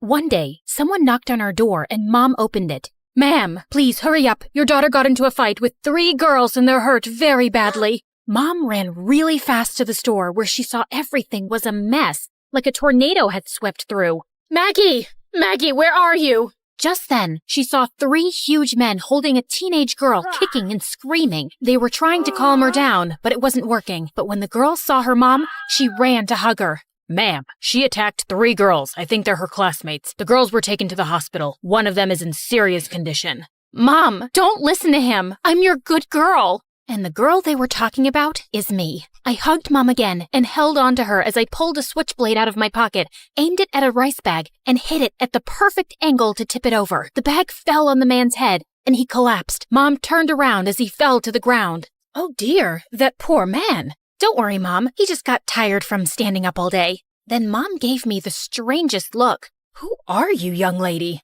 "I'm your only child. Your husband went missing, and you have no one. It's only me. Don't worry if you're not understanding what's going on. I'll explain it to you later. Let's pray those girls are dead by now." No. The girls are dead? No, not dead. I meant bed. I hope they're in bed by now, resting. They're fine, I swear." Then Mom burst into tears. I tried everything to calm her down, but she wouldn't stop crying. I slipped the big security guard a $100 bill and asked if he could give us a ride home. We walked out of the store, and then I realized we were surrounded by the bad guys. Yep, this mission was a disaster. I'm Maggie, and let's just say I have a special set of skills. But before I continue, please like and subscribe. Before I met Mom, I lived in an orphanage in a small town. I was pretty quiet and kept to myself, but I loved playing in the sandbox. I could build anything if I saw a picture of it first. I built sandcastles, sand rockets, sand airplanes, and I even sculpted my favorite teacher. My sand sculptures were so cool, they got lots of attention. The newspaper even came to take my picture once. One day when I was 9, I'd been making a complicated new sandcastle for hours when 3 of the biggest bullies walked up to me. "Your stupid sandcastle is in my way, weirdo. Move it or else." "There's plenty of room and I can't move it, dummy. Plus, I was here first." The bully got really mad, then he and his friends smashed my sandcastle to pieces. "Tell anyone and we'll smash your face too." I cried like a baby, and I even told the nuns in the orphanage, but the bullies just denied it. That night, I watched a martial arts movie about a man that fought a dozen bad guys and beat them to a pulp. The next morning, as I was building another castle, the bullies came up to me and tried to push me around, but then I thought about the martial arts movie. And I suddenly started kicking and punching like a ninja. I gave 2 of the bullies a black eye and punched the big one in the nose. They ran off crying to the nuns. "She's a maniac. She's out of control." The nuns didn't even listen to my side of the story and grounded me for a month. I was so angry I could scream. Then the best thing happened. This strange couple, we'll call them Mr. and Mrs. X, adopted me. They flew me to America on a private jet and moved me into a huge mansion. But when I walked through the doors, I learned that Mr. and Mrs. X had adopted another girl my age named Grace. And that wasn't even the craziest part. During the day, Mr. and Mrs. X worked as executives at a huge security company to pay the bills. But at night, they were vigilantes fighting for justice. Grace and I started training for the secret family business on our very first day. Grace also had a special set of skills like me. Before she met Mr. and Mrs. X, she lived with a magician, so she knew a ton of magic tricks, and she could appear and disappear with the snap of a finger. Yeah, it was kind of creepy. Mr. and Mrs. X played us a couple scenes from a boxing movie on TV, then threw us into a boxing ring. I didn't want to hurt Grace. She seemed really sweet. Do we have to fight each other? Whoever wins gets $500. And the biggest room. The next thing I knew, Grace's fist came flying at my face, and I landed flat on my back. "Hey, that's cheating. I wasn't ready." "Too bad, loser. Are you gonna cry or get up and fight?" Then Grace kicked me. I jumped to my feet, and we fought like a couple of wild dogs. I used my ninja skills to pin her to the ground. After that, Grace and I spent our days learning new skills, like picking locks, driving getaway cars, and swinging from tall buildings. By the time we were 15, every night, Mr. and Mrs. X took us out on missions where we beat up criminals, tied them up, and dropped them off in front of the police station. Mr. X was really nice, and even when we weren't fighting crime, he loved spending time with me. But I always felt like I wasn't Mrs. X's favorite. Whenever I tried to talk to Mrs. X, she'd get bored and start asking about Grace. Mrs. X and Grace even left the house late at night to go on special training missions and refused to let me join them. Sorry, Maggie, there's only room for 2. I felt so left out, and it made me pretty sad. But then I met my best friend Asher. He lived in the house next door, and he always made me smile. We'd play video games, watch MSA videos, and build model airplanes. One time, Asher almost figured out my secret. Why is your watch beeping like that? Maggot, we need you ASAP. The bad guys are... Ah! Was that Grace? Is she okay? Oh, that's nothing. It's just a little game we play sometimes. Actually, I have to go. See ya. I really liked Asher. He was a great friend, but I felt so guilty lying to him all the time. Grace knew I had a crush on Asher, so she loved torturing him. Once he came over to visit me, and she pretended to be sick. Oh no, I don't feel so good. Asher ran over to help her. What's wrong? Is there anything I can do? Then she pulled out a water gun, sprayed him in the face, and then shoved him out the door. Sucker! Grace hung out with the popular kids, who she'd turned into her little minions. She loved to brag about how she had more friends, more boyfriends, and better clothes than me. But when Grace and I were in high school, things took a turn. Mr. and Mrs. X lost their jobs at the security company, and money got really tight. Then one night, I caught Mrs. X and Grace stealing a bag of money from a crew of bank robbers instead of turning the money into the police. A couple hours later, reports of the missing money were all over the news. I told Mr. X what Grace and Mrs. X did, and it caused the biggest fight. We're the good guys. You have to give that money back. They'll never know it was us. Plus, I need new shoes. My disguise is too small, and our gadgets are way too old. But stealing is wrong. So is your stupid face. If you don't give it back, then I will. Mrs. X promised to give back the money, but the next morning, I woke up to a crashing sound. Then the police stormed through the doors. Mrs. X was gone, and she'd taken all the criminals' money and cleaned out all our bank accounts. The police told us that Mrs. X had been stealing from criminals and banks across the city for years and had framed Mr. X for the crimes. Mr. X and I were shocked and heartbroken, but I could tell Grace already knew. Of course she did. Later, I tried to talk to Grace. I know you were in on it. You and Mrs. X were so close, and you lied about your secret missions. Why did you two do this? Because we wanted a great life for ourselves away from you two. We had bigger ambitions, and now it's all ruined and I'm stuck with you. But I know she'll come back for me because she loves me. She never cared much for you.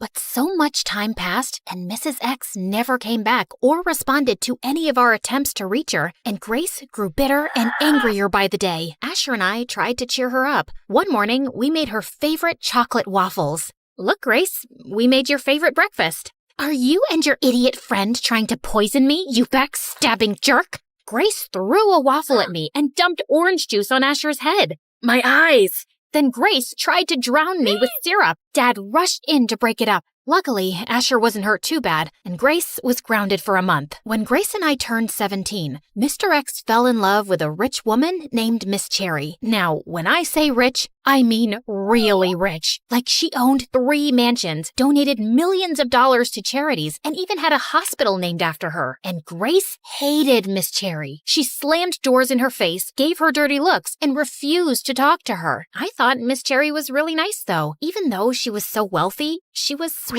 and down to earth. We spent hours talking, and she loved helping me with my homework, and she even taught me how to play the piano. For the first time, I felt like I really had a mom. Soon, Miss Cherry and Mr. X got married. Mr. X was called away for a job interview out of the city, and while he was gone for a few days, Grace started acting really weird. She'd sneak out of the house late at night, and when I asked her where she was going, she'd snap at me. Mind your own business, loser. One night, Miss Cherry was cooking and she accidentally spilled a cup of water. Then she slipped on the water and hit her head hard on the floor. I ran over to help her up, and thankfully she was conscious soon. But then she started to panic because she didn't even know where she was or who I was. Heck, she didn't even remember her own name. I told her I was Maggie and I was her daughter. I told her to rest while I got her medicine for her throbbing head from the store. As I entered the store, I got an alert on my phone. It was a message from Mr. X. Maggie, listen, I don't have much time. Miss Cherry is in danger. Mrs. X and Grace are going to try to steal all her money. You have to protect her. The video cut off, and just then, I turned to see Grace and her minions behind me. It's over, Maggie. You're outnumbered. Fighting is futile. Mrs. X and I will get Miss Cherry and all her money. You'll have to get through me first. Grace and her minions charged at me, holding breadsticks like swords. We fought in all the aisles, knocking over a dozen displays, and food flew everywhere. By the time we were finished, the grocery store was destroyed. 2 burly security guards grabbed me and pulled me off Grace and her friends. Then out of nowhere, Miss Cherry appeared. Maggie! Maggie, where are you? So, this brings us back to the beginning. Miss Cherry took one look at me and the mess and got really confused and then upset. And I was trying to take her home, but now we were surrounded by the bad guys, Grace and her evil minions. Yeah, she'd called in backup, and there were more of them now. Grace had a big bruise on her forehead, her hair was all messed up, and she looked like a crazy lunatic. Miss Cherry, took one look at the girls and started yelling at me. Maggie, you terrible girl! Look at what you've done! Apologize at once! Then the big security guard pulled off his mask, and it was Mrs. X in disguise. Give us Miss Cherry. We just need to take her for a few hours, have her sign over her wealth to us, and then we'll return her to you to live together happily ever after. There was no way I was going to hand poor Miss Cherry to Mrs. X and Grace, so there was only one thing I could do. Run! I jumped in the air, flipped over their heads, and grabbed a bunch of apple pies off a food cart. One by one, at supersonic speed, I hit Grace, Mrs. X, and the minions in the face. They fell down in a daze, and I grabbed Miss Cherry, pulled her into a random car, and drove her straight home. We were almost home when I saw Mrs. X and Grace on my tail in a huge moving van. We had a high-speed chase through the streets. I turned a corner and swerved toward my house and almost hit Asher. Mrs. X and Grace came barreling down the road. I grabbed Asher and Miss Cherry, ran inside the house, and barricaded the doors. Miss Cherry sat down on the couch and took a nap. What's going on? When did you learn to drive? Before I could explain, Mrs. X and Grace jumped through the window. Surrender, you big loser! We won! Asher got so scared he dropped his milkshake on the floor. Grace lunged at me, slipped on Asher's milkshake, and lost her balance. I grabbed her, shoved her into a closet, and locked the door. Then Mrs. X grabbed Asher. Give me the old lady, or your little friend here is toast. Asher screamed like a banshee and fainted in Mrs. X's arms. Then Miss Cherry appeared out of nowhere. She hit Mrs. X in the head with a vase and knocked her out. Look, I stopped the bad woman. I'm hungry. Who wants ice cream? Mr. X and the police arrived later and took Grace and Mrs. X off to jail. Mr. X had been captured by one of Mrs. X's associates and tied to a tree on the side of the road, but he cut his way out and ran all the way home. Asher didn't speak to me for weeks after the incident, but I convinced him to meet me on the roof at school. I can't believe you lied to me all these years. I wanted to protect you. I'd never be able to forgive myself if I ever put you in danger. You're my best friend, and so much more. What do you mean, more? A lot more. I like you, dummy. Asher leaned in for a kiss. I couldn't help but giggle. I was so nervous. What's so funny? I've never kissed a boy before. I've never met a real-life vigilante. Then this should be fun. Put on this mask and hold on tight. I'm taking you for a ride.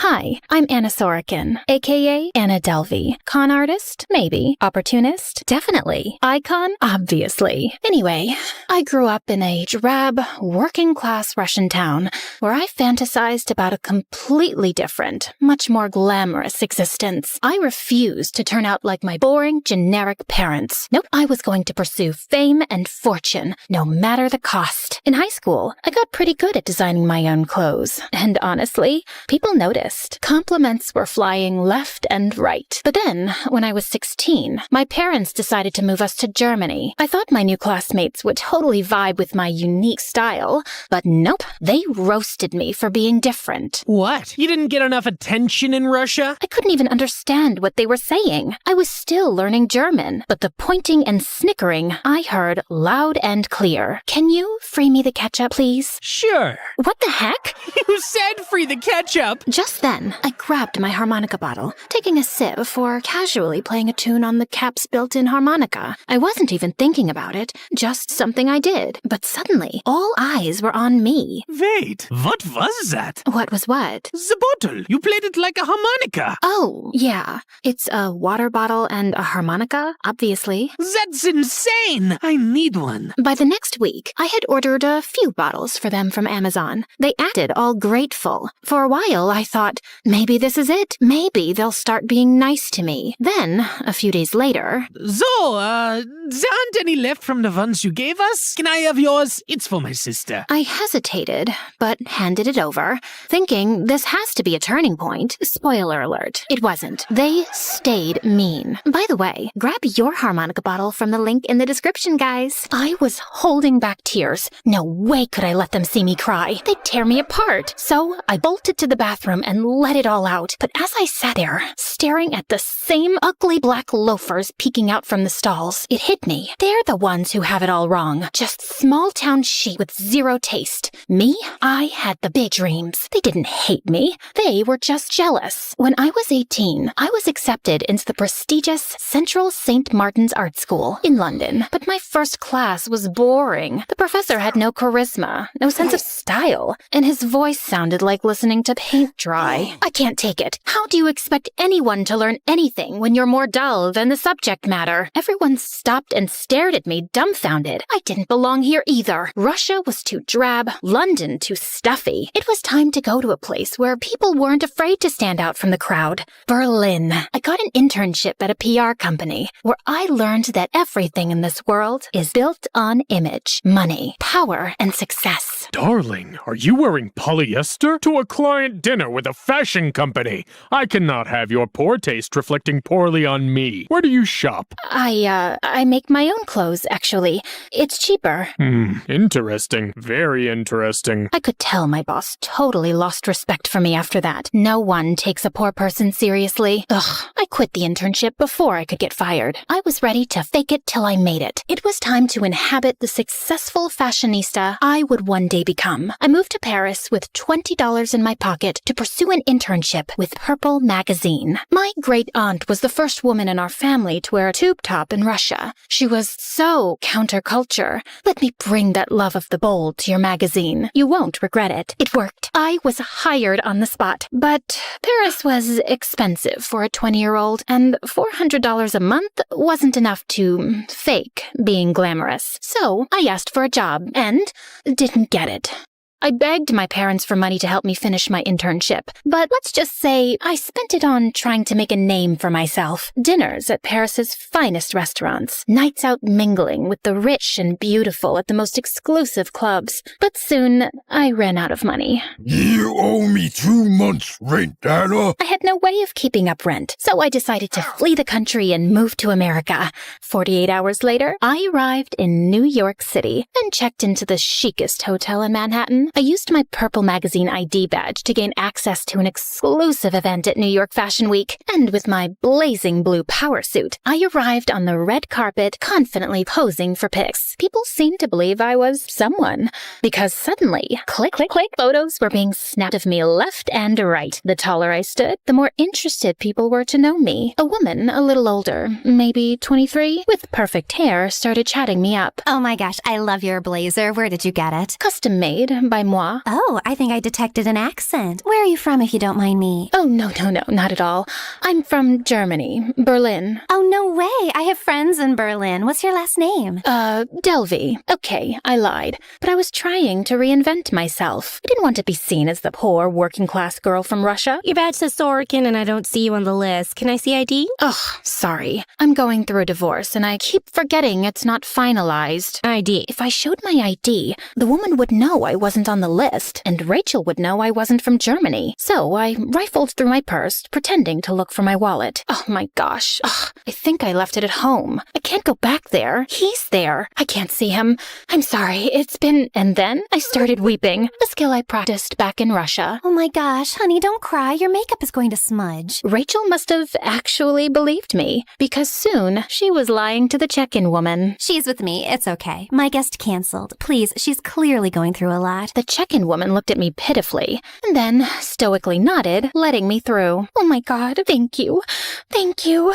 Of course. I know how hard divorces can be. You've been through one? I feel like I have. I just watched Eat, Pray, Love, and what Julia Roberts goes through in that movie, I can't imagine. Rachel was perfect. She was bubbly, energetic, and was a photo editor for Vanity Fair. She knew everyone who mattered in Manhattan. Her best trait, though, was believing everything I told her, including that I was a German heiress who was looking to launch the Anna Delvey organization, a private art foundation where all the best creators and entrepreneurs in New York could feature their work and foster a like-minded community of tastemakers. Rachel loved it. Oh my gosh, I love it. Well, I could use some help. I'm looking for investors. I can introduce you to some people. You deserve something good after what you've been through. She was right. I did deserve something good. And the more the idea of my organization looked like it could become a reality, the more obsessed I became with making it happen. I opened 5 new credit cards and followed Rachel's lead. She showed me where to eat, where to party, and where to be seen. And through her, I met the upper crust of young, successful New Yorkers. DJs, chefs, architects, artists. But finding investors was taking longer than expected. Within weeks, my credit cards were almost maxed out. I needed to go big or go home, literally. So I hosted a swanky party in the Hamptons and invited the wealthiest people I knew. But on the day of the party, there was a slight hiccup. What do you mean your credit card isn't working? My ex-husband must have accidentally canceled it or something. Ugh, now the venue is saying they won't let us have the party. 1 second. I took out my phone and pretended to be on hold with my credit card company. Hello? Yes, I'm here. What do you mean I have to wait 5 to 7 days to use it? My party is today. It's in 10 minutes, actually. Anna, it's okay. I can cover it for now. You're good for it, right? Oh my gosh, of course. Thank you. And I was planning on paying her back. But rich people are very protective of their money, and I couldn't find investors. I tried securing a loan, but the bank wouldn't give me money unless they saw I already had some. The system was so rigged. So I forged some bank documents, saying I had a great deal of funds in a Swiss bank, and managed to get a nice little loan of $22 million, just as long as I paid the legal fees up front. Let's just say I had to figure out how to get $10,000 overnight. If you lend me this money, I promise I'll pay you back as soon as possible. Just email my financial advisor if you don't trust me. They did email him. Luckily, it was me who created the email address of this fake advisor and sent a message back to them ensuring Anna was good for the money. And it worked. I secured my $22 million loan, but I was hasty and made one fatal error. I accidentally told the bank I was born in Germany, even though my passport said Russia. I couldn't even keep up with my own lies. So the bank pulled my loan, and I was back at square one. Instead of bailing, I decided to go bigger, to create a reputation no one could ignore. I checked into a fancy hotel in Soho, bought an entirely new wardrobe, changed my hairdo, and started seeing a personal trainer named Casey. I also befriended the concierge at her hotel, Neff. You know Neff. Me and you aren't that different. I once knew what it was like to be close to the wealthy, but unable to reach them. I thought you were an heiress. Oh, well, it's complicated. Hey, how about you come with me to that new 5-star French restaurant on Park? My treat. I treated the staff members to spa days and fancy dinners, sparing no expense. But soon, I ran out of money. The hotel owner threatened to kick me out if I didn't pay up. I didn't know what to do. I needed time and space, so I booked a little vacation. With what money, you ask? Oh, just some fake checks in the amount of $80,000 that wouldn't bounce until after I went with Rachel and Casey to Morocco. But when we arrived at the hotel, my credit cards were declined. Anna, what is going on with your finances? You said you own a yacht and you can't even pay for a Caesar salad? It's just a glitch with the credit card company. I promise I'll pay you back. I have the cash back in New York. I'll give it to you first thing when we get there. And I meant it, truly. But when we returned to New York, I was shocked to find that my hotel key wasn't working. Neff? What's happening? Why can't I get in here? You're getting kicked out. They said you owe them $30,000. I have the cash. I just need to go get it from the room. Your stuff isn't in there. They're keeping it and selling it. They gave you a lot of warnings, Anna. And why do you have $30,000 in cash? Who even are you? Who am I? After everything I did for you? So ungrateful. Luckily, this country loves to give away credit cards like candy, so I just got a brand new one and checked into the Beekman Hotel, continuing my business plan with a renewed desperation. My strategy was this: get a loan from one bank and pay off the debt at the other bank. When the second bank realized I couldn't pay, I opened up a new account at a new bank and got a loan. It worked as long as I kept moving. Unfortunately, that meant I couldn't stay at any one hotel long enough to make an impression on the money-hoarding elite. By the end of 2017, I had lived in more than 7 hotels on credit alone. By my 8th hotel, my credit card was declined and I had to leave. But when I tried to get a new credit card, I was denied. Overnight, I was homeless, sleeping in my car on the side of a loud Manhattan street. Okay, I have friends. It'll all be fine. I always figure it out. Anna, where have you been? Where is the money you owe me? Rachel, I'm sorry. My life has just been crazy. I'll tell you all about it at lunch. Just meet me tomorrow and I'll bring the money. Promise. You sound freezing. Are you okay? I thought about telling her the truth. I really did, but I didn't want to hear it myself. Never better. At dinner, Rachel was staring daggers at me from across the table. I'll have the braised short rib. Thank you. Who's paying for this? Don't worry about it. I've got it. You don't look so good, Anna. Really? Is it my bangs? No. Where is my money? So, look, I'm still working on... Anna, do you have my money or do you not?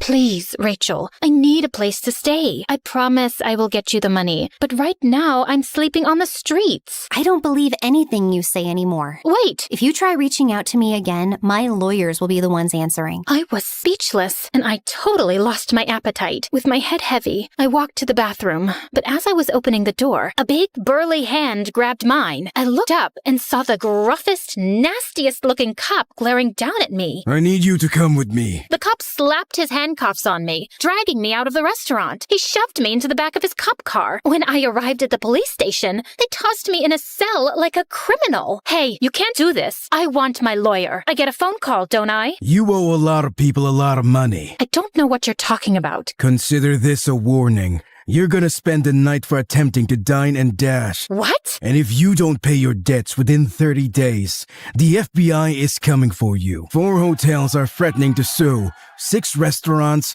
4 clubs. Should I go on? I think I might have growled at him. He slammed the metal bar doors. At least I had a place to sleep for the night, I guess. Ugh, this sucked. I had to admit it. I had failed. The next morning, I decided to cut my losses and leave New York City. But as I was taking the subway to the airport, an advertisement caught my eye for a fancy rehabilitation center in Los Angeles, like the place celebs would go to. I Googled it, and it was totally that place. It was like a sign from above telling me what to do next. I needed to go to Malibu for rehab, so I booked a ticket with my credit card and arrived at the beautiful beach resort. But a month later, the rehab said my credit cards weren't working and gave me the boot. You're just going to kick me to the streets? What kind of rehabilitation place is this? I didn't even meet any celebrities there, and none of the rich people would invest in my foundation. The whole thing was a flop. As I watched the waves crash into the shore, I felt empty. Maybe it was time to admit I'd never win this game. It was rigged in favor of the rich, and I'd always be just poor. I was all alone, with nothing. Tears started pouring out of me, and then I got a phone call. Rachel? Anna, I'm sorry I abandoned you and said such horrible things. I heard you're not in a very good place. Can we meet for lunch? I want to make it up to you. I was actually relieved to hear someone's familiar voice, but still livid, obviously. I don't know. You treated me very cruelly, but I guess one lunch couldn't hurt. Great. Meet me at the 5-star sushi spot you love. See you tomorrow night. Wait, tomorrow night? I was in Los Angeles, but I had no one else to turn to and nowhere else to go. And maybe this would be my chance to start over the right way. So I took a cab to the airport and bought a red-eye to New York. On the plane, I made a list of all the ethical ways I would try to achieve my dream.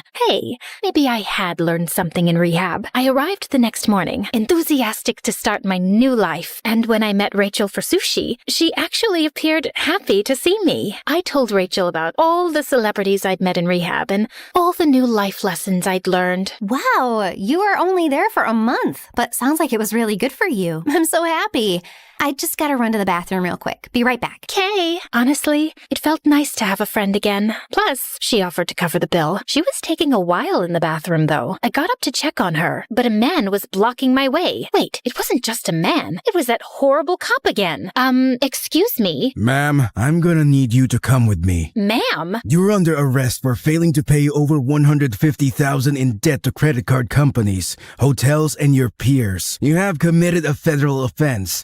Anything you do or say will be held. The officer slapped handcuffs on my wrist and kept reading me my rights. I was so caught off guard. On my way out, I saw Rachel emerge from the bathroom, smirking. Rachel, help me. Tell them they're wrong. Anna, I'm the one who called them. I did some digging, and I know you were never married. And I know you're not an heiress. And I don't know what else you've been lying about, but I know this for sure. You're a crook and a fraud. Traitor! The cops dragged me out of the restaurant in front of celebrity diners, fashion designers, models, all of the people I had spent years trying to impress. Everyone was staring. It was humiliating. And outside the restaurant, the scene was even more chaotic. Paparazzi were snapping photos left and right. Apparently, Rachel had gone to the press with a juicy story about a fake heiress. I was devastated until I came to a realization. People were taking my photos. They were looking at me. When I got to the police station, I saw my story being televised on primetime news. Anna Delvey, a self-proclaimed socialite and heiress from Germany, swindled her way through New York City. She is now standing trial for her crimes. Rachel didn't realize it, but she had finally gotten people to pay attention to me.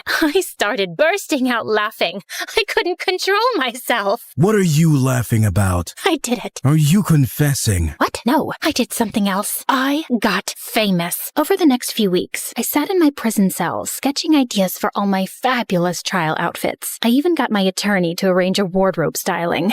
I had the chicest outfits for every day I'd be sitting in that dreary courtroom. And if any of the other prisoners were rude to me, I wouldn't let them get away with it. Not anymore. One day, someone called me a fraud and spat in my food. I tackled her to the ground, and we got into a full-on slap fight. The guards pulled us apart and shoved me in solitary confinement. Thank God, I can finally focus on my sketches without all the noise. I had been getting more attention than ever before. I was all over social media, magazines, and TV. The fake heiress, the chic scam artist, the sly socialite. There was even an Instagram dedicated to my courtroom outfits. When a reporter asked if I felt guilty, I simply said, I'd be lying to you and everyone else and to myself if I said I was sorry for anything. I'm just a girl from a poor family who wanted the American dream. Some people get handed money when they're born. Not me. Why should the rich get all the opportunities? I didn't hurt anyone. I just wanted more for myself. And I meant it. What was the point in lying? I had done that enough. I was tired of it. After 2 days of jury deliberation, the verdict was announced. I was on the edge of my seat. Anna Sorokin, aka Delvey, is charged with 2 attempts of grand larceny, larceny in the 2nd degree, and theft of services, and sentenced to 4 to 12 years in prison. 4 to 12 years? I thought only murderers got that kind of time. I guess I'd have to make it worth it. I spent my prison sentence keeping to myself and writing my biography about the fake heiress who went to prison. It was a compelling story after all, and Netflix agreed. While I was in jail, they paid me almost $500,000 to consult on a television show about my life. 2 years later, in 2022, I was released from prison. I had made enough money to rent a flat in Greenwich Village in New York City and was able to serve the rest of my sentence there. I was neighbors with all the greatest creative minds of this century, working on my art, getting the finest food delivered to my door. What else can a girl ask for? Oh, how about a gallery show and $500,000 in sales for my artwork? And let's not forget my latest stint on Dancing with the Stars, though that didn't go over so well. After all I've been through, you're probably wondering, was it all worth it? Well, my criminal years are behind me. I'm a household name, and people are still writing stories about me and paying me for it. And also you, watching my story right now. So yeah, it wasn't the most conventional route, but I think I pulled it off.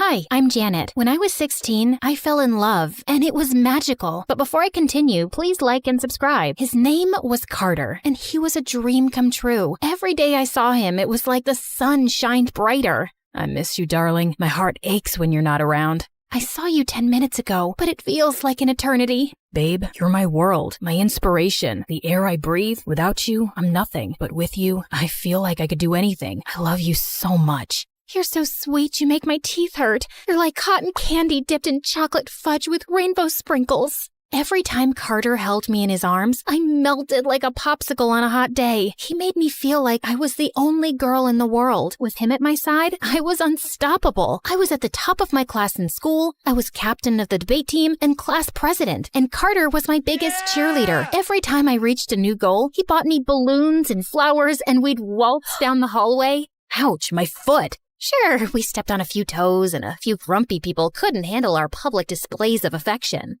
Jeez, gotta roam for goodness sake. But we didn't care. Our love was amazing. At home, it was just me and my dad, who was the head accountant at a huge company. He made a ton of money and worked really long hours, but he always made time for me. We'd play chess, watch movies, and I even cooked his favorite meals. Though one time his face turned green and he spent the rest of the night in the bathroom. Life was perfect, but a year later, everything changed. Dad started having problems with his boss, Mr. Saint. Mr. Saint owned my dad's company, and everyone in town loved him. He was filthy rich and donated a bunch of money to charities, but Dad hated him. I can't stand that man. He's a crook and a thief. If they only knew what he does behind closed doors. He's a rotten criminal and he's bribed the police to look the other way. No way, not Mr. Saint. I've seen it with my own eyes. Oh yeah, I forgot to mention, Carter is Mr. Saint's son. And of course, Dad has no idea that he's my boyfriend. Dad had to be mistaken. Carter was an angel. No way his father could be a criminal. Sure, Mr. Saint was a little stuck up. Pissed me off that he always tried to set Carter up with his rich friend's daughters. One time, Carter was on a date, and I jumped out of the bushes dressed like a zombie. I pretended to bite Carter, and then we chased his date down the block. Another time, I gave Carter a smelly shirt to wear. It stank so much that his date almost threw up at the table. Carter and I kept our relationship a secret. As far as our dads knew, Carter and I were just friends. Carter once even climbed through my bedroom window.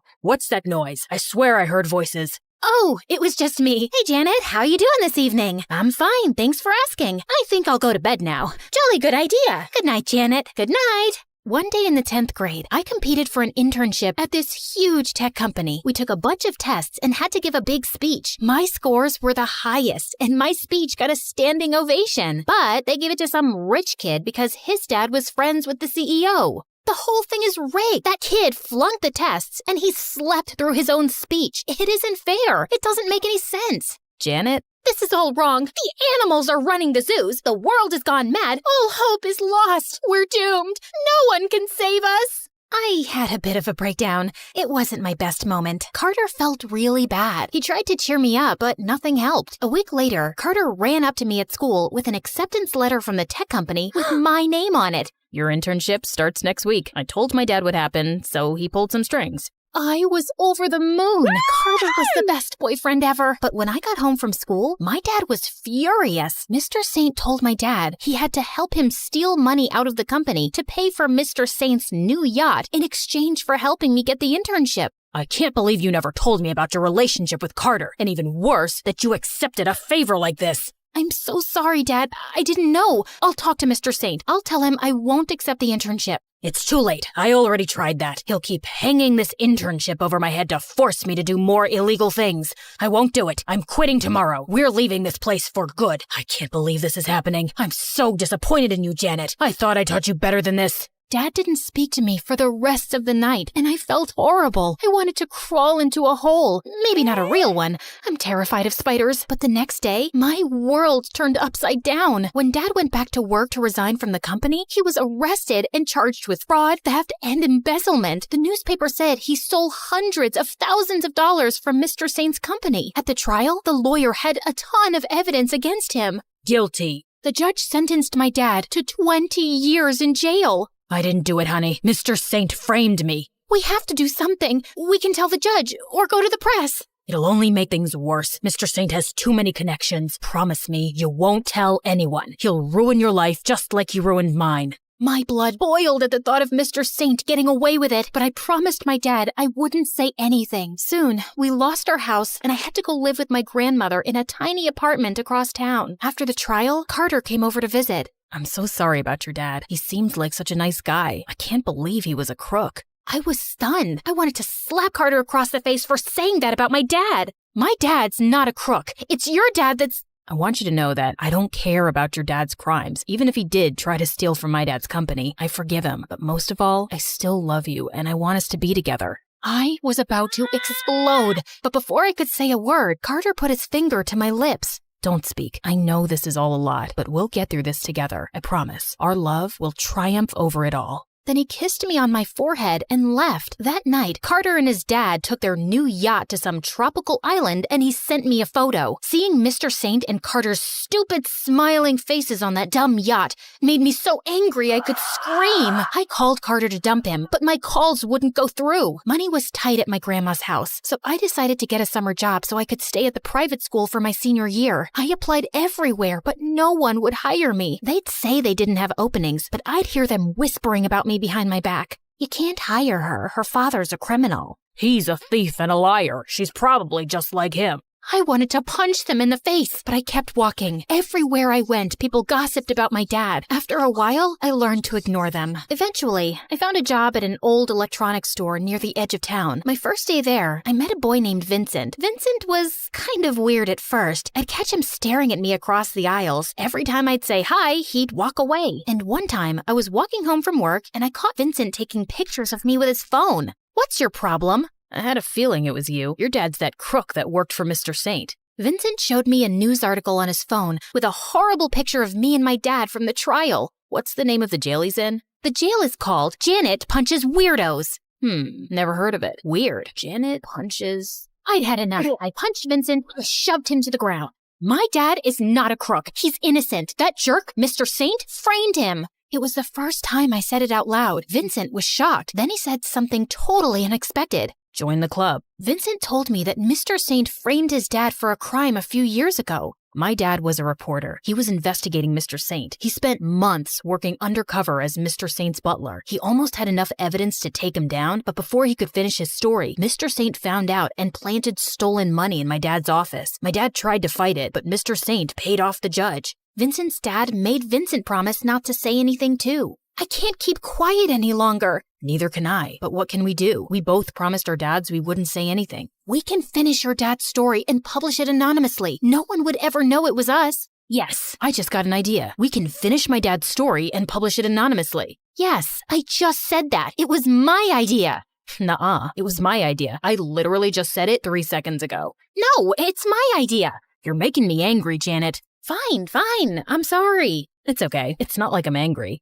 God, such a weirdo. That night, Vincent invited me to his house. Vincent found his dad's old laptop in the attic, but when he tried to pull up his dad's story, we learned that the computer had been wiped clean. Oh no, it's not here. All the evidence is gone. It's all over. There's nothing we can do. I can go undercover as Carter's girlfriend. I could snoop around his house and find the evidence. You do that? Yeah. Vincent stood tall like a soldier and saluted me. What are you doing? It's just, you're my hero. You're so brave and selfless. I heard that Carter is the worst. He's a spoiled jerk. His voice sounds like nails on a chalkboard, and his brain's the size of a peanut. It's gonna be torture to pretend to be his girlfriend. I didn't tell Vincent about me and Carter. Carter returned to town a week later, and I invited myself to his house. Every time I looked at Carter's face, I thought about Mr. Saint and what he did to my dad. Carter tried to kiss me, and I almost gagged. Are you okay? I must be coming down with something. Do you mind getting me some tea and maybe some soup? When Carter left the room, I snuck into his dad's study and snooped around. I took pictures of a bunch of secret papers and files and planted a recording device. Just as I was about to leave, I ran into Carter and Mr. Saint. What is she doing here? Oh, Mr. Saint, I'm so glad I found you. You saved my life. You're such a good man for exposing my dad and all the horrible things he did. How can I ever repay you? I know, I'll clean your study. I snatched a napkin from Carter and started cleaning. I knocked over an expensive vase, spilled water on the floor, and tossed a bunch of important papers in the trash. She's so grateful, Dad. Isn't she the best? I spent weeks at Carter's house, sending him on crazy errands so I could snoop around. Then, I'd rush over to Vincent's to show him what I'd found. We spent hours combing through the evidence. It was strange spending so much time with Vincent. He and Carter were so different. Vincent wasn't rich, but he was really smart, and his determination was contagious. Vincent and I wrote a bunch of articles that we posted online under a fake name, and before we knew it, the stories went viral, and the police showed up at Mr. Saint's door. We did it. I can't believe it. He's finally going down. Vincent pulled me into his arms, and my heart skipped a beat. What are you doing? I'm not sure. Then Vincent kissed me, and it was magical, but I was so confused. Vincent wasn't even my type. Suddenly, my cell phone rang, and I pulled away. It was Carter, and he wanted to see me. I should go to, get more evidence. Good idea. I raced out of there to Carter's house. I found him sitting on the porch, looking really sad.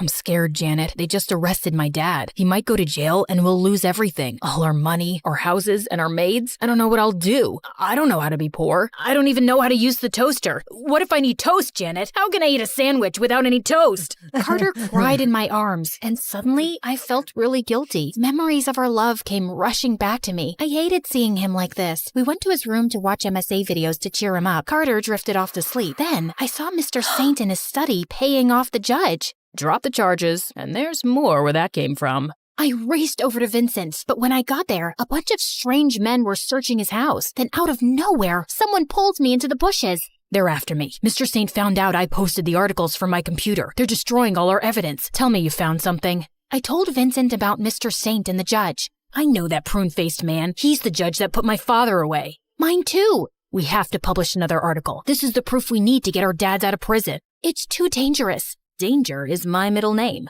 Your middle name is Simon. Yes, that's my second middle name. But the third one is Danger, and the fourth one is Triangle. And, forget it. Just text me the video and I'll finish this. I have to protect you. You're a delicate flower. I'm stronger than you are. You know what I mean. I texted Vincent the video, then he kissed me and ran off. My heart raced as he disappeared into the darkness. But when I got home, something unexpected happened. I walked into my room and saw Carter standing there with a huge smile on his face. It's over. What's over? My dad caught the guy that's been writing all those lies about him. He'll go to jail just like his lying father. Carter turned on the TV. Vincent's face popped up on the screen. He'd been arrested. My heart sank. Then Carter got down on one knee. Will you marry me, Janet? You're my rock and my sunshine. I couldn't have gotten through this without you. Our love saved me. I didn't know what to say. At one time, I dreamed of marrying Carter, but the thought of Vincent rotting in jail made me sick to my stomach. I ran out of there and straight to the police station. I showed them my secret recordings and all the other evidence I'd saved on my phone. The police released Vincent, but when they went to go arrest Mr. Saint, he was gone. He'd left town without a trace. A couple weeks later, my dad and Vincent's dad were finally back home. It broke Carter's heart to learn the truth about his dad. I tried to reach out to him, but he refused to take my calls. I heard he and his mother moved away to a farm where Carter learned to make bread. As for Vincent and I, we fell in love. We studied journalism in college, and after we graduated, we became investigative journalists.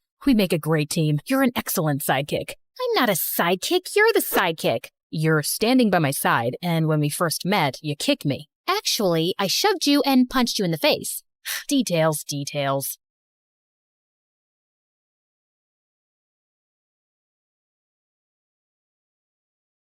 I was on my way back to the sorority house after a party when I saw it, and it left my blood boiling. The entire place was covered in toilet paper, and the inside was turned upside down. It was like a tornado flew in and destroyed everything in its path. On the living room wall were the spray-painted words, "Happy Halloween, Princess." I knew exactly who my culprit was. Stupid frat boys! You are all dead meat! Hey, I'm Rue from New York, and my life was pretty great until I decided to take my revenge on the frat boys on campus. Like and subscribe so I can tell you how a simple plan turned into something I could never have imagined. And trust me, it's not what you think. My dad was very successful, so some people called me spoiled, but it's not wrong to have everything you want if you deserve it, right? The frat boys hate us. Well, me most of all. I mean, is it really my fault that I'm one of the richest and most popular girls in school? Every time I walk by, they have to say something. Hey, princess, didn't bring your carriage to university? You weren't there to pull it, so I got my brand new, one-of-a-kind Rolls Royce. See? Makes your car look like a wagon. We always got on each other's nerves. When I saw what they did to our sorority house, I knew I would get revenge. One night, I sneaked into the frat house when none of them were there, blocked the drains and the sinks and the showers, and opened up all the taps in the house. Try going to swim practice in your own house, boys. I left the water gushing and ran out. That's when I bumped into someone, a security guard. What are you doing here after dark? Oh, I just had to drop something off. But I was cut off when the windows broke open and all the water rushed out like a dam. Oy vey. I was immediately taken to the dean's office and suspended for a week. Fine with me. I'll take the vacation. But then, as a punishment for destroying university property, I had to go and serve food at the community center. I tried to get my dad to help and get me out of it, but he was too busy. So I had to go. I had never been to that side of town, and I was terrified. It was dark and dingy, and everyone stared at me. I quickly ran to the building, and after introducing myself, I was led to the kitchen at the back to wash dishes. I'm sorry, but I've never washed dishes in my life. I don't know how. I have faith in you. Here, don't want to stain your pretty dress. My birthday is next Friday. I won't be stuck here doing dishes and get all smelly, am I? Isn't there something else I can do? Like counting money? I'm really good at that. There's no money to count here. No money? Then why does this place even exist? Never mind. Look, you want to leave as soon as possible, right? The best way to do that is to start washing dishes. Go ahead. I'll watch and make sure you're doing it right. It wasn't like I had a choice, so I picked up a spoon and wait, I got drenched. OMG! You said this was supposed to be easy. It usually is. You know, it's not nice to laugh at someone's misery. True, but you gotta admit, it was pretty funny. Why are you here? Just to help out. No, I mean, what did you do to get sent here? I played this totally awesome prank on the frat boys, but got busted. What did you do? Oh, I didn't do anything. I just have free time when I'm not working, so I come here to give an extra hand. Wait, you do this on purpose? On your day off? For free? Just turn the spoon down. That way it doesn't soak you. And you should wear sweats, not dresses. Put your headphones in. Enjoy. You'll get it. See you tomorrow. Okay, bye. Wait, what's your name? Andrew. And then he left. I did my best at washing dishes while listening to music, and actually, it wasn't so bad. And I did a pretty good job. I was kind of proud of myself. The next few days went by in a blur. Whenever I got bored, I took pictures and videos for my gram. Hashtag I work hard. Hashtag never quit. One day, I was knocked over by a clumsy older woman. Suddenly, I was covered in gross food gunk. Ugh, what have you done? These are Jimmy Choo's. It's one of a kind. Do you even know how much they cost? I'm sorry, dear. My eyesight is not very good. Don't worry, Mrs. Peters. It was an accident. She's fine. Let me help you to your seat. I suddenly felt all eyes on me. Even Andrew looked disappointed. My cheeks got red. My face super hot. I never felt like this before. I quickly ran out and hid in a back corner of the kitchen. That's when a small hand tapped my hand. It's just a little curry. You can wash it off and your shoes will look brand new. These are expensive. The color,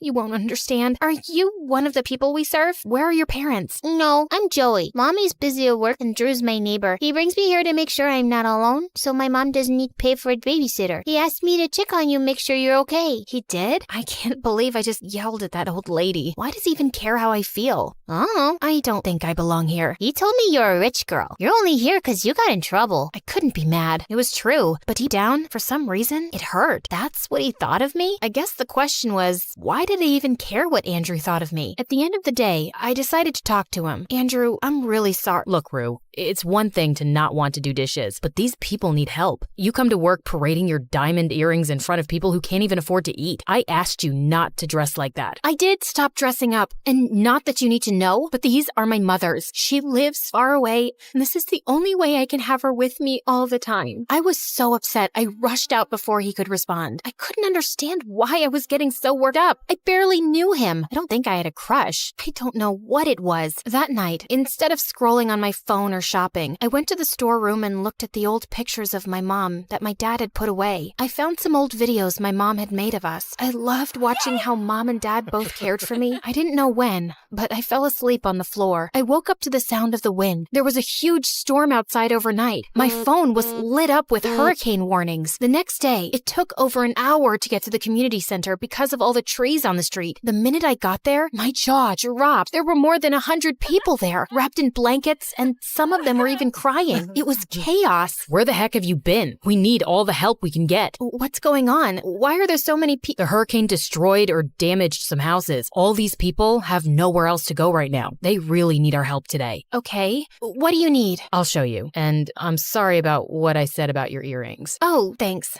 I'm sorry too. Okay, let's get to work. Again, I wasn't sure why it felt so good that he apologized and things were okay between us, but there was no time to think about it. I focused on trying to help the people around me. Most of them were older people and children. I ran around with the other volunteers and served hot food and drinks, gave blankets, and dry clothes for them to change into. I was giving a cup of soup to an old lady when Joey tugged on my shirt. Joey, did something happen to your house too? Yeah, the storm hurt it. More and more people kept coming. The food trucks can't get here because of the storm. We're gonna run out of food and space. I looked around at the crowd and felt my heart breaking. I knew I had to do something to help. So I decided to take all of them home. I had more than enough space and so much food. It would only be for a couple of days. Dad will be proud of me for helping. At home, with the help of all the volunteers, I was finally able to make everyone feel safe and warm. But that didn't last long because when Dad came storming in, he looked pissed. What is going on here? I immediately took him into his office to explain. After I told him everything, I thought he would be happy. What is wrong with you? I want them out of my house, now. I don't care where they go, but they can't stay here. Are you for real? These people need help. If Mom was here, she'd help. This isn't a shelter. Get them out. Fine, have it your way. I'll take them to a hotel. Well, I'm not paying a single penny. You don't have to. I've been saving my money so I could go on a trip to Paris with a sorority when we graduate. You're going to give away all your money to these people you don't even know? I'll save my monthly allowance. That's money for you, not strangers. There will be no more allowances if this is how you're going to spend it. What about graduation? You said you'd help me. You know how much going there means to me. Not if you give all your money away. I couldn't believe how cold-hearted he had become. All I wanted to do was get out of there. So I arranged for all the people to travel to a hotel close by, hiring 2 buses. I sat in the back where Andrew joined me. I overheard the argument with your dad. I was trying to find the bathroom and got lost. Your house is really confusing. I'm sorry things got so bad between you two.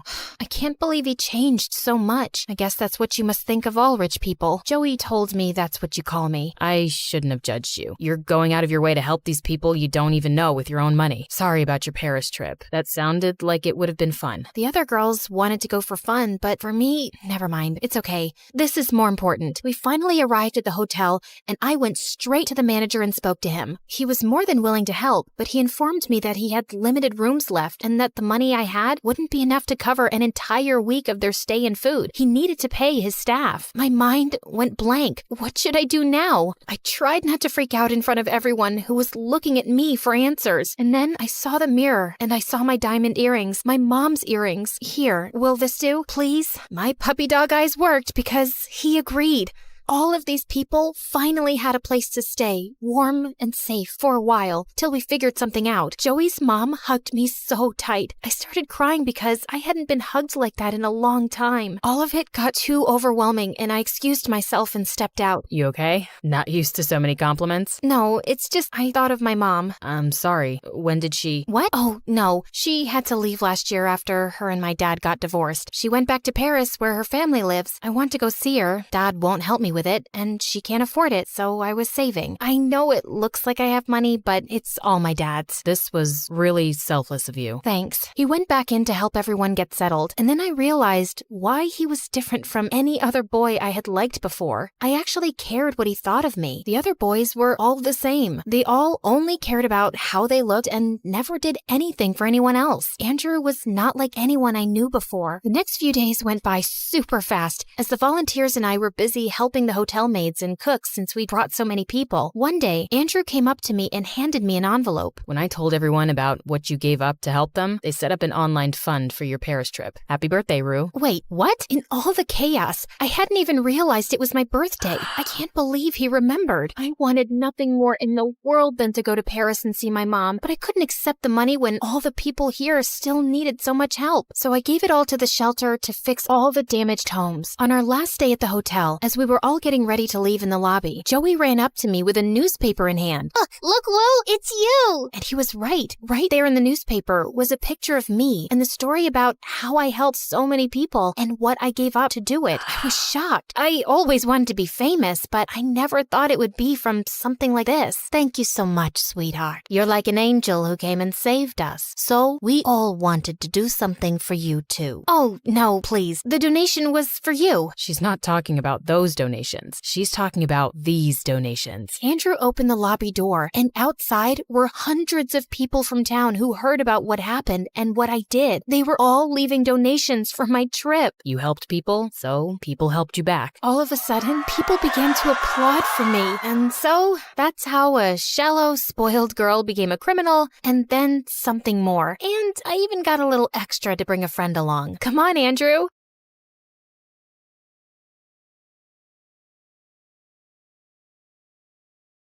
Hello, I'm Jessica Harlenborough, and I belong to a family of great detectives. My father was James Harlenborough, whose father was Hardy Harlenborough Jackson Jr., whose mother was Janet Harlenborough, who was the first one in our family to hold the badge and wear the uniform. The legend goes that she once defeated a whole family of bandits on her own with nothing but an empty revolver. And since then, she has inspired my father, my father's father, and me to grow and become the seekers of justice. And soon, the day arrived when I got to use my true skills. One day, on my way back from the bathroom, I saw James Heartthrob in the hallway, the guy my friend Lily Larkins had a huge crush on. He walked secretly to his locker with a suspicious brown package in his hands, which he placed inside after making sure no one was around him. After that, he walked away. But as a responsible citizen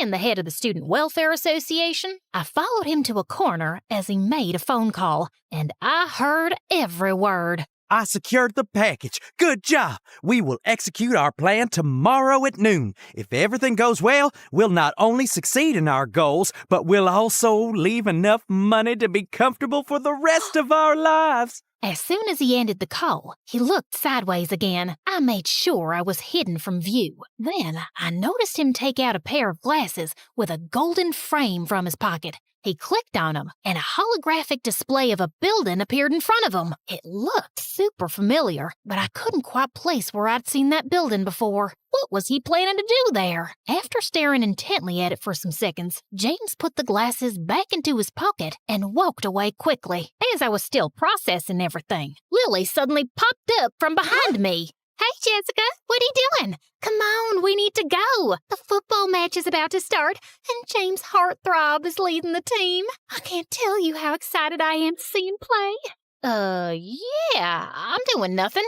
Let's go to the game. While I walked to the field with her, I kept thinking about that package. After a recent security scare, all students' bags were checked at the gate, and it would be difficult to bring in a package wrapped up like that. And who was James talking to? I was sure in my bones that something big and evil was about to go down, and I had to stop it. Halfway through the game, while Lily was busy cheering for James Heartthrob, I snuck out of there and made my way to James's locker. Having noticed the password earlier, I unlocked it, and the package was there. But to my disappointment, it was empty. But the brown paper wrapping outside had information about where it had come from. Taking out the pen from my pocket, I noticed the address and the name of the sender. Just then, I heard some footsteps approaching, and I ran across the corridor and hid behind one of the classroom doors. It was James Heartthrob again. He took his phone out of his backpack and went back to the same corner as before. Hey, listen, we'll have to postpone our undertaking from tomorrow to the day after. I have a date with Lily Larkins. She is so into me. I can't miss this. Our plan is ironclad and will still work no matter which day we carry it out. I'm sorry for this, but she's really hot. Now I had another problem to deal with. My best friend from childhood was about to fall prey to a possible criminal. I couldn't let that happen. And apparently, now his evil plan had been postponed by a day. But to stop him and save my friend, I needed to find out more information, and I could use some help. Later that night, I asked Lily to come over to my place with a phone book so I could try looking for the address and name I'd noted earlier. Of course, I told her we were just making prank calls. She wouldn't believe me if I told her all my suspicions just yet. We sat at my study table with the telephone near me. Lily kept telling me the cell phone numbers, and I kept pranking them in a manly voice. Hello? Yes. Is this Jack Trades? I'm Heartthrob.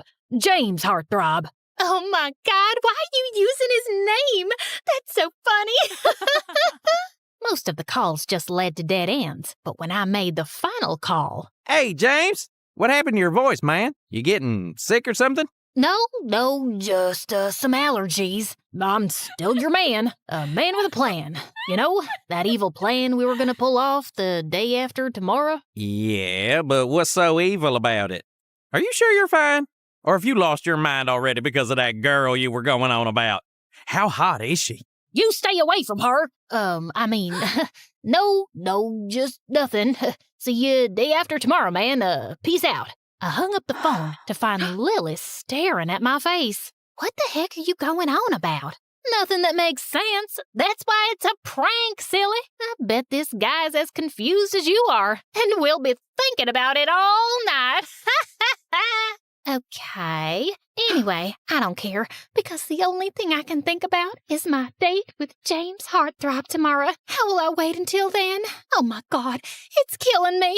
Yeah, you've only mentioned it about 10 times already, but are you sure about this? I mean, you barely know the guy. That's the point of the date? We get to know each other?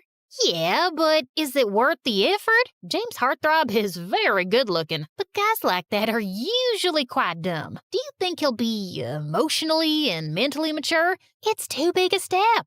What are you going on about? How is a date a really big step? You know I've been in love with him since the first day he walked into our school with his backpack and cool jacket. What love? Don't you think you're going a bit fast there, young lady? You can't talk to me like this. You're not my mother. Don't you dare talk back to me. I don't have to sit here and listen to you.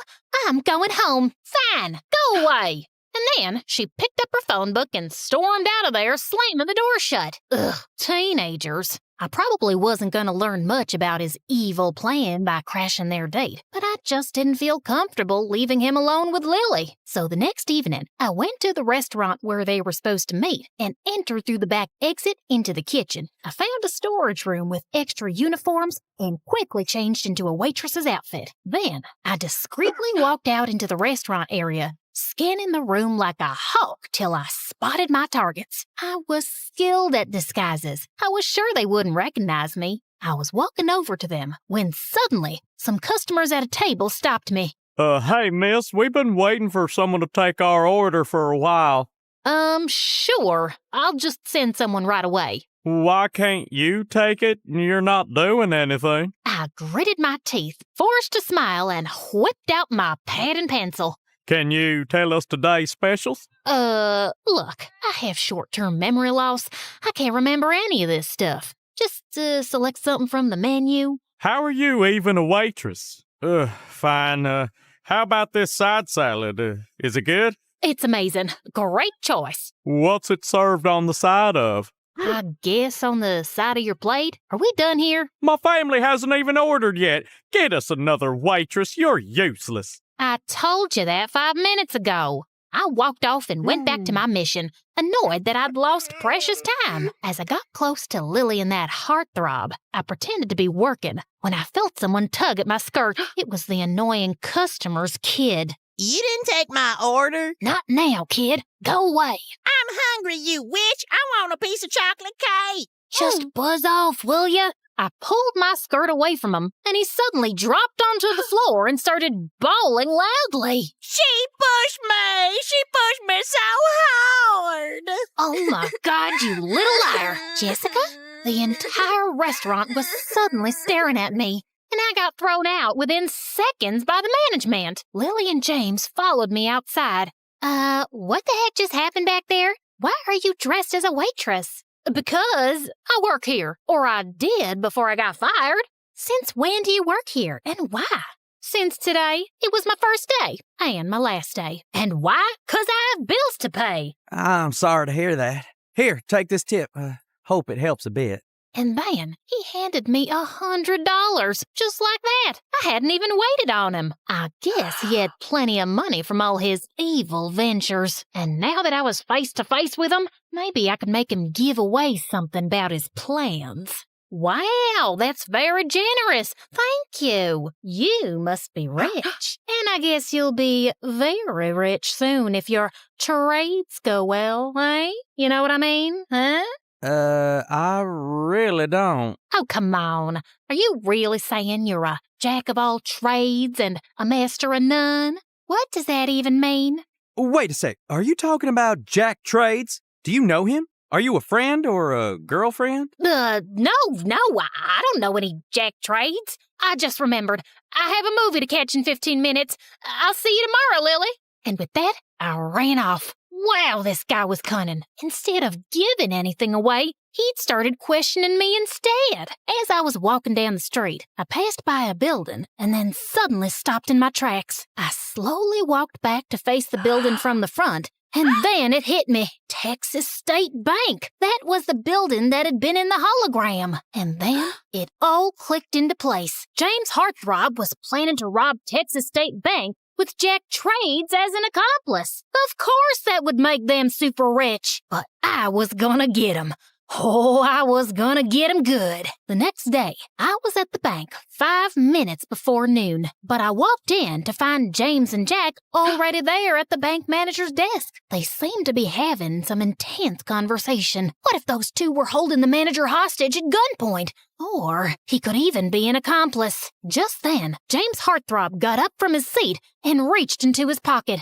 And I couldn't wait anymore. I rushed towards them and threw myself at James, tackling him to the ground. Ow! What do you think you're... Shut up, James. Just then, I spotted another accomplice carrying a gun, and I tackled him too. His gun went skidding across the floor as I sat on him and tied his hands behind his back while the receptionist called the police. I thought James and Jack would try to make a run for it, but they were just standing there looking shocked. So, James Heartthrob and Jack Trades, I believe you can now tell us all your evil plan. What evil plan? Your plan to rob the bank? What else? You got the package from this Jack Trades, giving you the holographic projection of this bank, giving you all the escape points. You two were banking on getting very rich, weren't you?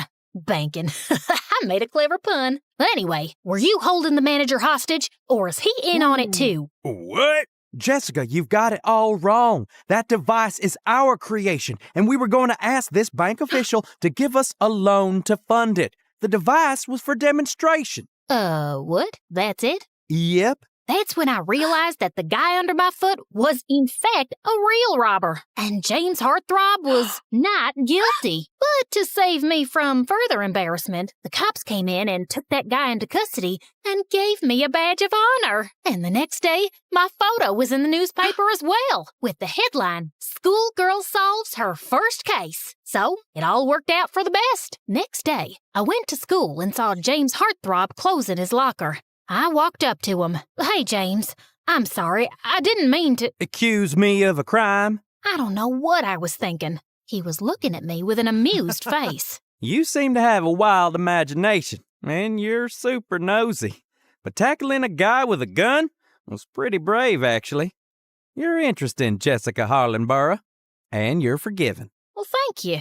That ended the conversation. Did you see any sparks here between us? James swears he felt some at that point, but I really didn't. Also, it turned out that James and Lily didn't enjoy their first date and decided not to go ahead with the relationship. We all graduated high school, and some years later, I became a detective. No surprises there. Also, I reconnected with James Heartthrob. We dated for a while, and then we got married. As for Lily, she was our maid of honor. And yeah, some things went wrong at the wedding, and I accused her of sabotaging my big day out of jealousy. But it turns out she had nothing to do with it. Yeah, that was awkward, but our friendship is still strong. Ironclad, unbreakable, uncrackable, unscratchable, if you will.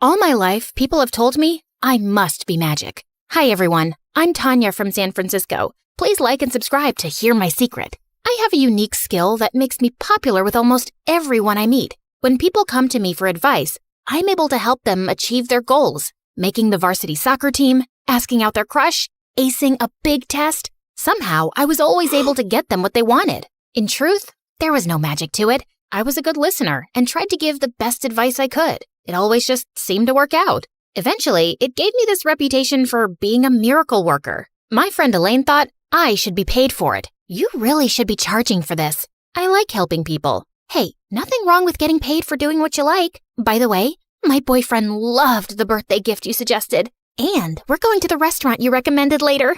Try the chocolate cake. Ironically, my own life was kind of a mess. My grades were good, but not great since I was so caught up with everyone else's problems. I didn't have a boyfriend, and in general, my future seemed both uncertain and scary. Not to mention, I had the most embarrassing dad in the world. A few years back, my dad fell in a manhole on the sidewalk and sued the city. He won so much money in the lawsuit that he quit his job in big tech. Now all he does is sit on the couch and watch YouTube videos.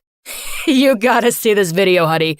A baby panda sneezes and scares its mom. I have school, Dad. You have fun, though. So, that was my home life. As helpful as I was to most people, I just couldn't seem to work the same magic for me or my dad. I don't think he even wanted me to be honest. He ignored every job posting I showed him and never left the house, no matter how hard I tried. It scared me to think that I might turn out like him someday, but I always felt better when I helped someone. At school, this really agitated girl stomped up to me in the hall. I talked to my mom about spending the summer in France, and she said no. I knew I should have asked my dad instead. Everyone says your advice is foolproof. Did you give me bad advice on purpose? What? No, of course not.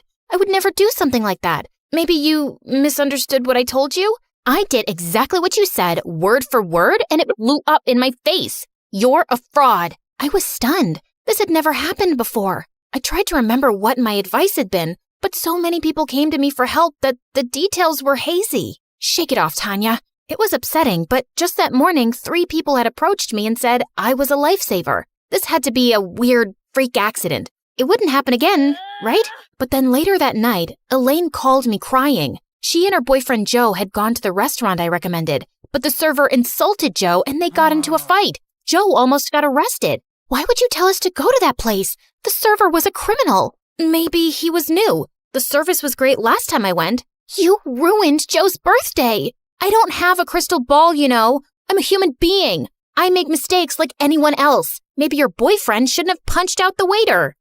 Whatever, Tanya. Keep your advice to yourself from now on. Did you at least try the chocolate cake? I did. It was dry. What was going on? Had I lost my touch? If I couldn't help people anymore, then what was I gonna do? I guess I could try fixing my own life. That night, I dreamed that everyone who ever came to me for advice confronted me and accused me of ruining their lives. No matter where I turned, I couldn't escape. When I woke up, I knew something needed to change. If people only cared about me when I was solving their problems, maybe they didn't really care about me at all. You know what? Fine. You can all solve your own problems from now on. At school, I turned away anyone who asked for something. I didn't like saying no, but it got easier after a few times. During gym class, we were playing dodgeball when a boy approached me. Hey, you're Tanya, right? I'm Matt. I heard you're a miracle worker. I'm retired.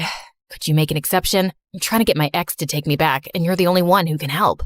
Trust me, you don't want my help. What if we help each other? Like a trade? There's gotta be something you want too. That was different. Not many people ever offered anything in return. Not that I expected them to pay me back, but it was nice to be asked. Okay, here's a challenge for you. I want to figure out what my thing is. I spend so much time giving everyone else advice that I've never had a chance to figure out my own goals.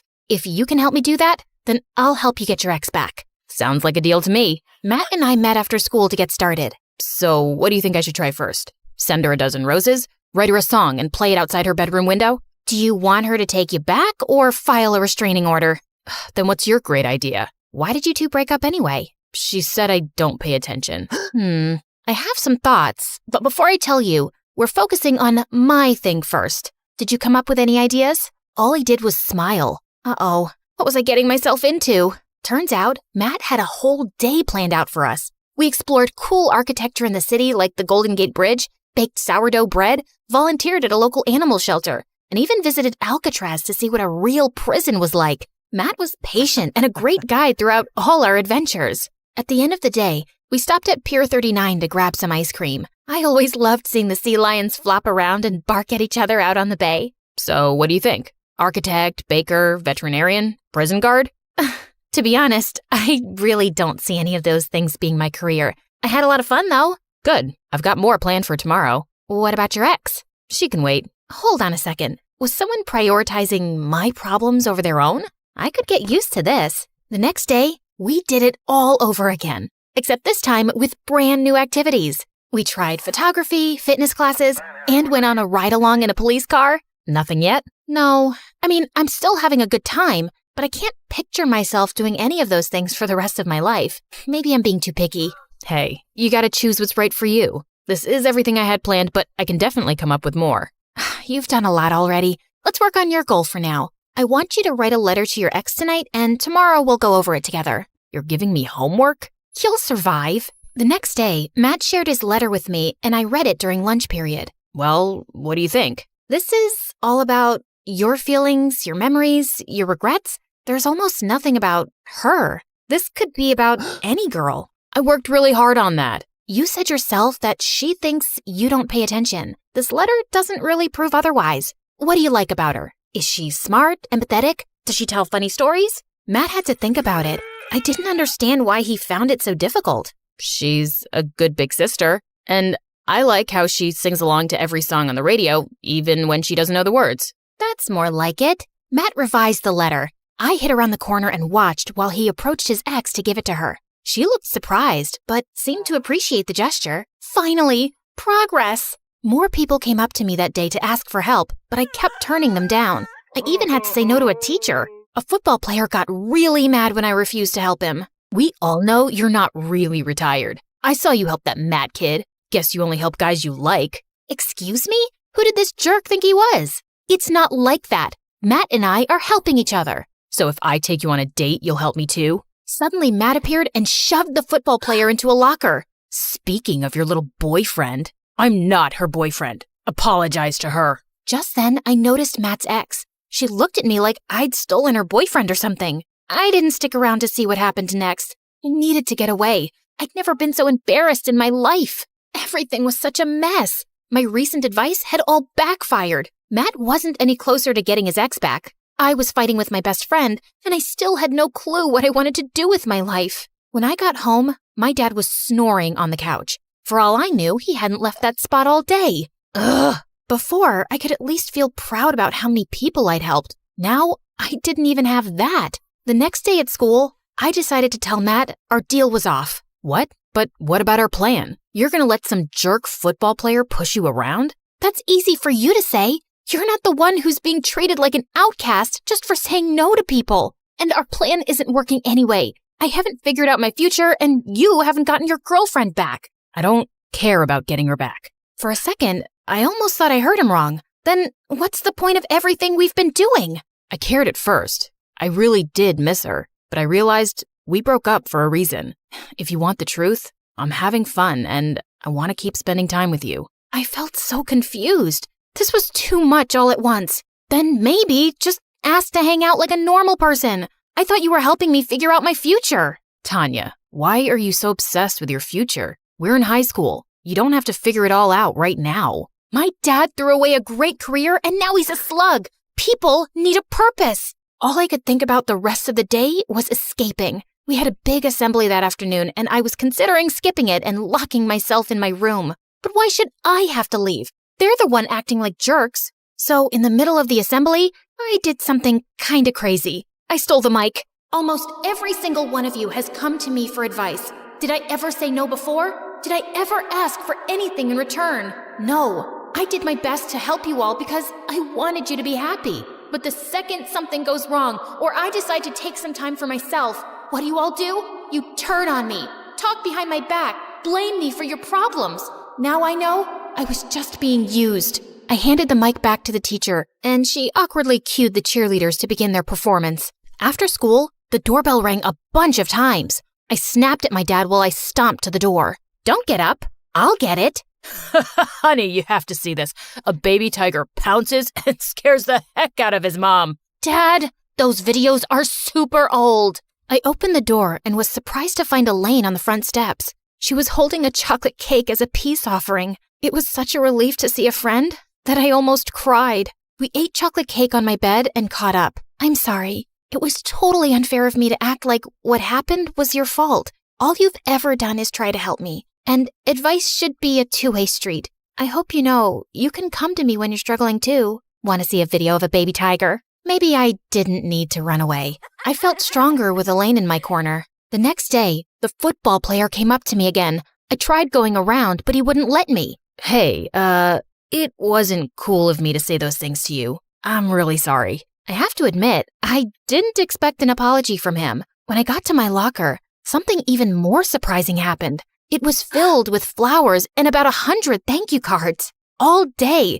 students surprised me with gifts, cards, or sometimes just a hug. I guess my big speech at the assembly had gotten through to people. After school, Matt found me on the bleachers reading some of my cards. You okay? It hasn't been easy lately, but yeah, I'll be okay. I never set out to trick you, you know. When I first asked for help, I thought I wanted my ex back. You helped me realize that we weren't right for each other. You helped me realize something too. I did? What? That it's okay if I don't have it all figured out. It has to happen naturally. And maybe my dad will never go back to work, but I'm not him. I know I'll find my purpose someday. So I guess we did help each other. I guess so.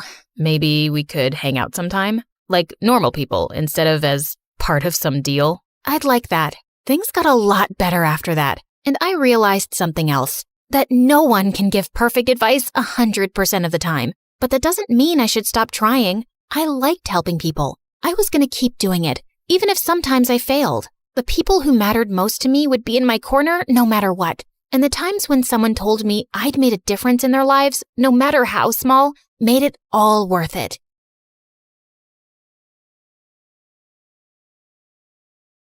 Hey there, my name is Tamara, and this is my best friend, Rachel. No, she was gonna say Monica. And who are you? I'm Tamara's best friend, ever since you ditched her for the glitz and glam of New York. I didn't ditch anyone. I'm 16. I just go wherever my parents take me. It looks like they took you to a daycare center because your outfit is something my 4-year-old niece would wear. Sounds like a chic 4-year-old. Now back off. I'm back in Tamara's life, and she doesn't need you anymore. Thanks for babysitting her while I was gone, but bye-bye now. Babysitting? Our friendship is way deeper than that. I mean, my face unlocks her phone. See? That's nothing. I know her bank password. Rachel Tamara Love 112. Tap that. Don't yell it. I've got a mole she got removed last year in my necklace. Ew, what? That's nothing. I've got 2 of her baby teeth right here in my earrings. Okay, this is weird enough. There's room for all 3 of us in this story. No, there's not. And with that, the hair pulling started. While they're busy with that, I'll tell you the whole story of how this feud came to be. Growing up, I had an amazing but lonely life. My parents adopted me when they were pretty old, so they couldn't always keep up with the energy of a wannabe actress who was 7 years old. Plus, I was an only child with no pets, so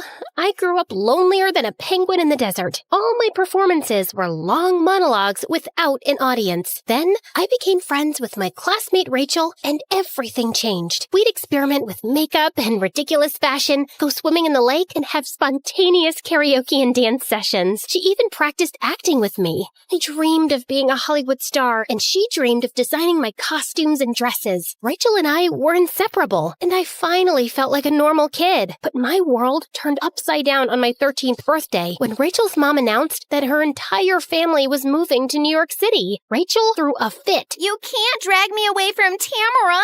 Yeah, and who's gonna French braid my hair and tell me that having mismatched socks isn't cute anymore? Rachel's mom's decision was final, and no matter how much we complained and cried, they left soon after. Our new lives away from each other were horrible. Rachel hated it there. She thought all New Yorkers were snobby and boring. For my part, I was all alone. Again, one day, while I was eating alone at lunch, wondering what exactly salami was, when this new girl Monica showed up. Why are you looking at your sandwich like that? I'm trying to figure out what salami is. I was doing the same thing with my bologna. Maybe we can get to the bottom of those mysteries together? Monica smiled and sat next to me, and just like that, we were fast friends. As I got to know her, I learned that she was really shy and was also an only child like me. We soon became inseparable too. Rachel and I still talked on the phone, but apparently she was getting used to her new life in the city. I accidentally stepped on a rat in the subway and then fell, and the cutest guy came and helped me up. And now we're in a band together. I think I'm in love. Wait, you slipped on a rat? From then on, it was like she didn't need me anymore, and we started drifting away. Then, 3 years later, while Monica and I were crying over our new favorite tween drama, Summer Wishes, Rachel called me sobbing because her boyfriend dumped her. Everyone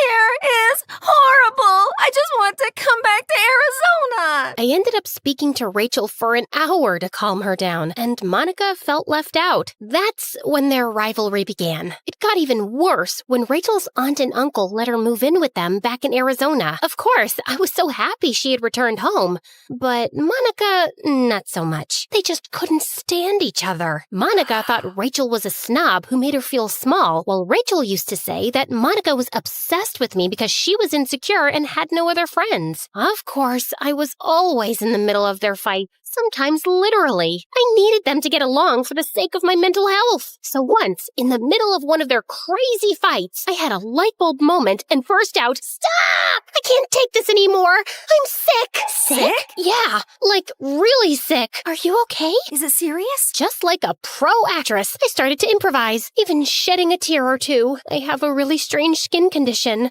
Normally, with a lot of makeup and skin creams, I manage to hide it. But when stress hits, it goes into full-out freak mode. So, unless you want me to transform into a human blowfish, can you two stop fighting all the time? Oh my god, I didn't have any idea. What is the name of your condition? Stresszilla skin syndrome? Why didn't you tell us before? It's a weird thing to have. I didn't want to be left out because of it. Then I turned on the waterworks. We'll never do that. We love you no matter what. She's right, and we'll stop fighting, we swear. They both hugged me, crying too. I want to thank the Academy. Surprisingly, my crazy lie actually worked like a charm. Despite hating each other, Monica and Rachel put my condition first and stopped fighting. They were even compromising. Can you please cover your mouth when you sneeze? Only if you stop chewing with your mouth open. Deal. Those months were awesome. Monica and Rachel got used to each other, and I used my lie to improve my acting skills. I was like Meryl Streep, caught in my character. While a part of me felt horrible for having stretched the lie so far, my friends were so nice and went out of their way to take such good care of me that it was hard telling them the truth. Still, soon after, my lie was exposed. So, I went to see my dermatologist yesterday, and he told me there's no such thing as Stresszilla skin syndrome. Uh-oh. And all those fancy and super special creams you put on are just regular moisturizers and sunscreen. We know now. Wait, I can explain. I just said all that so you would stop fighting and be friends over your love for me.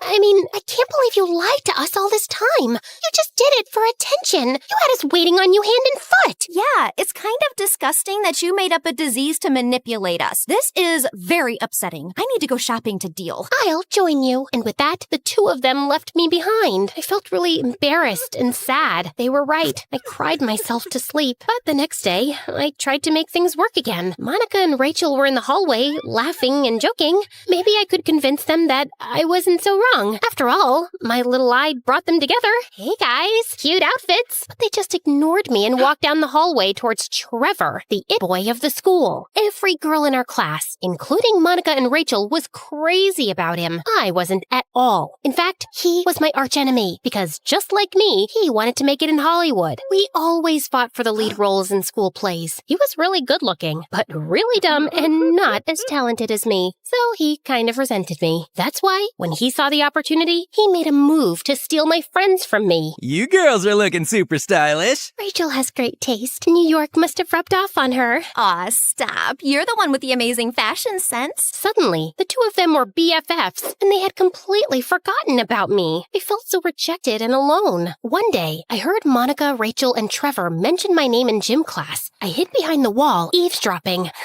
She is so pathetic. Yeah, no one likes her. She can't even act. I'm way better. Totally. Way better. I couldn't believe they were laughing at me. And whenever I walked past the trio, I was ignored. I wasn't only sad anymore, I was also really pissed. And I wanted my friends back. At lunch, I watched Trevor gulping down a Slurpee. His love for that sugary drink seemed like the perfect revenge. The next day in class, I spied on Trevor's phone passcode. I asked him if he wanted to finish my Slurpee. 20 minutes later, he was running desperately to the bathroom. Yeah, I slipped in a laxative. I unlocked his phone and got to work. Rachel, can't stop thinking about you. Meet me at the bleachers after school. Monica, you're running laps around my mind. Meet me at the bleachers after school. I spied on them after school. Monica and Rachel showed up at the bleachers, but not Trevor. Monica, what are you doing here looking so cute? Trevor asked me on a date. What are you doing here looking like a queen? Trevor asked me on a date too. What the? And then Trevor showed up looking so embarrassed. Before Monica and Rachel could lunge at him, he jumped to his defense. I didn't send those texts. Someone hacked into my phone. Who? Uh-oh. I tried to slip away, but luck was not on my side. A strong breeze blew my hat off my head, and it landed right by the furious trio. They spotted me. Tamara? Yeah? What? Okay, fine. I did it. But how could you guys just replace me with this loser? You know I hate him. He's my nemesis. What? You don't care about us. You're just angry that you aren't the center of attention anymore. You are the ones who can't stop talking about me. Like in gym class? She's so pathetic. No one likes her. I heard it all. Monica and Rachel looked at each other confused. Oh, you overheard us talking about Tamika from our favorite reality show, Cheaters and Liars. Wait, you thought we were talking about you? You may not have stress-zilla skin syndrome, but you do have a disease, main character syndrome. You're totally right. Then I got super furious. Maybe because I knew they were right about me. Yeah, I may have main character syndrome, but what about you two? You don't even really like each other. Yes, we do. We're friends. Oh, is that right? So you didn't say that Rachel was a snob who thinks she's better than everyone, but is really a drama queen with a superiority complex? What? You said that? Don't play innocent now. You're the one who compared being friends with Monica to doing charity work, like helping out the less fortunate. I did, but... Oh, nice to know how you really feel. Tamara was right about you. You were just a judgy and entitled brat. Said what? You know what? I don't need you guys. Glad we agree on that. Friendship's over. Monica and Rachel stormed off in different directions, and I realized I just made things much worse and lost my friends forever. We graduated high school a few months later without patching things up, and all went our own ways. I moved to LA to be an actor. I still missed Rachel and Monica a lot. Maybe that's why I didn't even make new friends, because I was afraid I'd blow it with them too. So I focused completely on my career. At first,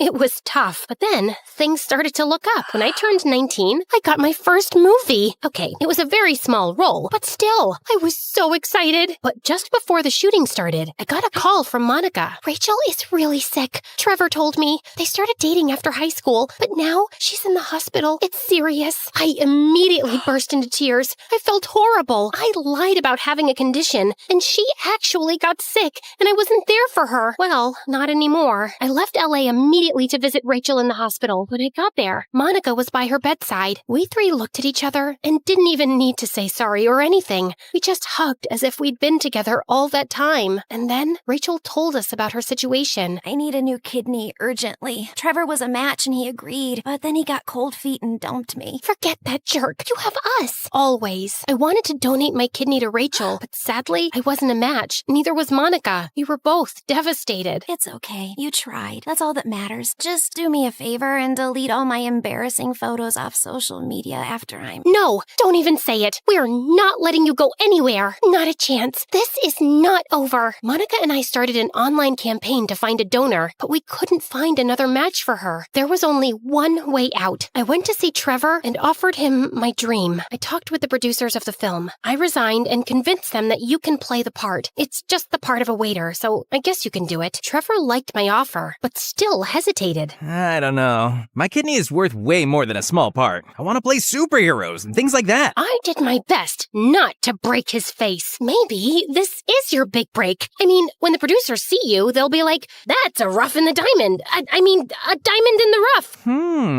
Okay, I'll do it. I let out a joyful cry and hugged him tight. Careful, don't want to damage my kidney. I made him swear not to tell Rachel and Monica that he was giving his kidney in exchange for a movie role. I let them think he'd just changed his own mind, because I realized that I didn't need to make this about myself and be the main character. I just had to support my friend. The surgery was a success, and a few months later, Rachel made a full recovery. The day she stepped kidnapped out of the hospital was the best day of our lives. Today, I'm still acting, waiting for my big break. Luckily, when the time comes, I'll be ready because I have like 100 dresses for the red carpet from Rachel and Monica's super successful clothing line, Frenemy Fashions. So, this is my story. I mean, our story. I hope you love it as much as we do. Till next time, keep spreading the love.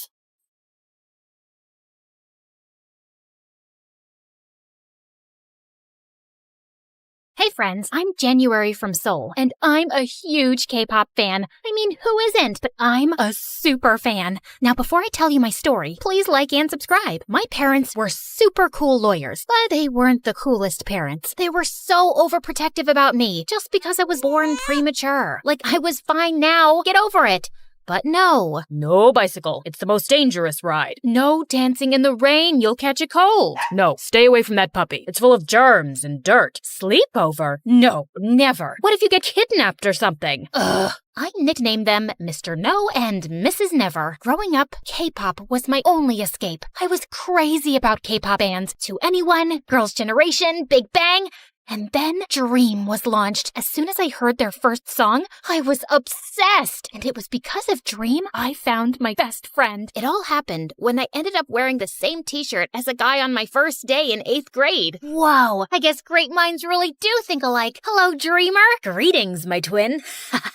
Ashton and I instantly bonded. We even built a fan page for Dream, which exploded faster than a popcorn kernel in a microwave, pulling in thousands of fans. One time in our senior year, some bully started making fun of the K-pop posters on our lockers. Are you two still in middle school, obsessing over K-pop groups? You both are so lame, says the guy who cried in gym last week because his girlfriend was ignoring him.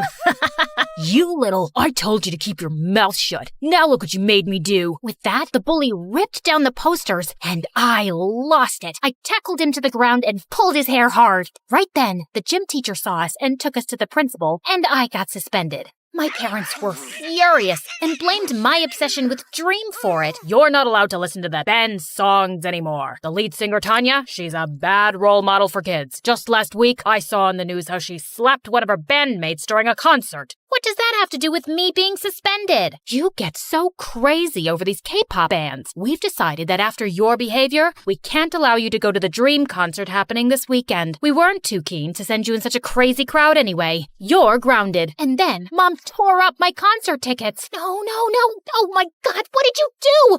I hate you both. I stormed off to my room, my blood boiling. I called Ashton and told him everything, and he promised to find a way for us to attend. On the night of the concert, just when I'd lost all hope, Ashton came to my room through the window with tickets in his hand.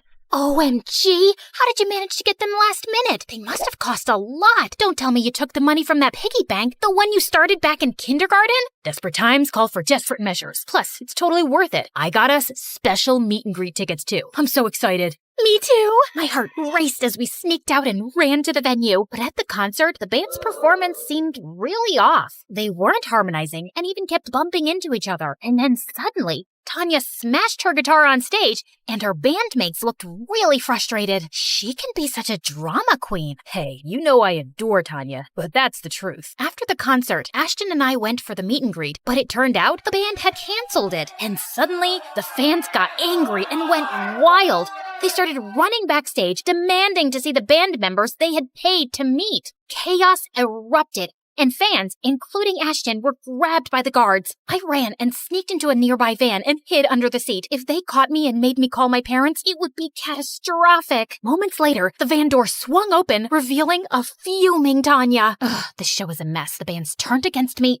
They were so rude. As Tanya was climbing into the back of the van, I began to creep out from under the seat to escape, but Tanya saw me. Aha! Caught you. I'm calling security. No, please. Look, I was part of the fans lined up for the meet and greet before things got crazy. I didn't want to cancel that. The band messed up. It's okay. I gotta go. No, nothing is okay. You know how tiring my life is? I'm exhausted with all these contracts, producers, and shows.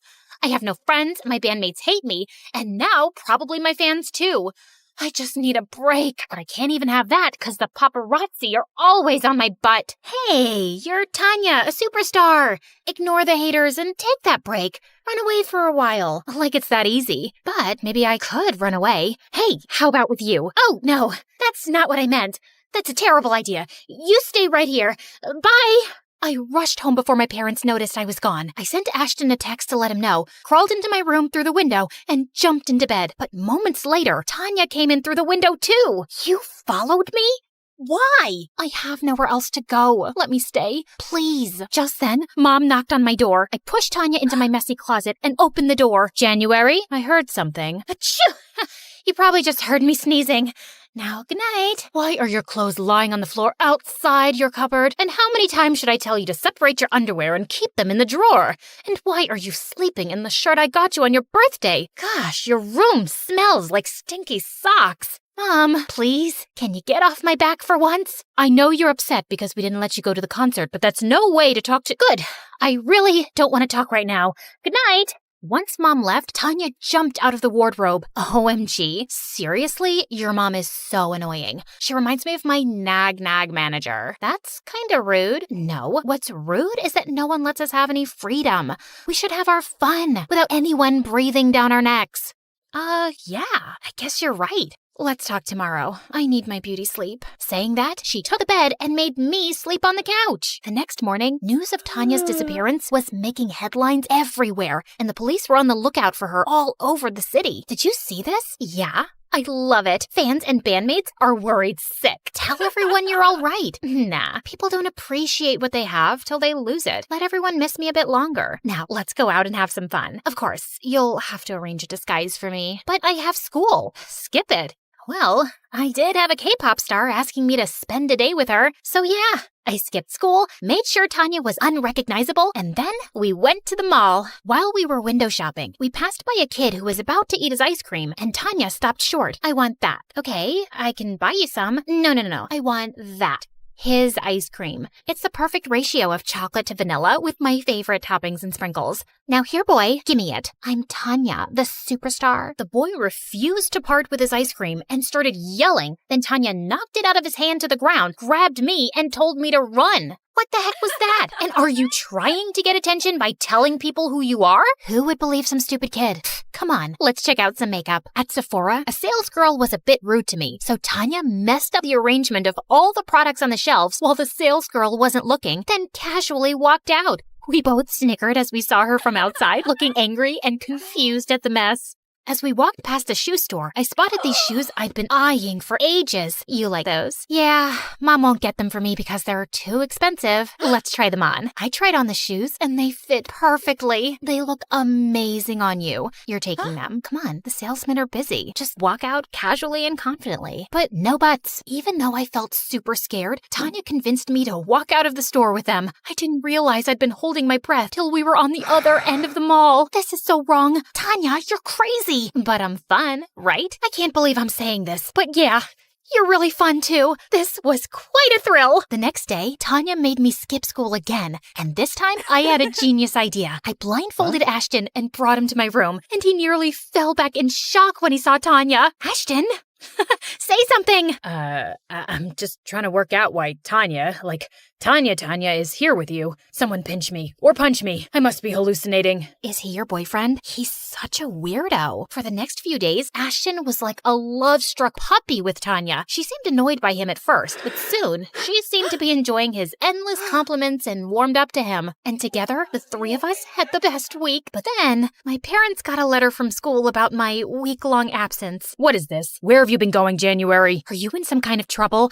Mixing with the wrong kind of crowd? Are you on drugs? You guys are always expecting the worst from me. I feel like I'm trapped with you both. Just let me live my life. I ran to my room and closed the door, and Tanya and Ashton were already there through the window. As I cried, Ashton hugged me tight. I know they can be harsh, but they're probably just worried. Worried? Are you kidding me? They're just control freaks. Some people just love to boss around others. No, they care about her. She's right. It seems like their only goal is to control my life.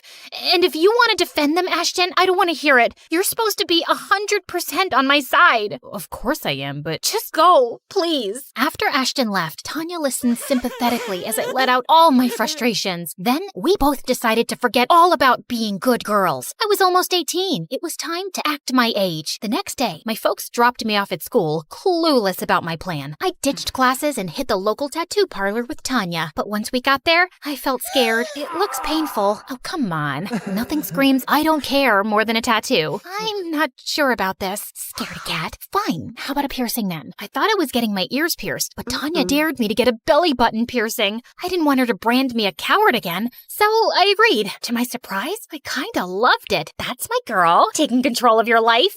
Hell yeah! Tanya kept extending her stay, and I was happy about it. We were having a blast together, and I really wished Ashton was still hanging out with us, but he never replied to any of my texts and even blocked me on social media. One day, as Tanya and I were out at the mall, she went to the bathroom. I was sitting alone when I heard a familiar voice. Can I sit here? What do you want? I've really missed you these past few days. Have you? You didn't try to call me or message me, and even blocked me on social media. So petty. What? I got messages from you to stay away. I was so shocked when Ashton showed me those texts, but I'd never sent them. And guess what? It turned out Ashton's number on social media was blocked from my side, but I was 100% sure I never did that either. How is this possible? Isn't it obvious? It's Tanya. She's playing some sick games. I could never stop being your friend. And Tanya keeps saying your parents are controlling, but she's been manipulating you herself all along. Just then, Tanya appeared, looking furious. Don't listen to him, January. He's lying. Why would he lie? Oh, please. He's crazy. Can't you see how he looks at you? He's like some psycho lover, completely obsessed with you. He even admitted it to me.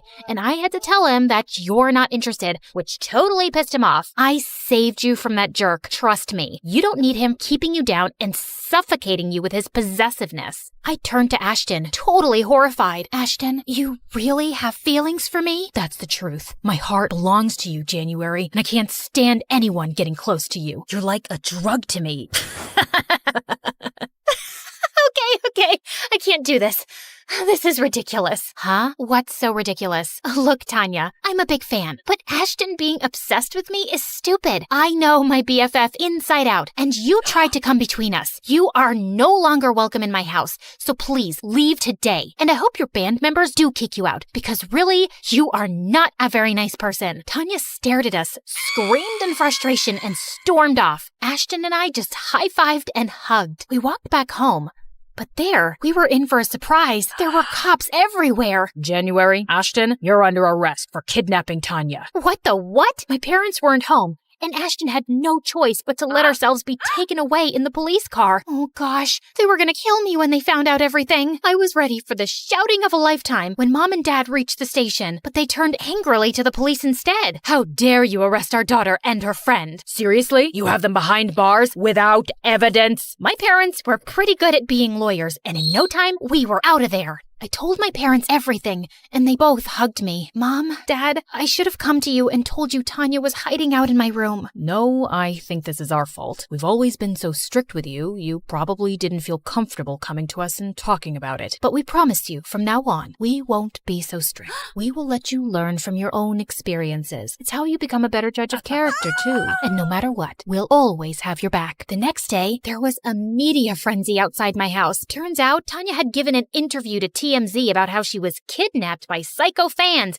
and now the public wanted a piece of us. I knew I just had to confront that two-faced diva once. A couple of days later, Ashton and I found out from Tanya's Instagram stories that she was at a salon getting a manicure, so we rushed there and surrounded her. I treated you like a friend, gave you a place to stay, and this is how you repay me? By telling everyone I kidnapped you? Why would you lie, Tanya? Why do you think so? I needed to be the center of attention. Sweetie, no publicity is bad publicity. I'm all over the news these days. I have public sympathy because I was the victim of a fan kidnapping. Plus, it was awesome manipulating you. It took my mind off of other things, like you were literally a puppet in my hand.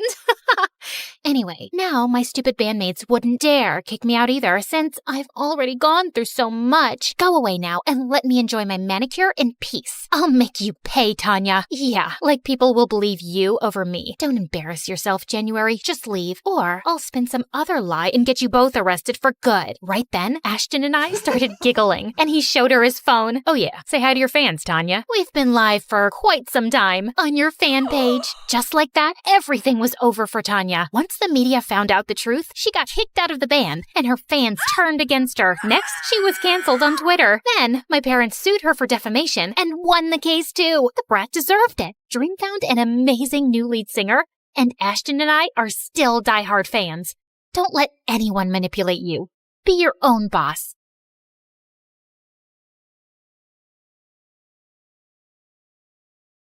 Hi, I'm Kanya. And yes, this is me on top of a skyscraper in Chicago. And that is a massive storm coming in my direction. I was born in Thailand, and my parents divorced when I was just a few months old. Mom left, and Dad raised me on his own. He worked at a very fancy international hotel as part of the waitstaff, and it was a super fun place for a small kid to hang out. I spent days playing in the pool, learning to say hello in a million different languages, and every time I was hungry, I just had to turn my puppy eyes to the cook. Here, the clients didn't even touch it. They said the salad was too green. When it was too warm, Dad and I would go to the roof, eat khao lam, and watch the stars. Wow, they're so bright, it almost looks like it's day. But the brightest star is sitting beside me. Aw, Dad. You'd think I'd miss Mom, but Dad was extra caring. Every morning, Dad made pancakes and braided my hair. He also fought Cook to have first dibs on the hotel's lost and found box. And if there was something super nice, like that shiny pink bag both Cook and I wanted, they ended up pulling each other's hair. I wanted to do something nice for Dad, so when his birthday came up, I broke my piggy bank to get him a present. But I barely had anything. Well, just enough to buy a cheap lottery ticket. It's okay if I don't win. It's the thought that counts. But as the announcer read the lottery numbers, Dad's eyes grew bigger and bigger, and then he let out a loud scream.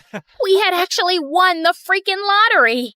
Dad knew his greedy relatives would come after him like bees to honey when they found out about his new wealth. So he decided to move to the U.S. with me, and we settled in Chicago. I was 12, and my life had turned upside down overnight. America was cold, and I wasn't used to Western customs. The first time he took me to a fancy restaurant, there were so many knives, forks, and spoons. What do you mean I can't eat spaghetti with chopsticks? They're noodles! But the biggest change was my dad. He invested the money in very successful startups, and we went from being really rich to filthy rich, and we moved into a massive mansion. Anything you want, you let Sebastian know, and he'll get it for you. Sebastian was Dad's personal assistant, and he was glued to his side. Every time I wanted to spend time with Dad, Sebastian was there too, tall and serious like a scarecrow in an expensive suit. He even went with us to the amusement park and followed us on the roller coaster. Does he really have to be here? Yes, I need him to hold my tie down so it doesn't flap in the pictures. Gosh, just buy a tie clip. I wanted Sebastian gone. I started giving him impossible tasks, so when he failed, Dad would get rid of him.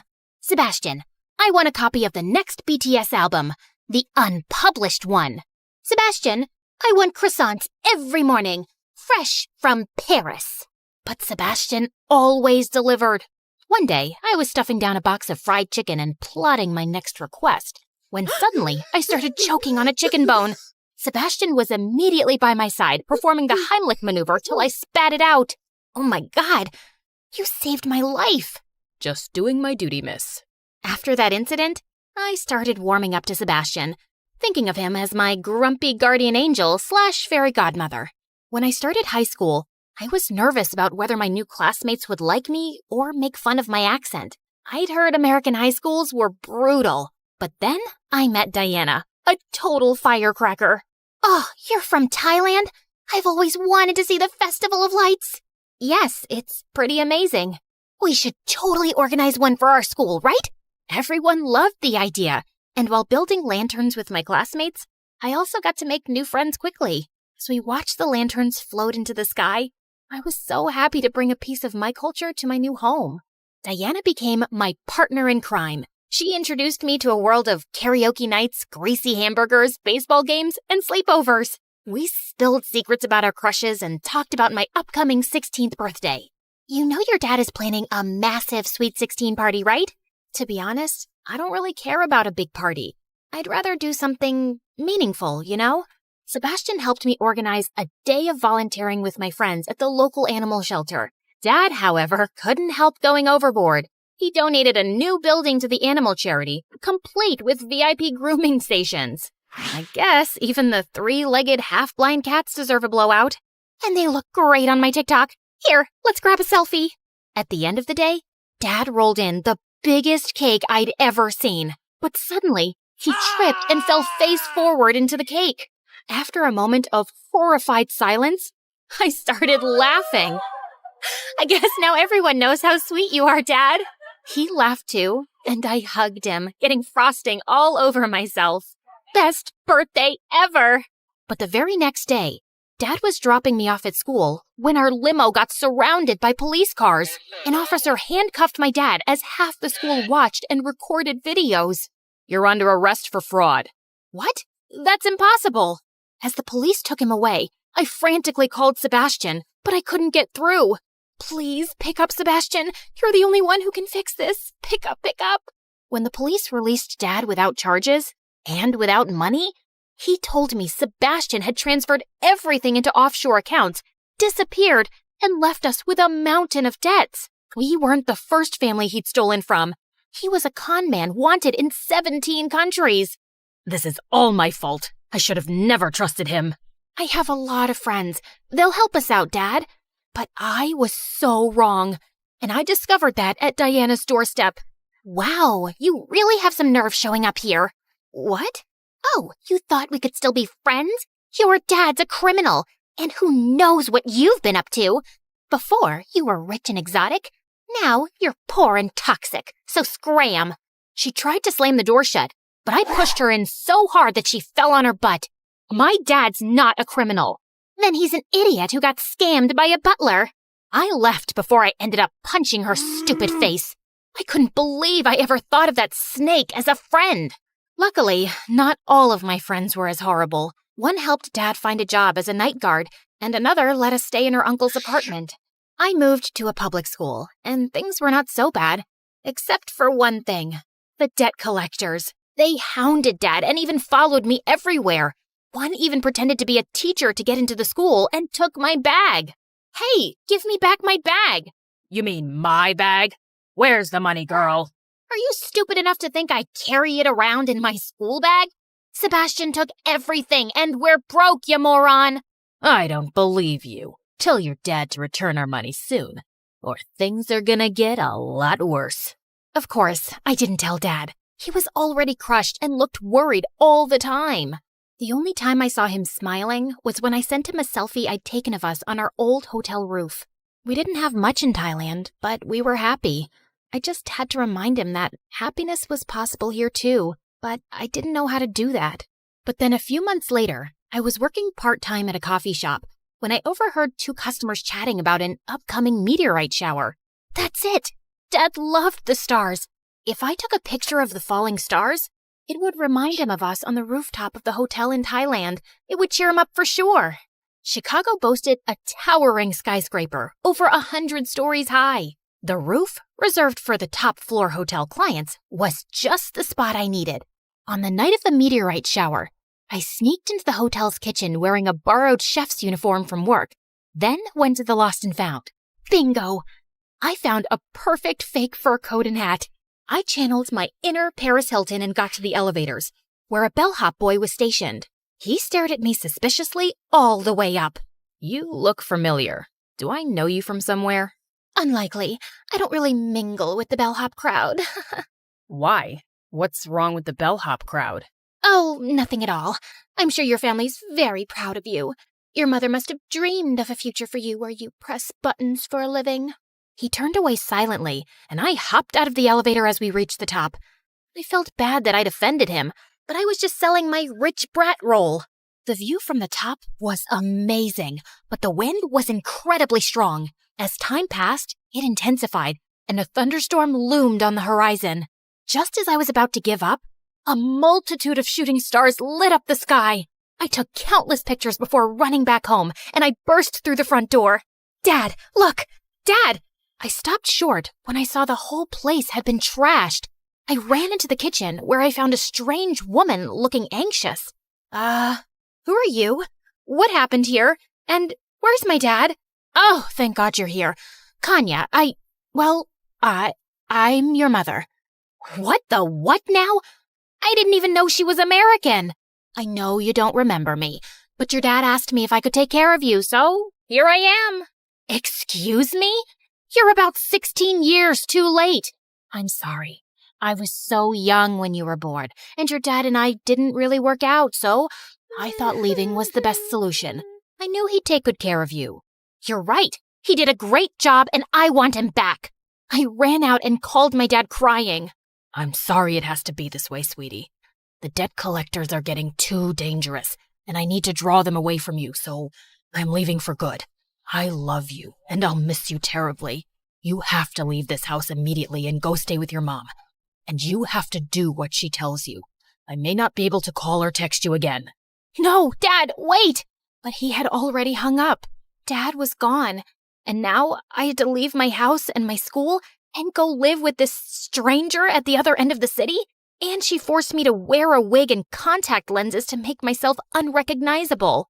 I did what she said, but I just wasn't ready to accept her as my parent. I made it my life's mission to find Sebastian and make him return our money so Dad could pay off his debts and come home. I started visiting police stations every day, but no officer wanted to help me until I bumped into... Hey, it's you. Bellhop boy? You recognize me? Yeah, your disguise isn't that great. Also, my name's Enzo, and you owe me a tip. I'm so sorry about that encounter. How about I buy you an apology coffee? Better make it an extra large. It turned out that Enzo had started a new job at the police station as an IT assistant, and he recognized me from the viral video about my dad's arrest.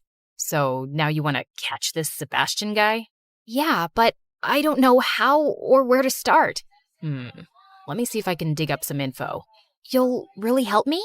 Let's say I'm tired of asking. Have you tried switching it off and on again every time something doesn't work around here?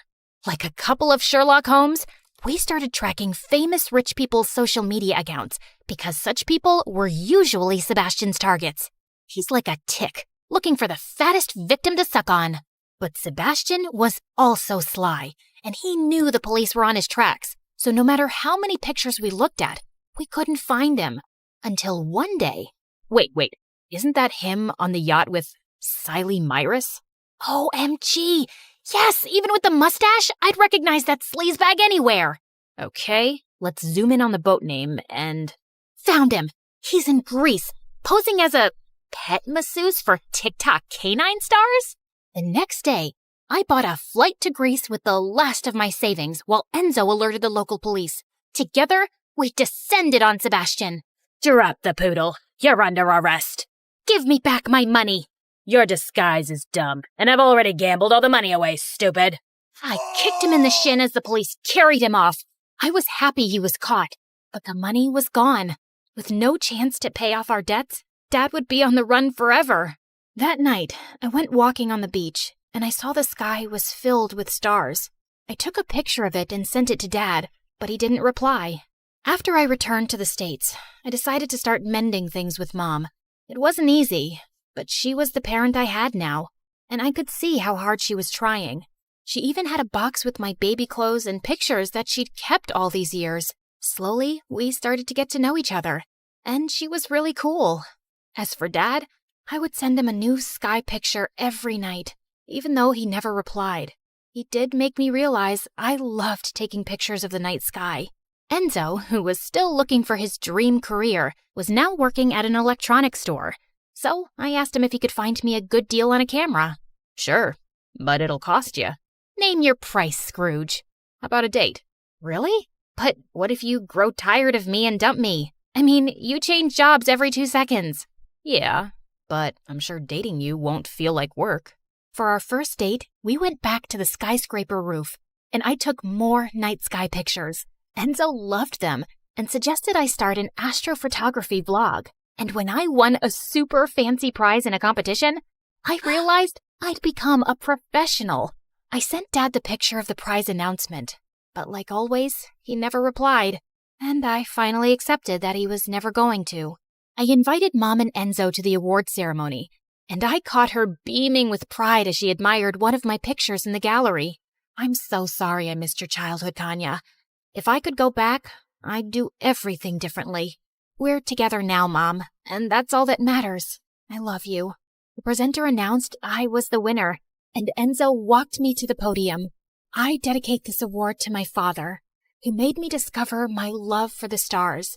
All the pictures I take for you. I miss you. As I stepped off the stage and hugged Mom, I let out a tiny gasp. One of the waiters in the room was smiling brightly at me. and he was unmistakably my dad. He had tears in his eyes as he blew me a kiss and then quietly left.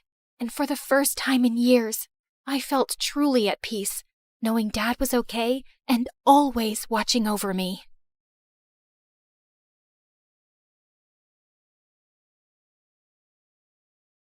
Hey there, I'm Sandra from Italy. Please like and subscribe. I live in Rome, but I couldn't see anything of this beautiful city for years. Ever since my dad ran away when I was only 8 years old, my mom locked me up in my room for no reason. You should have been home 2 minutes ago, young lady. Your bracelet doesn't match your school uniform. I told you to brush your teeth in circles. Phew.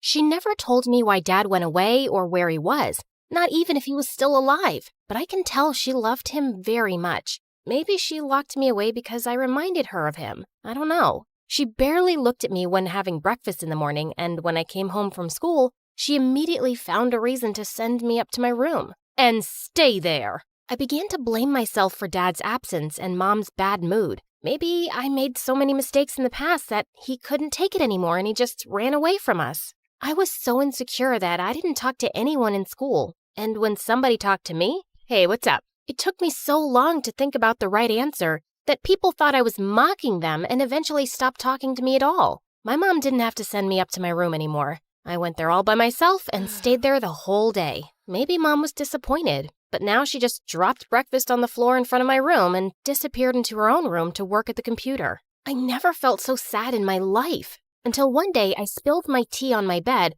and took away the mattress to blow dry it. What's this? It was a poem, and my dad wrote it for me. I just couldn't believe it. The poem was quite sad, but I felt happier than I ever had before. I danced through my room and read it over and over again until I knew it by heart. Only when I bumped into the mattress, stumbled over the teacup and fell, I realized I was going to be totally late for school. So many mistakes again. No. I'm sorry, Dad. I panicked, grabbed my bag, and ran out of the house to catch the next bus. With my head hanging down, I got on the bus, which obviously was empty because everyone was in school already. I just slumped down on the seat, mumbling to myself. I was startled when I heard someone play a cool jazz tune on the saxophone. I turned around and found that the bus actually wasn't empty. On the last seat in the back was a girl, maybe 2 years older than me. She had sliced and slashed her school uniform into a punk outfit, just lounged around in the bus like she was home and played her saxophone, all while being late. Awesome. I just couldn't take my eyes off her. Then she looked at me and stopped playing. What's up, sis? Why did you stop, miss? The girl smiled. I couldn't believe what I just said. Did I just rhyme on the fly? Did I inherit this skill from my dad? I guess I wanted to appear cool to her, but I immediately turned red like a tomato. But she just laughed it off and told me how funky I was. Nobody ever told me something nice like that. I'm Romana, by the way. Just call me Rome. How cool is this?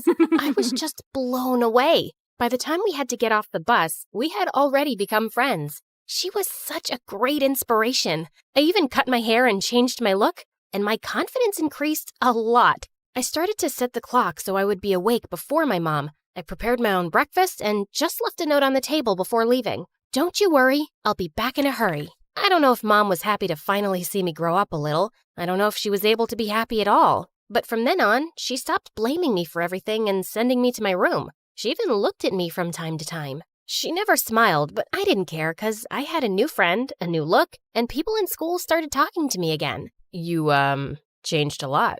And it's not even all I got. Do you know who that was? I guess a boy without any flaws. Well, you see, Miss Rossi, I found a poem in my bed, and when I read it, my mattress was attacked me, and I was only feeling comfortable talking to people when rhyming. It was my only skill, and I desperately wanted to avoid being a nobody again. I didn't even realize I scared off the most popular boy in school, Valentino. When did the Roman Empire end? In 476, it was totally spent. I just couldn't let it go. 2 weeks passed, and people stopped talking to me again because it was impossible to have a normal conversation with me. And when I tried talking to others, hey, what's up in the cup?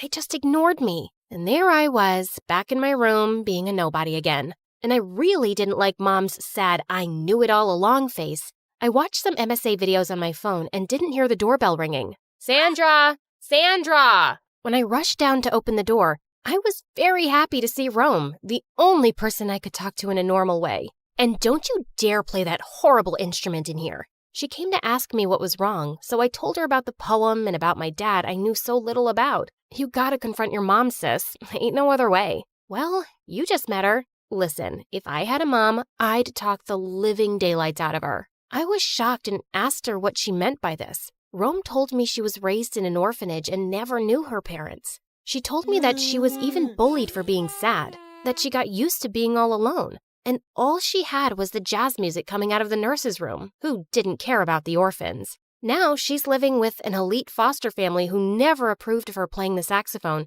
and doesn't treat her like a daughter at all. Want to know why I play the sax all day? I was so sad I couldn't even nod and just looked at her with tears in my eyes. Because it's my only friend, and it tells me beautiful stories. But you got me now, Rome. Gotta go, sis. Just talk to your mom, okay? Now Rome had tears in her eyes, too. She stood up and left my room. Before she left the house, she used her saxophone to wake up my mom, who had fallen asleep in front of her computer. Mom was furious and stormed into my room, thinking Rome was still there. Didn't I tell you to... Where's that crazy girl? I mustered all my courage, handed her dad's poem, and asked her to tell me everything she knew. She read the poem, looked at me with a stern face, then told me to come down to the living room with her and made me sit on the sofa. She went to the basement and came back up with a huge box in her hands. Without saying a word, she dropped several thousand letters on the floor and looked down at them with her arms crossed and her lips pressed together. My dad wrote a letter every day for 7 years,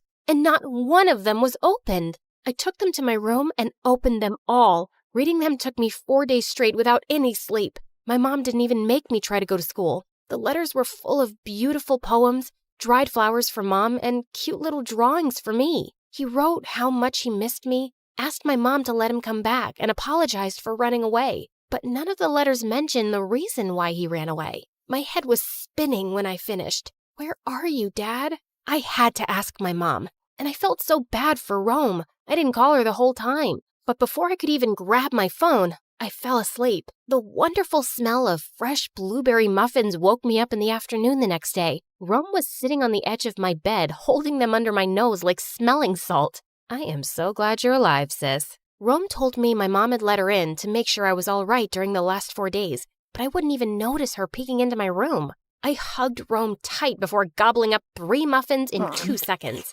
You should consider taking a shower. You know, now that the muffins were gone, I realized they smelled a lot better than I did. Suddenly, my mom stepped into the room. You should consider taking a shower, you know. It was just impossible to keep myself together. I leapt up and grabbed my mom by the shoulders. For the first time in years, my mom embraced me and didn't let go until I calmed down. She did love me. Where is Dad? Why didn't you open the letters? Why didn't you show them to me? Why didn't you let him come back? I gotta go practice, ladies. When Rome had left, Mom told me that Dad always dreamt about being a successful poet. He used to read his poems to her before they went to sleep, and Mom loved it. But his dream never became a reality, and we were slowly running out of all the money we had saved. So I told him to stop writing and get a job or care for you so I could get a job. But he just said everything was going to be all right and kept on writing. Until my mom threw him out and got a home office job to pay the bills. She was sending me to my room not because she hated me, but because she wanted to get her work done to earn the money we needed to keep our little house. He hasn't sent a letter for almost half a year now. I didn't know what to think of my dad anymore, but I loved his poems and just had to see him. All his letters had his address on the back. To my surprise, Mom agreed to go see him. We went to an old apartment building and took a deep breath before knocking on his door, but nobody answered. When we knocked a second time, an old lady opened the door. She told us that she had moved in a few months ago and knew nothing of my dad. I was devastated, and when I saw Mom's sad, I knew it all along face again, I was furious. I ran home and locked myself up in my room. When I was right in the middle of crying my heart out, a message from Rome arrived on my phone. Got a surprise for you, sis. Make sure to be taking that shower. I showered for ages as if I was trying to wash off all the sorrow I felt. After that, I met Rome in the park. She just had to take one look at me to know that I didn't see my dad. Instead of greeting her, I just sat down on a bench and stared at the ground. You can come out now. From behind a large tree, Valentino suddenly emerged carrying a book in his hands. He walked up and stood right next to Rome. I thought they were together now, so I couldn't think of anything better than congratulations, and looked down at the ground again. Don't be silly, sis. I don't date younger boys, duh. But we are kind of together. I didn't understand what was going on, but it did sound interesting. We formed a hip-hop trio. You know there's only 2 of you, right? And you will be the singer. Did you know that Pretty Boy here is a great drummer? This was all too much.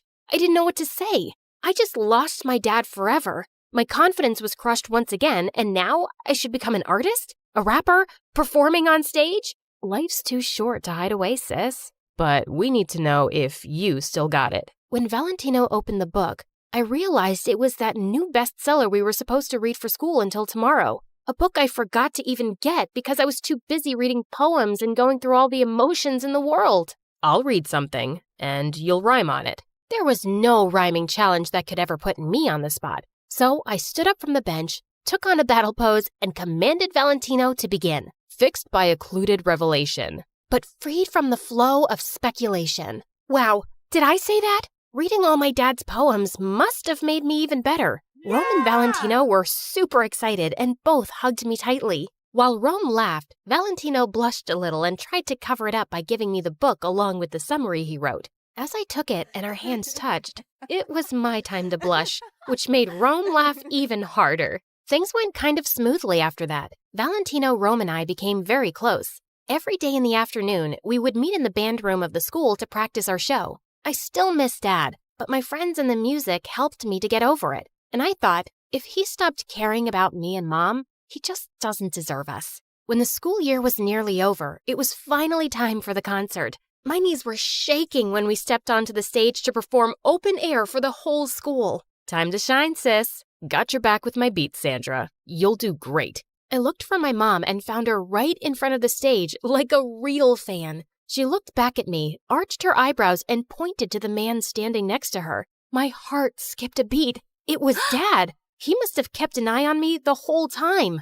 Our show was a great success, and the freestyle encore blew everyone away. It turned out that my dad was the author of this best-selling book we had to read for school. He published it under a pseudonym so he could have a quiet life with us. After the concert, he showed me and Mom his beautiful new house in the countryside. When he offered us to live with him again, my mom put her arm around my shoulders and finally smiled. We'll think about it. Mom! Well, she knew she couldn't do this to me. And when Dad showed her the home office room he already arranged for her with all the latest technology stuff in it, she just played hard to get for a second and then happily agreed. Valentino and I helped each other out in school and eventually became a couple. It was Rome's final year, but our band still exists. We still couldn't decide on a name for it, though. When Rome's stunning performance even made it to the local news, her foster parents threw her out because it finally became clear to them she'd never be a doctor or a lawyer. As Rome didn't know where to go, I asked Mom if she could live with us. Living with a runaway husband and 2 crazy girls? Glad I have my own room. I forced us all into a big hug, saxophone included. And that was my story. Thanks for watching. Ciao from Sandra.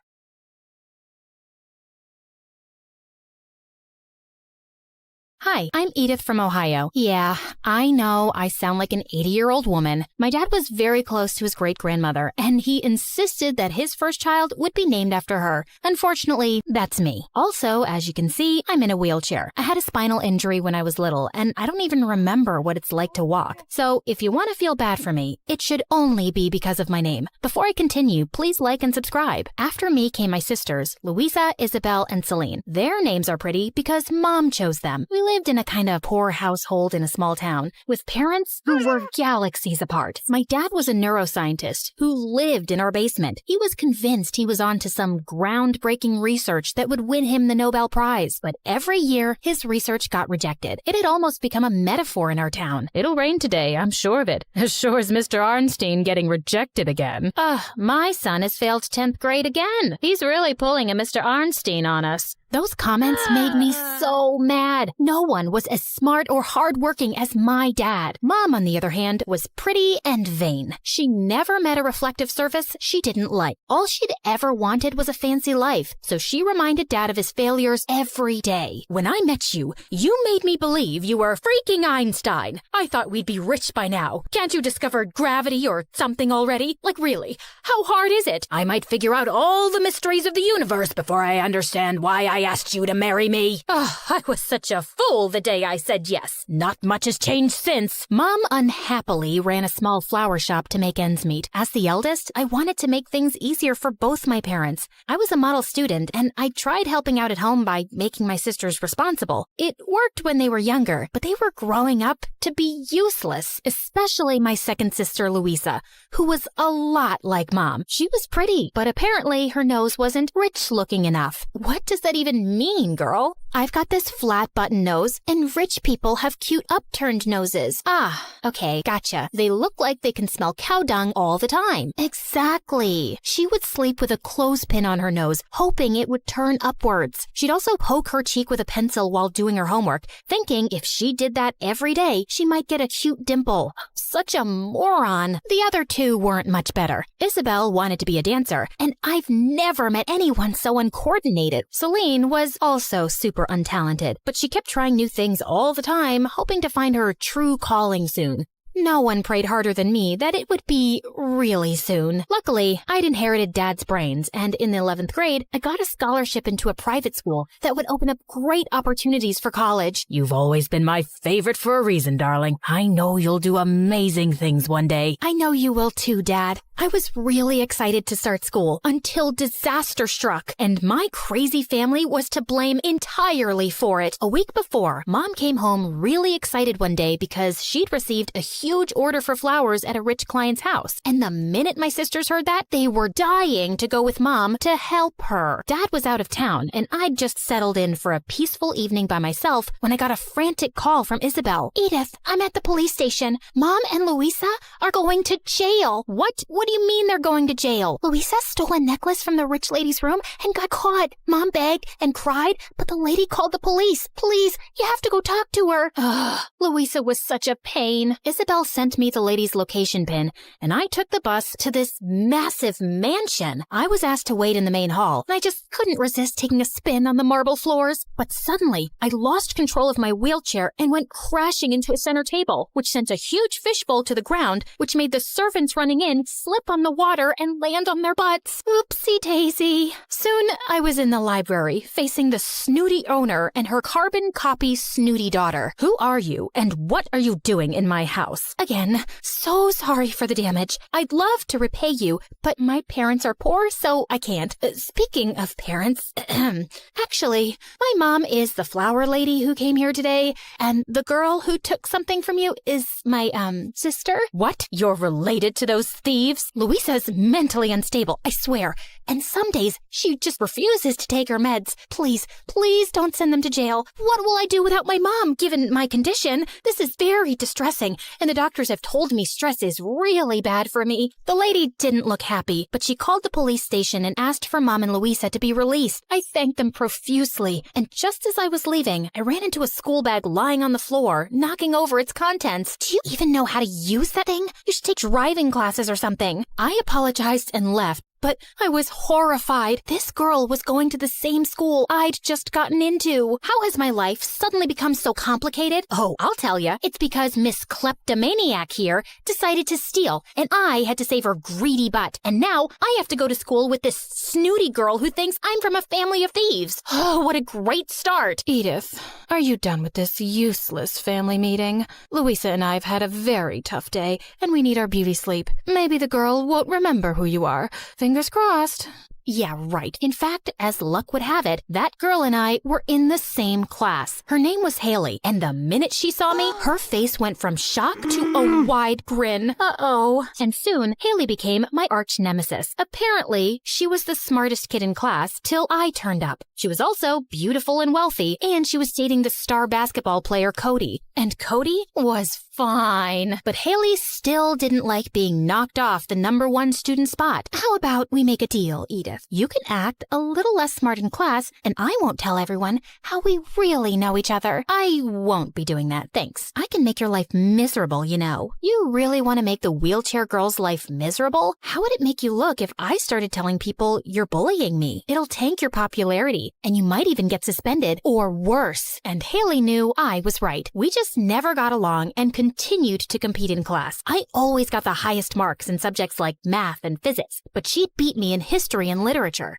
She knew she couldn't openly bother me, but she tried in sneakier ways. Like one morning, when I wheeled into literature class, our teacher, Miss Agatha, was looking furious, and everyone was staring at me. And that's when I saw the chalkboard. On the lower half it said, Miss Agatha should change her name because she is not cool like Agatha Christie. In fact, she is dull and ugly and stupid. I think she was a toad in another life. She is... It went on, and the lovely cursive handwriting was unmistakably mine. Okay, I know what this looks like, but I really didn't do this. Detention for a week. This Haley was good. She'd copied my handwriting to perfection. I didn't take her prank sitting down, though. Well, I'm always sitting down, but you know what I mean. I just had a lot of accidents around her. Oops, sorry, lost control. That jacket looks new, huh?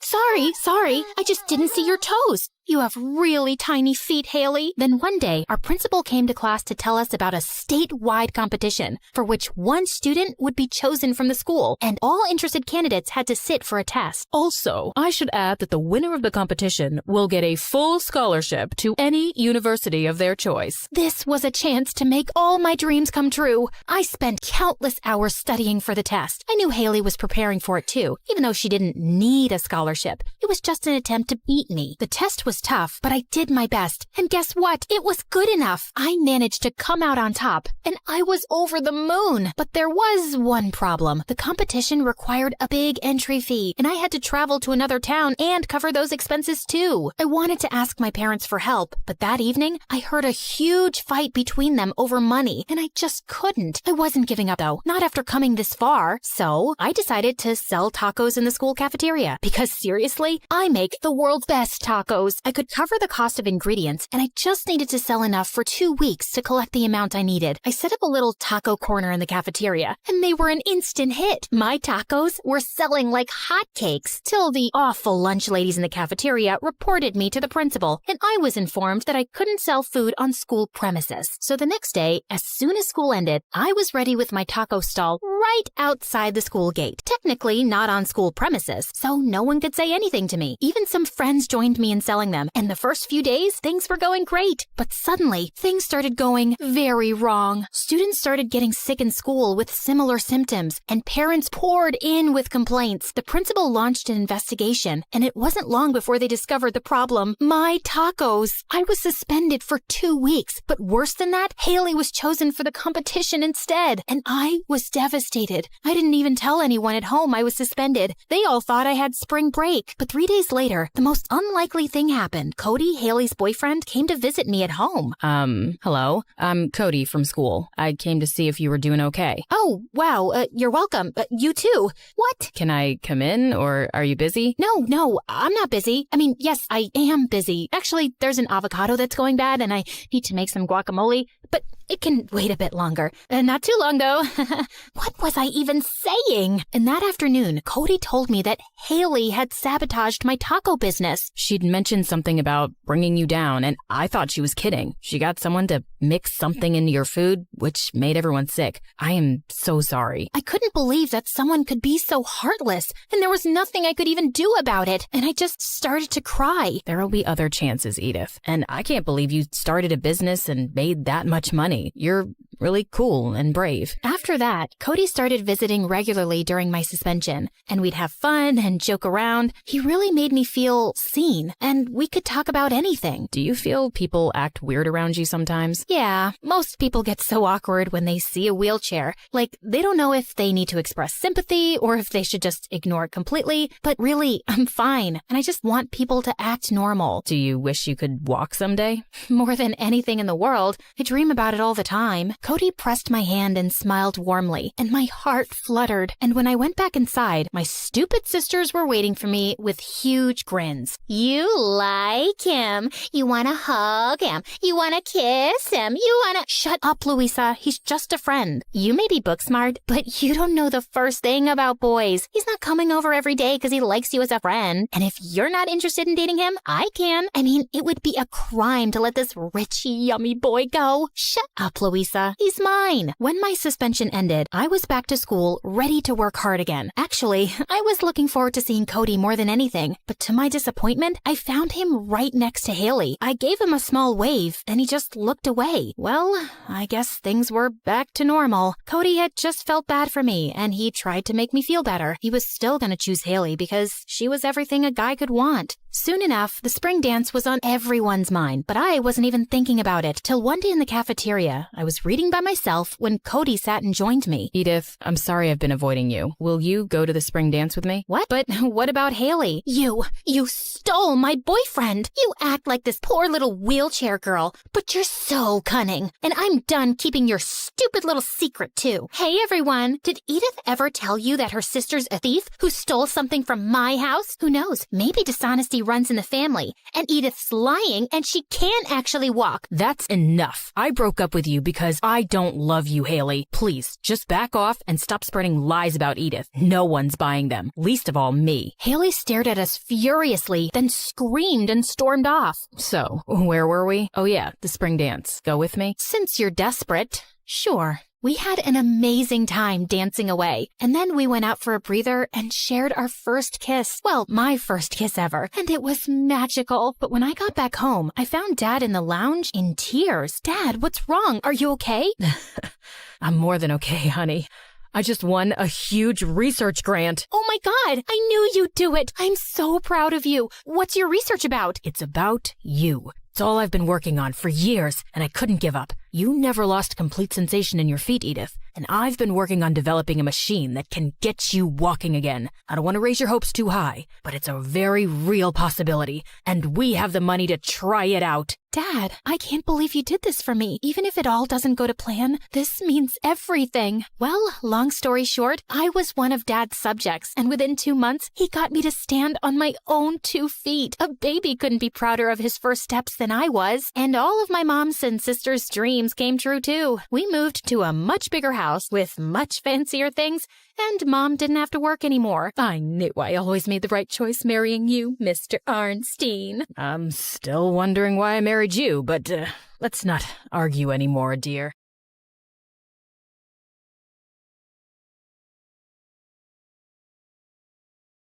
Sadie and I sat down quietly among Mrs. Lancaster's relatives, who were glaring at us. Why are we here exactly? Just wait for it. It's gonna be fun. Ladies and gentlemen, we are gathered here today for the reading of the late Mrs. Lancaster's will, who was a woman of remarkable character and— Blah, blah, blah, snooze fest. Get to the good part, man. Upon careful examination of the will, it is clear that Mrs. Lancaster has left her entire fortune worth $10 million to one individual, Miss Sadie. There was a stunned silence, then Sadie burst into tears. Oh my God, I'm shocked. What have I done to deserve this? Other than being her only friend for the last 2 years, still, you can't put a price on love. Not even $10 million. But I'm so touched. Suddenly, Mrs. Lancaster's relatives ran towards the lawyer, yelling at him, tearing his shirt, and throwing his files across the room, while Sadie turned to me and grinned.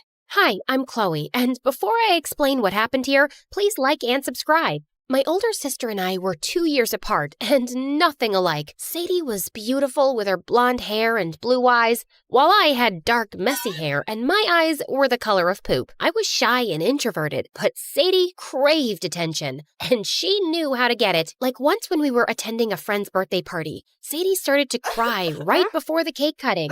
What's wrong, sweetie? Oh, I'm sorry. It's just that I haven't had a birthday party since my mom fell sick. And there's no cure. What's wrong with Ow! Oh, you poor darling. Why don't you cut this cake? Go on, make a wish. or the time she knew she was about to lose the art competition to a more talented kid, so she threw herself on the ground and started having a pretend seizure, from which she recovered fully after a minute. Oh, this happens when I haven't slept or eaten for days. I've just been working so hard on this art piece. And the judges gave her the award instead. Growing up, it felt like the spotlight always followed my popular sister while I lived in the shadows, which I really didn't mind. I loved taking pictures and was the happiest behind my camera lens with Sadie as my favorite muse. And even though Sadie loved herself the most, I was a close second. What do you mean my sister's project isn't good enough? This isn't Harvard, it's just your dumb class. You don't have space on your party guest list for Chloe? Well, you could get a life and uninvite your mom. Huh? Sadie's friend had invited a great band to her party, and I had a blast. Thanks for bringing me, sis. This party's the coolest. This party's a dump, and so is this town. I'll take you to A-list parties when I'm a Hollywood star, Chloe, which is inevitable. I mean, look at this face. It's a moneymaker. My parents owned a small grocery store, and while we weren't rich, we were comfortable. They promised to send Sadie to an acting academy in LA after high school. To make some extra money, Sadie started working as a companion to Mrs. Lancaster, a rich old lady in our town. Sadie would often sneak me into her mansion, and I'd spend hours in her library. Life was good, but soon after I turned 16, we woke up to the horrible news one morning that an electrical fire had burned our grocery store to the ground. Your mother and I will have to start looking for jobs. Sadie, we are so sorry, but we can't send you to LA. Surprisingly, Sadie took the news really well. She kept working at Mrs. Lancaster's place for the next few months, till one day she came home with the news that the old lady had passed. Which brings us to the day after, where the lawyer announced that Mrs. Lancaster had left everything to Sadie, and her family started a riot. But she was perfectly calm as we walked out of there. I'll finalize the paperwork with the lawyer later.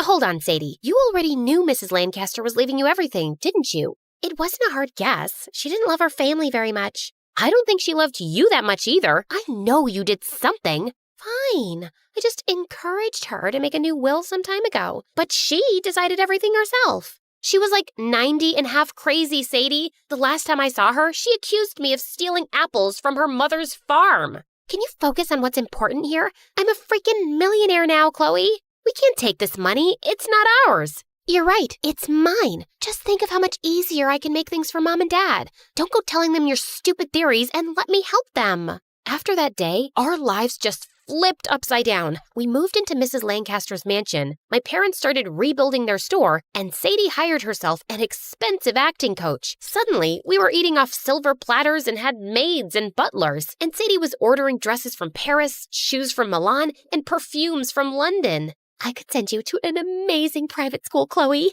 No thanks. Could you at least let me upgrade your wardrobe? Not interested.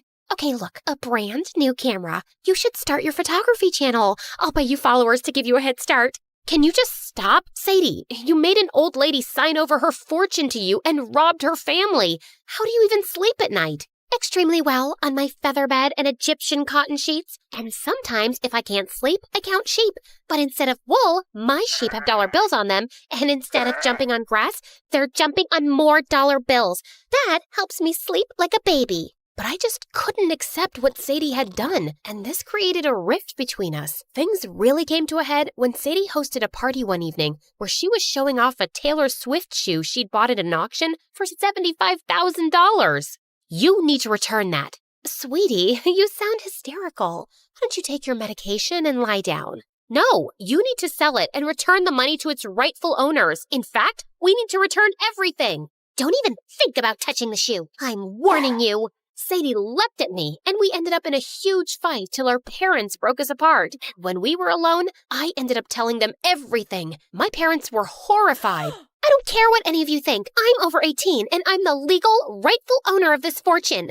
You want to go back to the life you had? Then go. My parents returned the money Sadie had given them for the store, and we left for our old house that night. The next day, we found out that Sadie had put the mansion up for sale and moved to LA. It broke my heart that things had turned out this way between us. Mom and Dad returned to their jobs, and I wanted to help. I made a website offering my photography services, and also started a YouTube channel sharing tutorials. By the time I graduated high school, I was making decent money from both. Soon after, I had my first ever solo exhibition, and for my showstopper, I went to the lake at dawn to capture the sunrise. I was about to take my best photo yet when a loud noise startled me. A boy was kneeling a few feet away, crying loudly. Eyes, look your last. Arms, take your last embrace. And lips, Lips, do something too.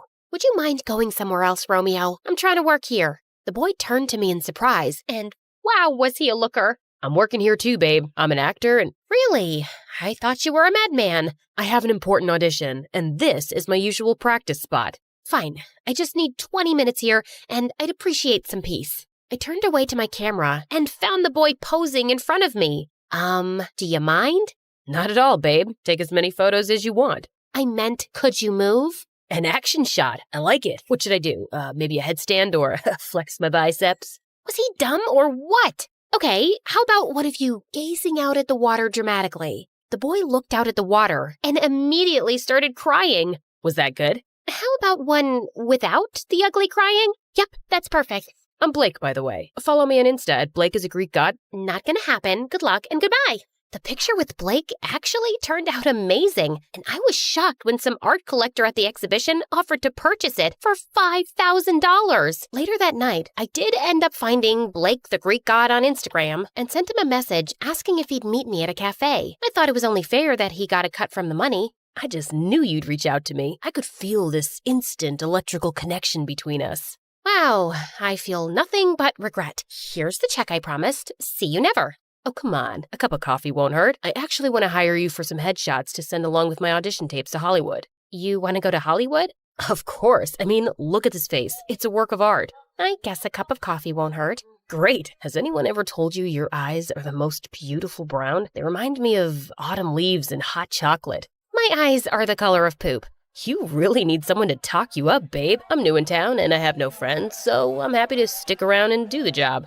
He really meant that. He came off vain and silly at first, but he was actually sweet and funny. He'd often accompany me on my shoots and carry around my bags. And his idea of a good time was watching movies at home, eating pizza, and wearing face masks. I should take a picture of that and post it. You look so manly. Yeah, babe. Real men exfoliate their skin and talk about their feelings. He felt like the first real friend after Sadie, yet it was so different. Sadie had always overshadowed me, and I'd been fine being my sister's sidekick, but Blake always made me feel like the main character, and slowly, I found myself falling for him. One day, as I was editing some photos in my studio, Blake burst in and spun my chair around. We're going to Hollywood, babe. What? A big producer loved my audition tape, and he's casting me in his new movie. Turns out, he was also looking for a photographer for the promo stuff, and I recommended you. That's amazing! I'm so happy for you! For us. And suddenly, his face turned serious. You already know that I'm not well off and Dad's in a wheelchair. His mom used to live in this town, but Dad was in the army and he was posted abroad, so we haven't been able to visit in years. She died 2 years ago and my family was gonna inherit her wealth, which could have really helped us after Dad's injury. But apparently, Grandma's caregiver tricked her into giving her all her fortune. My blood ran cold at his words. It's been tough, and sometimes I've thought about just giving up the Hollywood dream. But it looks like things are finally turning around, and you're my lucky charm, Chloe. I think I'm in love with you. He pulled me close and kissed me, but it felt terrible. I know, right? Me too. What's your grandma's name? Mrs. Lancaster. You okay, babe? Did my kiss take your breath away? It sure did. I tossed and turned all night. How could I tell Blake that my sister scammed his grandma? But how could I take this job without telling him? But the job was such an amazing opportunity, I couldn't let it slip away. Finally, I decided the only thing to do was to go to Hollywood, meet Sadie, and talk her into giving Blake's family the money. Before I knew it, Blake and I were in Hollywood and starting our first day on set. He got dragged away for hair and makeup. So I wandered around and started taking some pictures when a familiar face appeared in front of my lens. Sadie? Chloe? What are you doing here? What are you doing here? I work here. Also, my Hollywood name is Sunday. I work here too. I'm the official photographer. Just then, Blake walked over. Hey, babe. I see you've met the heroine. She's a rising star in Hollywood, and I'm really excited about working together. But don't get any ideas, Sunday. The movie romance is fake, 'cause this heart is taken. This was getting so much worse. Of course, I'd meant to meet Sadie, but I hadn't planned on Blake meeting her, let alone working on the same movie. The next few weeks were so difficult. I had to watch my sister doing romantic scenes with my boyfriend, after which they would be whisked off for interviews. And anytime I tried catching Sadie alone, she managed to slip away. So one day, I hid in the trunk of Sadie's car and followed her right to her apartment. I need to talk to you. Unless it's an apology, I don't want to hear it. Fine, it's an apology. Once I was in, I turned to her furiously. Of course it's not an apology. Sadie, you have to give back Mrs. Lancaster's money to her family. Oh my God, that again? You're worse than their family lawyer. Do you know who Blake is? He's Mrs. Lancaster's grandson. What? What does he know? That his grandma's caregiver tricked her and took all the money. But he doesn't know that's you, my sister, his lovely co-star Sunday. Just then, there was a knock on the door. My yoga instructor's here. You need to leave. I had no choice, but this conversation wasn't over. When I returned to my hotel room, I found Blake sitting on the bed with his bags packed. Hey, what's going on? I think you butt-dialed me by mistake when you were meeting your sister, Sunday. No, Sadie, right? The person who took Grandma's money? Blake, listen. How could you not tell me? I really wanted to, but then I thought... You thought you'd keep quiet, use me, and take this job? No, of course not. I came here to talk to my sister, to make her return your money. You have to believe me. No, I don't. I wish I'd had the sense to record the conversation, but I'm not a schemer like you two. I won't work with her now, so I'm going home. You can't do that. This is an opportunity of a lifetime. And some things are more important than money. You wouldn't understand that. Blake left, and I was devastated. I tried to calm down, but I felt panic rising in my chest. First, my sister left me, and now the guy I loved. I couldn't stop crying, and I was struggling to breathe. Suddenly, I felt dizzy, and I blacked out. When I opened my eyes, I was in a hospital bed with Sadie beside me. Oh, thank God you're awake. What happened? I came to talk to you and found you unconscious. Blake found out everything and left. I think I just had a bad panic attack. Suddenly, Sadie started crying. Chloe, I would never intentionally hurt you, and I've missed you terribly. What hurt the most was knowing you thought I was evil. Yes, I pushed Mrs. Lancaster to make a new will, but she always said her only son hadn't visited in years, and the rest of her family were vultures. Those people didn't deserve the money either, trust me. You're still justifying what you did? I'm telling you now, Blake's family needs the money. How can you be sure he isn't lying? Are you sure he's even Mrs. Lancaster's grandson? I can't talk to you anymore. Just leave, Sadie. Listen, Chloe, no, go away. The next day on set was a mess. The producer was frantically trying to get in touch with Blake, but he wouldn't answer anyone's phone calls. I was sitting miserably in a corner when suddenly I got a phone call from Dad. Chloe, I know this is a lot to ask, but can you come home? A friend of mine has offered me an amazing opportunity to manage a huge grocery store, but it's in Texas, and I need all the help I can get. I know this is your dream job, but... That sounds amazing, Dad, and of course I'll help. I'll take the next flight home. As I hung up, I turned around to see Sadie behind me. You're leaving? Yeah, Dad needs my help with work. Listen, if Blake doesn't come back, they'll find a replacement soon, and this movie will be up and running in no time.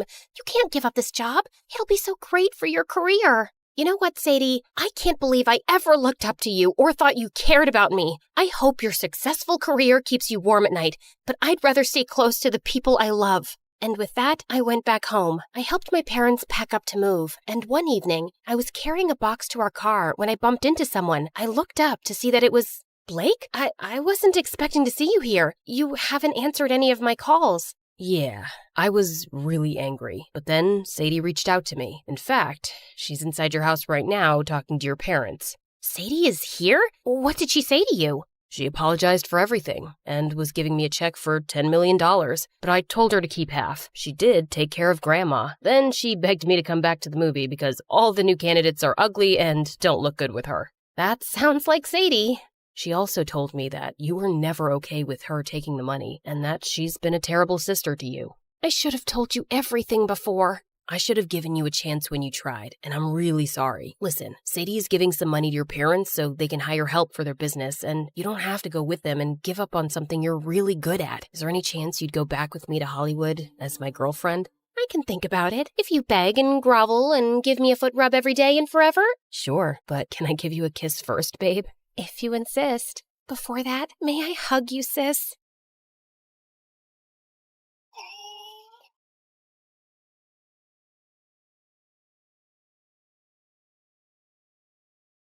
I'd been avoiding this all night, but it was time to face the truth. I was standing in the middle of the dance floor at the winter formal, surrounded by two of the most popular boys in school, Nicholas and Isaac. Nicholas gave me flowers. Isaac jumped in front of Nicholas and started singing me a love song. Nicholas threw a glass of punch in Isaac's face, then gave me a diamond necklace. Both of you, get away from me! How many times do I have to tell you, I don't love you? But we shared a chicken sandwich. I gave you half my fries. What about me? We walked on the beach under the moonlight and kissed under the stars. I liked all your Instagram posts, and I texted you 1,000 smiley face emojis with hearts in their eyes. The hearts were in all of their eyes, Ember. Do you know what that means? Leave her alone, you jerk. She's my girl. No, she's mine. No, mine. The lovesick boys started shoving each other. Then it turned into an all-out brawl. I snuck out the back door and ran straight into my worst nightmare, my nemesis, the boy that stole my heart and had the power to break it into 1,000 pieces. His name was... Oh, I can't even say his name without getting butterflies. I feel like such an idiot. What's wrong with me? Things were never supposed to turn out this way. It's best if we start my crazy story from the beginning. Maybe that'll give me time to figure this out. I'm Ember, and I'm a professional heartbreaker. But before I continue, please like and subscribe. It all started with my best friend, Lisa. Lisa and I were inseparable since birth. We loved the same movies, music, and games. We'd finish each other's sentences and keep each other's secrets. But everything changed when Lisa discovered boys. When we were 9, Lisa ran up to me and my neighbor Wilson at the park. Do you see that boy over there? The one that's picking his nose?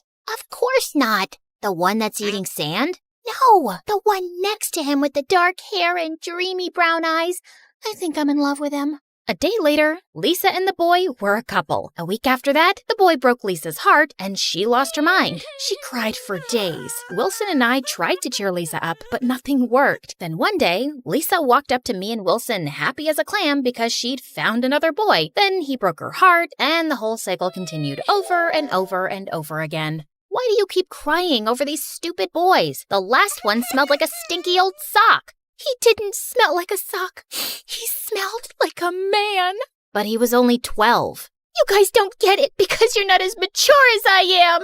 You're only 2 months older than we are. But you know nothing about the magic of love. It went on like that for years until we reached high school and Lisa fell in love with a football player named Nicholas. Yeah, the same guy from the beginning of my story. The one with the horrible singing voice and obsessed with heart emojis. Ember, he's the one. I just know it. You said that about the last boy. No, it's for real this time. I think I'm gonna marry him.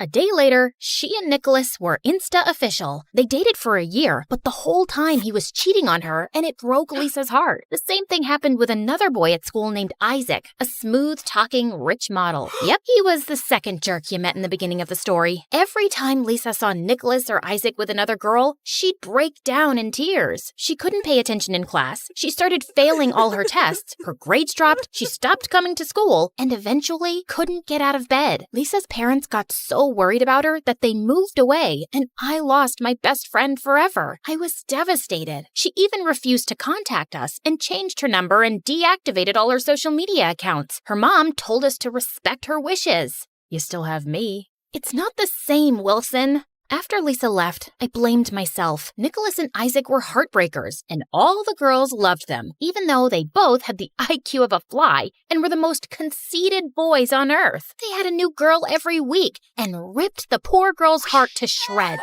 I should have protected Lisa from those jerks. She was my best friend in the world, but I wasn't there for her. I'm the reason she's gone. That's not true. Lisa made her own decisions. She chose to date those guys. If it's not my fault, why does it hurt so much? A couple years later, in my senior year, I had a major glow-up. My dark olive skin and long curly hair got me so much attention, people thought I was a model or a movie star. Nicholas kept staring at me in gym class. I tried to ignore him, but he cornered me in the hallway. Hey, beautiful. I couldn't help but notice that you're almost as hot as me. I've never seen you around. Is this your first day? No, dummy. We've been in the same classes for 2 years. He looked at me like I was crazy. I'm Ember, Lisa's best friend. I don't know any Lisa. Your ex-girlfriend's Lisa? He shrugged his shoulders like he didn't even care. I wanted to slap him in his stupid jerk face. I'm captain of the football team, you know, and I've got 2% body fat. He lifted up his shirt to show me his washboard abs. Am I supposed to care? You're funny. Let's go out this weekend. I was pissed. First, Nicholas broke Lisa's heart, and now he wanted to go out with me? Suddenly, I had an idea. I could make him pay for what he did to Lisa. So, I said yes. Later that day, Wilson and I were sitting together at lunch. I was helping him fix his battle robot for the robotics club when Isaac walked up. Hey, babe, is your dad a genie? Because you're my wish come true. We should get together. You're not her type. No one asked you, nerd. Wilson's battle robot charged at Isaac. Isaac grabbed the robot and spiked it like a football. Wiper butt, no! Next time, mind your own business. Avenge me. Wilson jumped up to confront Isaac, and I slid between them. I'd love to go out with you, Isaac. I gave Isaac my number, then he walked away. Wilson was totally confused. Why would you go out with that jerk that broke Lisa's heart? I'm gonna go out with both jerks that broke Lisa's heart. I'm gonna make them pay for what they did to Lisa. After that, Wilson and I came up with a master plan. Nicholas was the first target. He was obsessed with sports and super competitive. He was on the basketball team, the football team, and the baseball team. But after a little investigation, Wilson and I discovered that Nicholas was terrified of heights. For our date, I invited Nicholas to a rock climbing gym. As we were walking inside, Nicholas saw a beggar on the street and yelled at him for asking for food. Get your own food, loser. Ugh. Can't understand why these poor people choose to live on the sidewalk. There's an apartment building right across the street. I couldn't believe how insensitive and stupid Nicholas was, but I had to stay focused on my mission. Good question, but tonight's about us. Let's go have some fun. I took his hand and pulled him inside. Nicholas took one look at the rock wall and broke into a sweat. I don't know about this, Ember. Can't we just go to the movies? Are you scared? I didn't know you were a chicken. I'm no chicken. I'm not afraid of anything. I'll climb to the top twice as fast as you. You're on. I raced to the top, and Nicholas struggled to keep up. Come on, Nicholas. You can do it. Just don't look down. Nicholas looked down and freaked out. He started crying like a baby. It took 20 minutes for the instructors to pry him off the wall. Wilson recorded the whole thing on his phone and posted it online. The video went viral in minutes, and Nicholas was the biggest joke. The next day, I went out with Isaac. He got us concert tickets to see a famous pop star. He met me at my door with a huge bouquet of flowers, but when he wasn't looking, I slipped a couple doggy treats in his pocket. As we were walking to his car, my neighbor's huge dog charged towards him. Isaac got so scared, he turned to run, but slipped and fell face first in the mud. His clothes were ruined, and so was his perfect hair. I'm so sorry. It's okay. It was an accident. Too bad we'll miss the concert. We don't have to miss it. Come with me. I dragged Isaac inside my house and told him he could take a shower. I gave him a special bottle of shampoo to wash his hair and some of my dad's old clothes. 10 minutes later, I heard Isaac scream, "My hair!" Oh no! Silly me. I guess that wasn't shampoo. At least the green brings out your eyes. Isaac ran out of my house like a maniac. I wished Lisa was here to see what we did. She would have been so proud. Wilson and I celebrated. I even had the rest of the weekend to help him fix his broken battle robot. I really appreciate your help, Ember. It's the least I can do. I couldn't have gotten back at Nicholas and Isaac without you. I was worried that you'd fall for those guys like all those other girls at school. Give me some credit. Those guys are the worst. I like guys that are smart and kind. Then Wilson gave me a strange look. I think I like you. I mean, like you, ever since we were kids. I was wondering if maybe we could go out on a real date. I was shocked. I never saw Wilson as anything more than a friend. But as I thought about dating him, I suddenly started to blush. Sorry, I guess that was a dumb idea. I'll leave now. Before I knew it, Wilson was walking out the door. Wait! I grabbed Wilson's hand. He turned to me, and when we looked into each other's eyes, I swear that sparks started flying. Or it could have been the porch lamp shorting out again. It had been doing that for weeks. The next day, spring break started, and Wilson and I spent every minute together. We grew closer by the day, and after we shared our first kiss, I finally understood what Lisa meant about the magic of love. Being with Wilson made me feel like I was walking on a cloud, though it was bittersweet because I still missed Lisa so much. But when school started, everything changed. My first day back, Nicholas ran up to me with a huge smile on his face. Ember, it's so good to see you. It took me a while to realize it, but you're the best thing that's ever happened to me. You changed my life. Wait, what? I was totally shocked. I thought Nicholas hated me. You gave me the courage to face my fear of heights, clowns, and strawberries. You're afraid of strawberries? It's the seeds and their pointy ends. They could take an eye out, but that doesn't matter anymore. I've conquered all my fears, and now I'm unstoppable. I'm a new man, and I think I like you. Then Nicholas kissed me on the cheek and waltzed down the hall. After school, Isaac ran up to me in the parking lot with his bright green hair. He hugged me and spun me around. Babe, you're amazing. My hair is a hit. I booked 10 modeling jobs over the break. I wanted to call and tell you, but I was so busy. You're my good luck charm. Before I could say anything, Isaac kissed me. Then, out of nowhere, Wilson and Nicholas appeared. Wilson stared at me and Isaac in total disbelief. Nicholas got so mad, he grabbed Isaac and punched him in the nose. Get your hands off my girl. She's not your girl. She's the love of my life.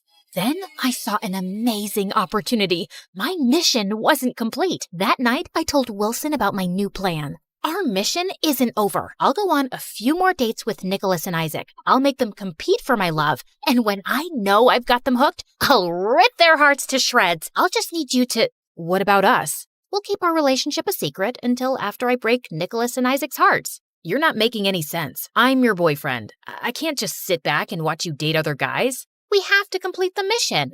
I don't care about the stupid mission. What are you saying? It's me or them. I chose the mission. I couldn't back off now. It was too important. I owed it to Lisa. After that, Wilson and I broke up. I kept dating Nicholas and Isaac and made them compete for my affection. It was funny seeing them try to one-up each other to win my heart, but every time Wilson saw me with them, he gave me the saddest looks. What are you staring at, nerd? A jerk sandwich with a side of stupid sauce? Nerd boy thinks he's funny. He's just jealous because Ember's out of his league. She'll be my girl soon. No, carrot head. She'll choose me. My muscles are bigger than yours. I've got an 8-pack. You've only got 6. Oh, yeah? My biceps are the size of a grapefruit. Nicholas and Isaac took off their shirts and started flexing in front of each other. A couple of Wilson's battle robots ran up and kicked them in the shins. As the days passed, I couldn't stop thinking about Wilson. Suddenly, I felt like I was the bad guy. It was one thing to break Nicholas and Isaac's hearts, but Wilson didn't deserve this at all. I was so confused. I was doing this for Lisa, but hurting Wilson in the process. So, I was finally able to reach out to Lisa for the first time in years. She was living 3,000 miles away in Australia. She told me all about her new life and her new boyfriend and how sorry she was for not keeping in touch. Then, I told her about my mission. Oh, Ember, you didn't have to do that for me. Love's a risk, and sometimes it hurts, but it's worth it. I was trying to break those heartbreakers' hearts and broke Wilson's along the way. I feel like a hypocrite trying to teach those guys not to play with a person's emotions while I was doing the same thing. You made a mistake, and that's okay. We all do. Now you just have to fix it. The next day, I met up with Nicholas and Isaac. It's over. I don't love you. I don't want to see you anymore. They didn't take it very well. They dropped dozens of teddy bears, candy, and love notes at my door, but I sent it all back. I tried to contact Wilson, but he didn't return my calls. And when I went by his house, his mom told me he was out of town at the National Robot Battle Championships. I was proud of Wilson, but so sad I wasn't there to support him like he'd always supported me. He posted a bunch of videos from the competition online. The moment I saw his face and heard his voice, my feelings for him rushed back, and suddenly, I was nursing my own broken heart. A week later, a couple of girls from class encouraged me to go to the winter dance. It was better than sitting in my room all alone, so I agreed to go. So, yeah, now we're back to where we started. Hey, editor, can you speed things up from here? No problem. Okay, here it is. The moment of truth when I ran out the back door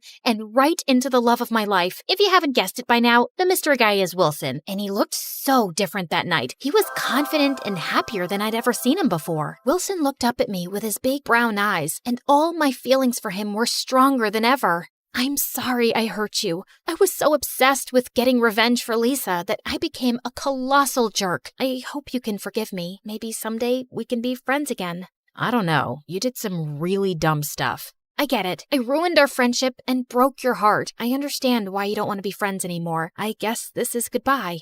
I turned to leave, then Wilson grabbed my hand and smiled. This doesn't have to be the end. Maybe we can fix this. I think it's worth a try. Another mission? Something like that.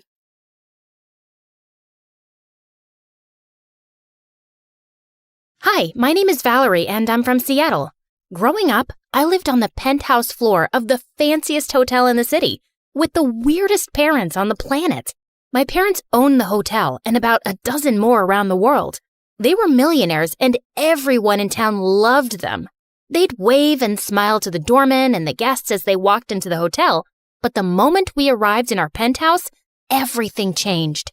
They'd send me to my room and spend the rest of the night shouting into their cell phones. When I was 5, I asked my dad to read me a bedtime story. As usual, he was busy on the phone. Please, Daddy, it'll only take a second. I asked him again, and he snatched the book out of my hand and threw it out the window. Here's your story. Don't interrupt Daddy when he's on the phone. The end. Now go to your room. When I was 14, my history teacher, Miss Jackson, gave me an assignment to draw my family tree. I asked my mom and dad about it, and their faces turned white. We are your only family. That's all you need to know. What about grandparents or cousins? Do we have any pictures? I could use them for my project. The next day, my teacher was gone. She'd been reassigned to a new school. I was so upset. I knew my parents had something to do with it. When I came home, I confronted them about it, but they swore they didn't do anything. I could tell they were lying. Things at school weren't much better. I was shy and a teeny bit clumsy. And one day in the cafeteria, I tripped over my shoelace and spilled my lunch all over the most popular girl in school. Sorry. She and her minions made it their mission to make my life miserable. Hey, leave me alone or I'll... What, you'll tell your rich daddy and get us transferred like you did to Miss Jackson? After that, none of the kids in school wanted anything to do with me. My only friend in the world was the doorman's son, Peter. Why did the chicken cross the road? I don't know. Because the sun was in his eyes. Peter always found a way to make me smile. And on days when my parents were away on business, I'd sneak down to the lobby to hang out with Peter. We played chess, he helped me with my algebra homework, and even taught me how to play the harmonica. When I turned 16, things got even worse. My parents spent most of their time away on business, and Peter's dad wasn't working as much as he did before. So I spent most of my days alone in the penthouse. One day, I was wandering around the apartments looking for my calculator. I couldn't find mine, so I went to my parents' office to use theirs, and I saw a painting hanging lopsided on the wall. I walked over and adjusted the picture, and then I heard a clicking sound. What's that? The wall behind the painting wasn't a wall at all. It was a hidden door. I pulled it open and found a huge safe I'd never seen before. The safe had a combination lock. I tried a few numbers, but none of them worked. I started to walk away. This was my parents' secret safe. I wasn't supposed to be in here, but I couldn't resist. My parents were never good at remembering things, so they had to have written the code down somewhere. I searched through my parents' drawers and notebooks looking for clues, and then I found it. Stashed away in a secret compartment in my dad's drawer was a list of passwords and the code to the secret safe. I typed in the code, and the safe opened. Inside were a bunch of boring old documents and a photo album I'd never seen before. I opened the photo album and saw an old picture of my parents. They were much younger and didn't have any of their fancy clothes and flashy jewelry. They stood in front of a tiny old shack with a baby in their arms, but it wasn't me. Next to the photo was a birth certificate. I had a sister named Raina who was 16 years older than me. I was furious. My parents had lied to me my whole life. On the next few pages were letters from Raina begging my parents to come see her. Raina had a family of her own and wanted to meet me and reconnect with my parents. My fury turned to confusion. Why would my parents hide Raina from me? Why would they shut their own daughter out of their life? I needed answers, and I knew my parents would never give them to me. They'd only lie, or worse. My despicable parents might send Raina and her family away, and I'd never see them again. Raina's address was printed on one of the letters, and she only lived a few hours away. I could take the train and get there by morning. Without thinking, I packed a bag, grabbed some cash from the safe, and hopped on the train. A few hours later, I was on Raina's doorstep. Raina lived in a run-down apartment building. I knocked on her door. The door opened, and I gasped. It was like I was staring at my future self. Aside from her green eyes, we looked exactly alike. Valerie? Raina? Raina hugged me tight, and then a 5-year-old girl ran up and grabbed my leg. This is your niece, Amanda. Raina invited me inside. She explained that she'd left my parents' house when she was in the 11th grade.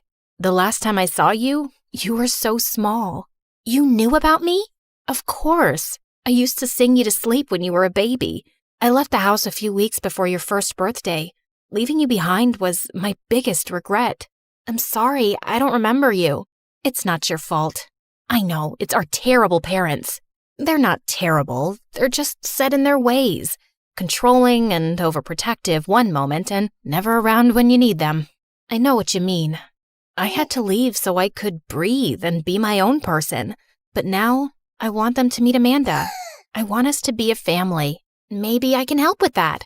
I can't ask you to do that. You don't have to. Our family is broken, and I'm gonna fix it. Raina drove me back to the train station. On the bus, I started nodding off, and then several of the passengers' phones started beeping and buzzing, and then everyone started staring at me. I glanced at the notification on my phone and saw that I'd been reported missing, and I was all over the news. The moment I got off the bus, a couple of policemen escorted me to their car and drove me back to the hotel. Where have you been? We've been worried sick. I went to see Raina. Raina? How on earth did you— I saw the photo in the safe. I read the letters. Raina told me how you refused to see her and her daughter. That's not the whole story. Spare me your lies. You've never told me a single truth since I was a kid, and that stops today. Your granddaughter, Amanda, wants to meet you.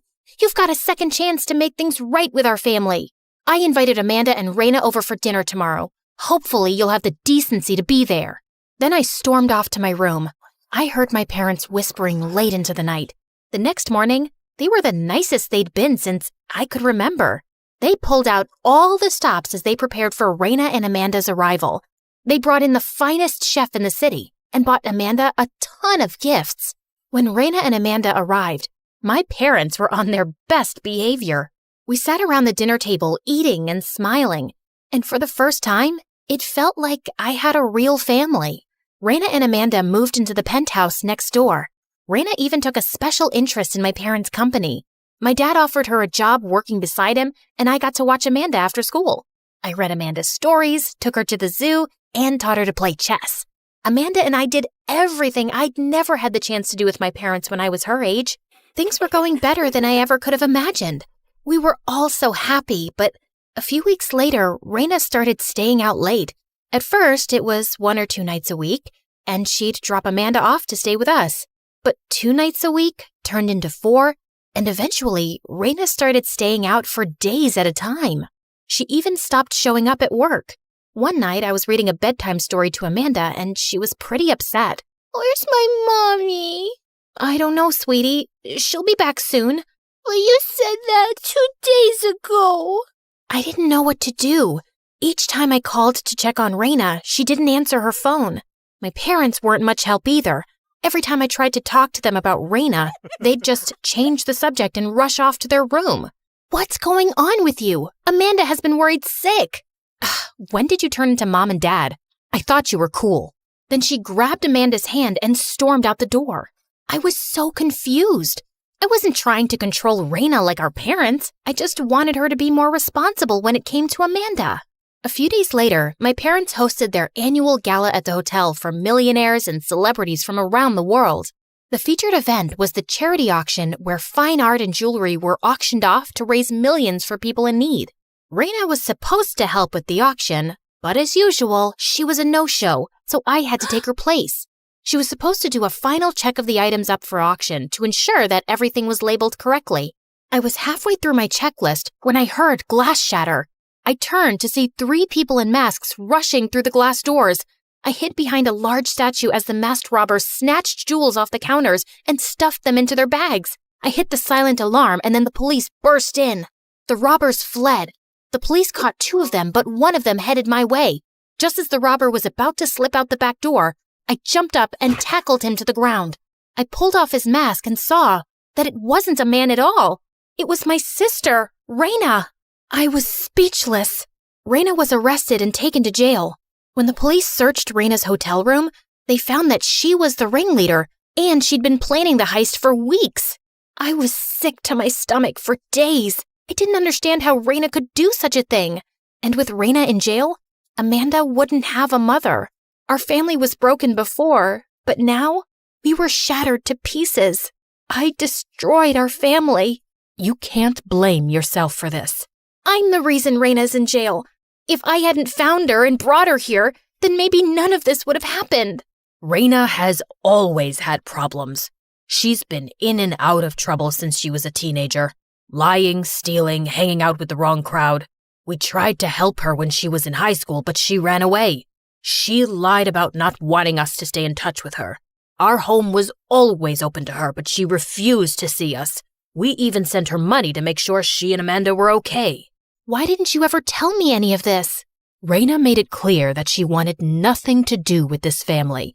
We knew how much you always wanted a big sister or a big brother. We knew if we told you the truth that you wouldn't understand. It would only hurt you. We're sorry we lied. We didn't know how else to protect you. When Raina came to live with us, we hoped that she'd changed for Amanda's sake. But instead, she fell into her manipulative ways. We're so sorry that she hurt you. I apologized to my parents and eventually forgave them for lying to me. My parents adopted Amanda and raised her as their own. They even stopped working so much so they could spend more time with me and Amanda. Our new little family wasn't perfect, but we loved and supported each other through everything. Every day, I wrote Raina letters to tell her that I loved her and missed her. After I graduated from college, I opened a counseling center for young women. And one night, when I was closing up for the evening, Raina walked in the door. I'm sorry, Valerie. I was a horrible sister, a crappy mother, and a terrible daughter. That may be true, but you're family and you're here. That's all that matters. Then I hugged my sister and she cried in my arms.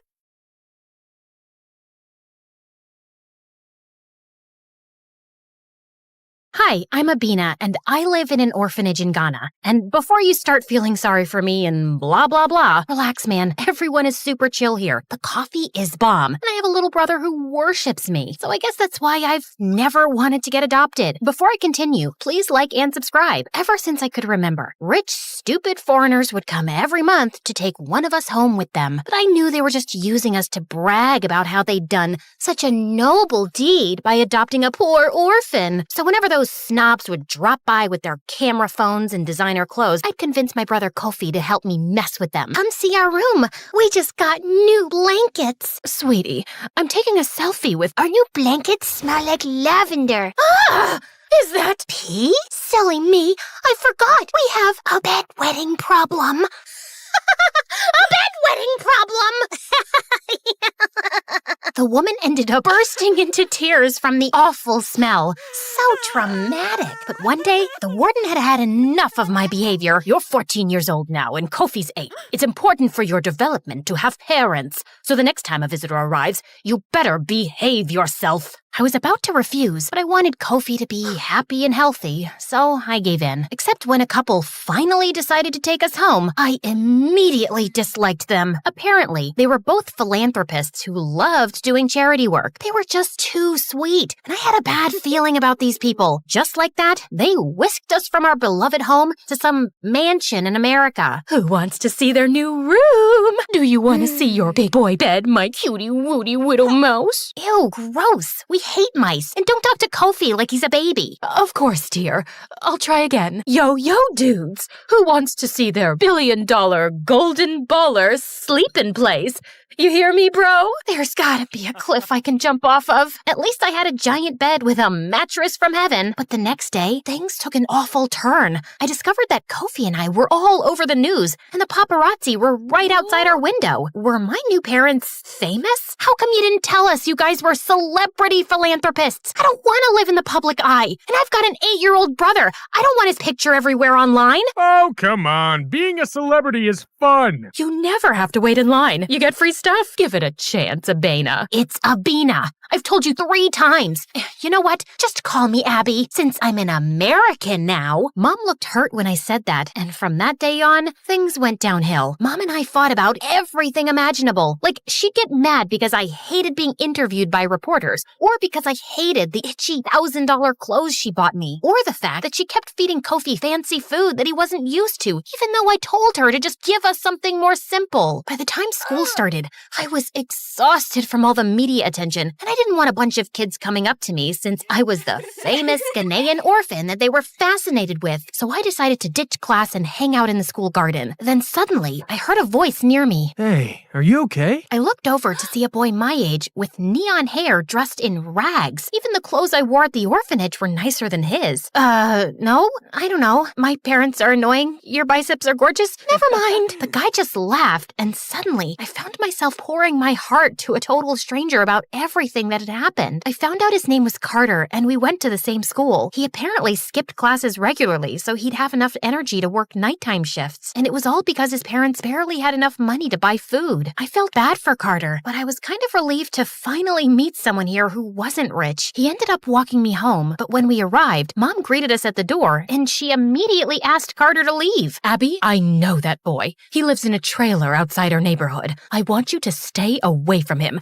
He's a criminal. You'll be in danger, and people will think my daughter's mixed up with a crook. Because your publicity image is all you care about, right? You don't actually care about my safety. Well, guess what? You're not my real mom, which means I don't have to listen to you. Mom grounded me after I said that, but I didn't let that stop me. Carter and I started hanging out all the time. Sometimes we'd ditch class together, and sometimes he'd sneak in through my window so we could watch MSA videos together on my TV. I'm so glad you watched these on YouTube instead of TikTok. Promise me you'll never watch MSA on TikTok and fry your brain, please. I didn't believe Mom about the criminal nonsense until one day I noticed Carter take off his baseball cap to reveal a clump of shiny jewelry. Please tell me he didn't steal all that. Abby, you know I have a family to support. Yeah, I feel bad for stealing, but a job washing dishes can only pay so much. Look, I get it, but you don't have to become a thief. No wonder Mom thinks you're a delinquent. Maybe I'll ask her to give you some money. She and my dad love bragging about how they give to charity. Then suddenly, Carter got this really serious look on his face, and then he told me something disturbing. My parents were known for being frauds. Kofi and I hadn't been the first kids they'd taken home. Apparently, they'd foster them for a year or two, use them to get publicity, and then they'd send them somewhere else. That makes no sense. They took me home and signed the papers. Are you sure? Because they've never adopted an actual kid before.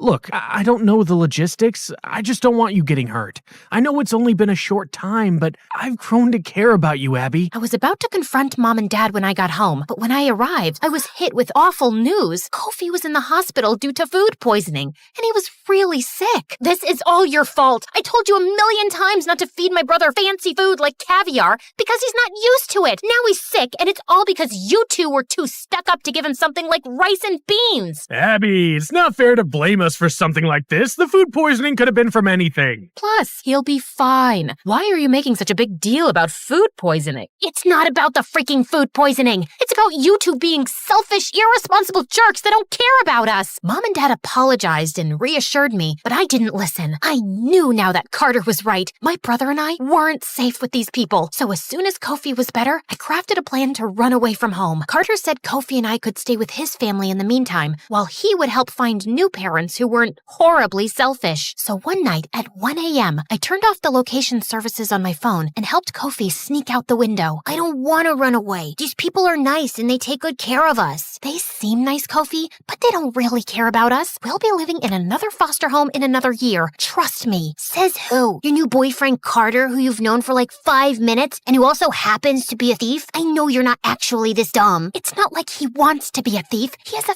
family to support, and I still would trust a thief over any adoptive parents who could hurt us. Carter picked us up in his car a few minutes later, but Kofi wasn't speaking to me. I felt bad, but I was doing the right thing by protecting us, right? Besides, Carter's parents were happy to let us stay with them for the time being. Yeah, they lived in a one-bedroom trailer, and Kofi and I had to sleep on a floor mattress, but it was still so much better than staying with parents who didn't care about us. The next morning, Carter told me that he had disguises in case the cops came looking for us. No, I want to go back home. You can't do this to us. You can't take us away from Mom and Dad just because you heard some rumor to live in a one-bedroom trailer with your boyfriend. It's not like I have a choice. I'm doing this for you and your safety. Mom and Dad are frauds. Why? Because they like bragging to the media about how they adopted us? Big deal. They still care about us, and they're still giving us a great life. You're just trying to find excuses to run away because of what happened 6 years ago. Right then, Carter asked me what my brother was talking about, but I wanted to change the subject. I didn't tell Carter about how my parents had gone missing at work one day, and no one had ever been able to find them. And that's why we'd been at the freaking orphanage in the first place. You'll do anything to avoid being hurt again. You'd even rather live with your criminal boyfriend and believe a ridiculous rumor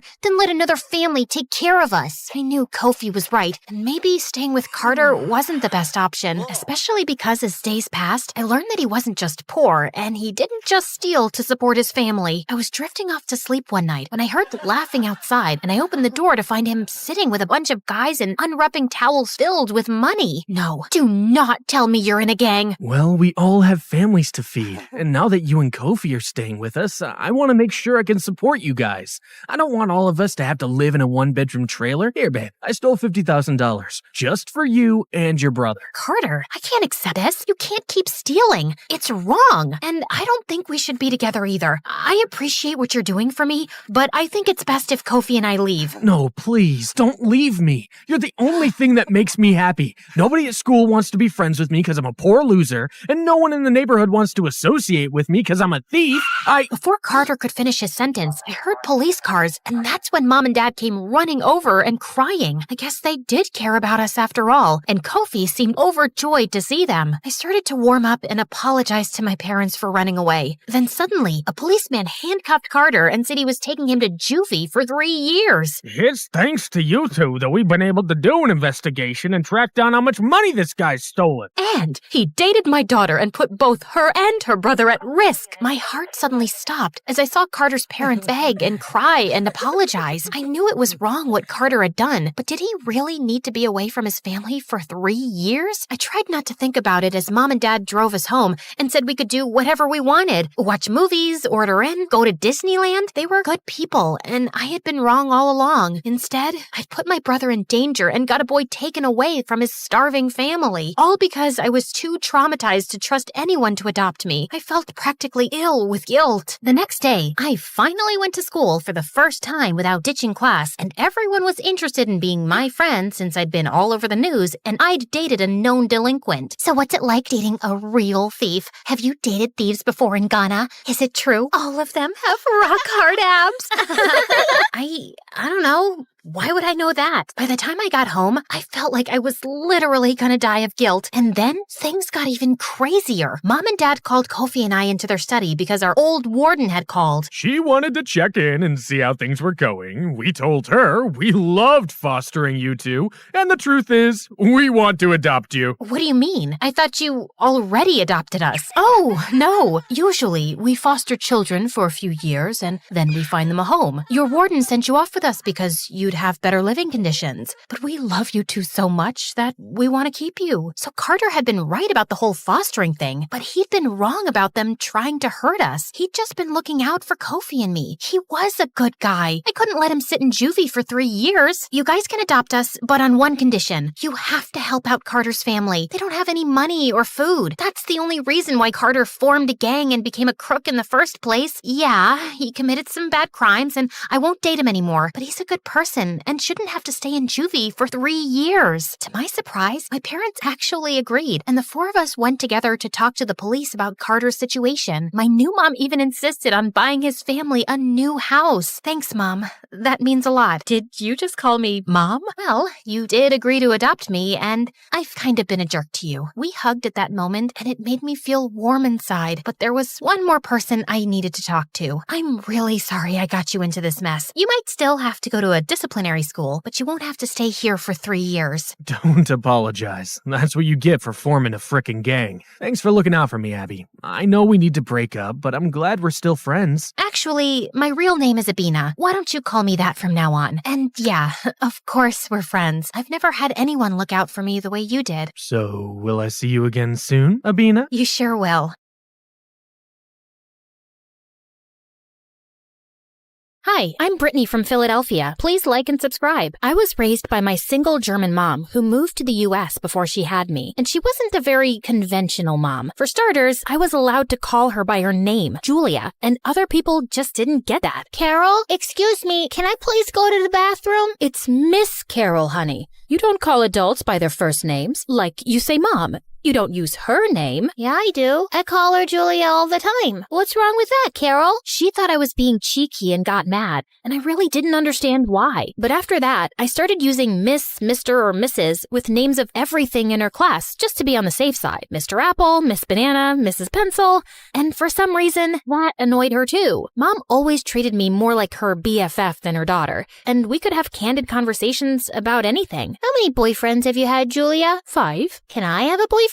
Sure, but I warn you, boys are annoying. Was my dad annoying? He was the worst. Lazy, stupid jerk. He always stole my chocolates. I'm glad he's not around. Okay, is Santa Claus real? Ugh, of course not. I buy your amazing presents, not some fat old men. I thought so, Julia. Life was pretty good, till a woman moved next to us in the 3rd grade. She had a son who seemed to be my age, and Mom and I were excited to welcome them to the neighborhood, but the lady didn't seem too happy to see us. What is it? You woke me up from my nap. Oh, we just brought you a butter pecan pie. A what now? A butter pecan pie.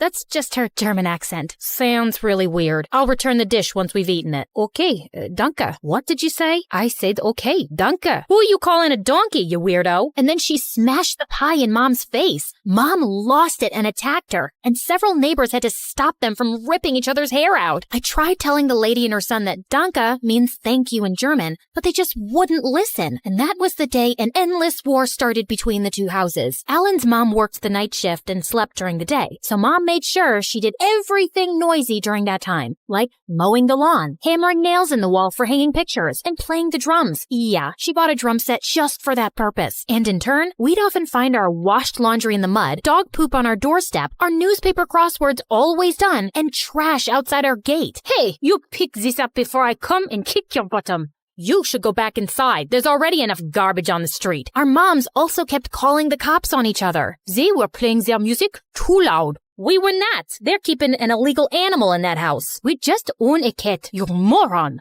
But you've been keeping lice in your hair and spreading it in the neighborhood. Officer, arrest her. We shared a wall, and one time, Mom was playing music and Alan's mom started banging on the wall. Mom got pissed and banged even harder. Then Alan's mom punched a hole through the living room wall with a broom. You stupid cow. You've ruined my wall. It's not your wall, it's mine. Alan and his mom tossed a bunch of trash through the hole, and of course, we returned the favor. And for me and Alan, our feud didn't even stay at home. We made each other miserable in school with stupid pranks. One day, I discovered slime in my locker, and just then, I heard Alan talking trash about me to his friends in the hallway. I'd had enough, so I threw toilet water on him. Wow, you smell terrible. I'll get you for that, Brittany. Ooh, I'm scared. You gonna get your mom to punish me, you mama's boy? I can take care of myself, you ugly monkey. There was never a moment of peace between us. And then in 9th grade, our moms both came to school for the school play and started fighting over a seat. Hey, that's mine. It doesn't have your name on it. If it did, how would you know? It's not like you can read English. They started shoving and scratching each other. A couple of teachers had to drag them out of the auditorium as Alan and I looked on in horror. Seemed like everyone was talking about us. I don't think I've ever felt so embarrassed in my entire life. Seriously? I wish the ground would swallow me whole.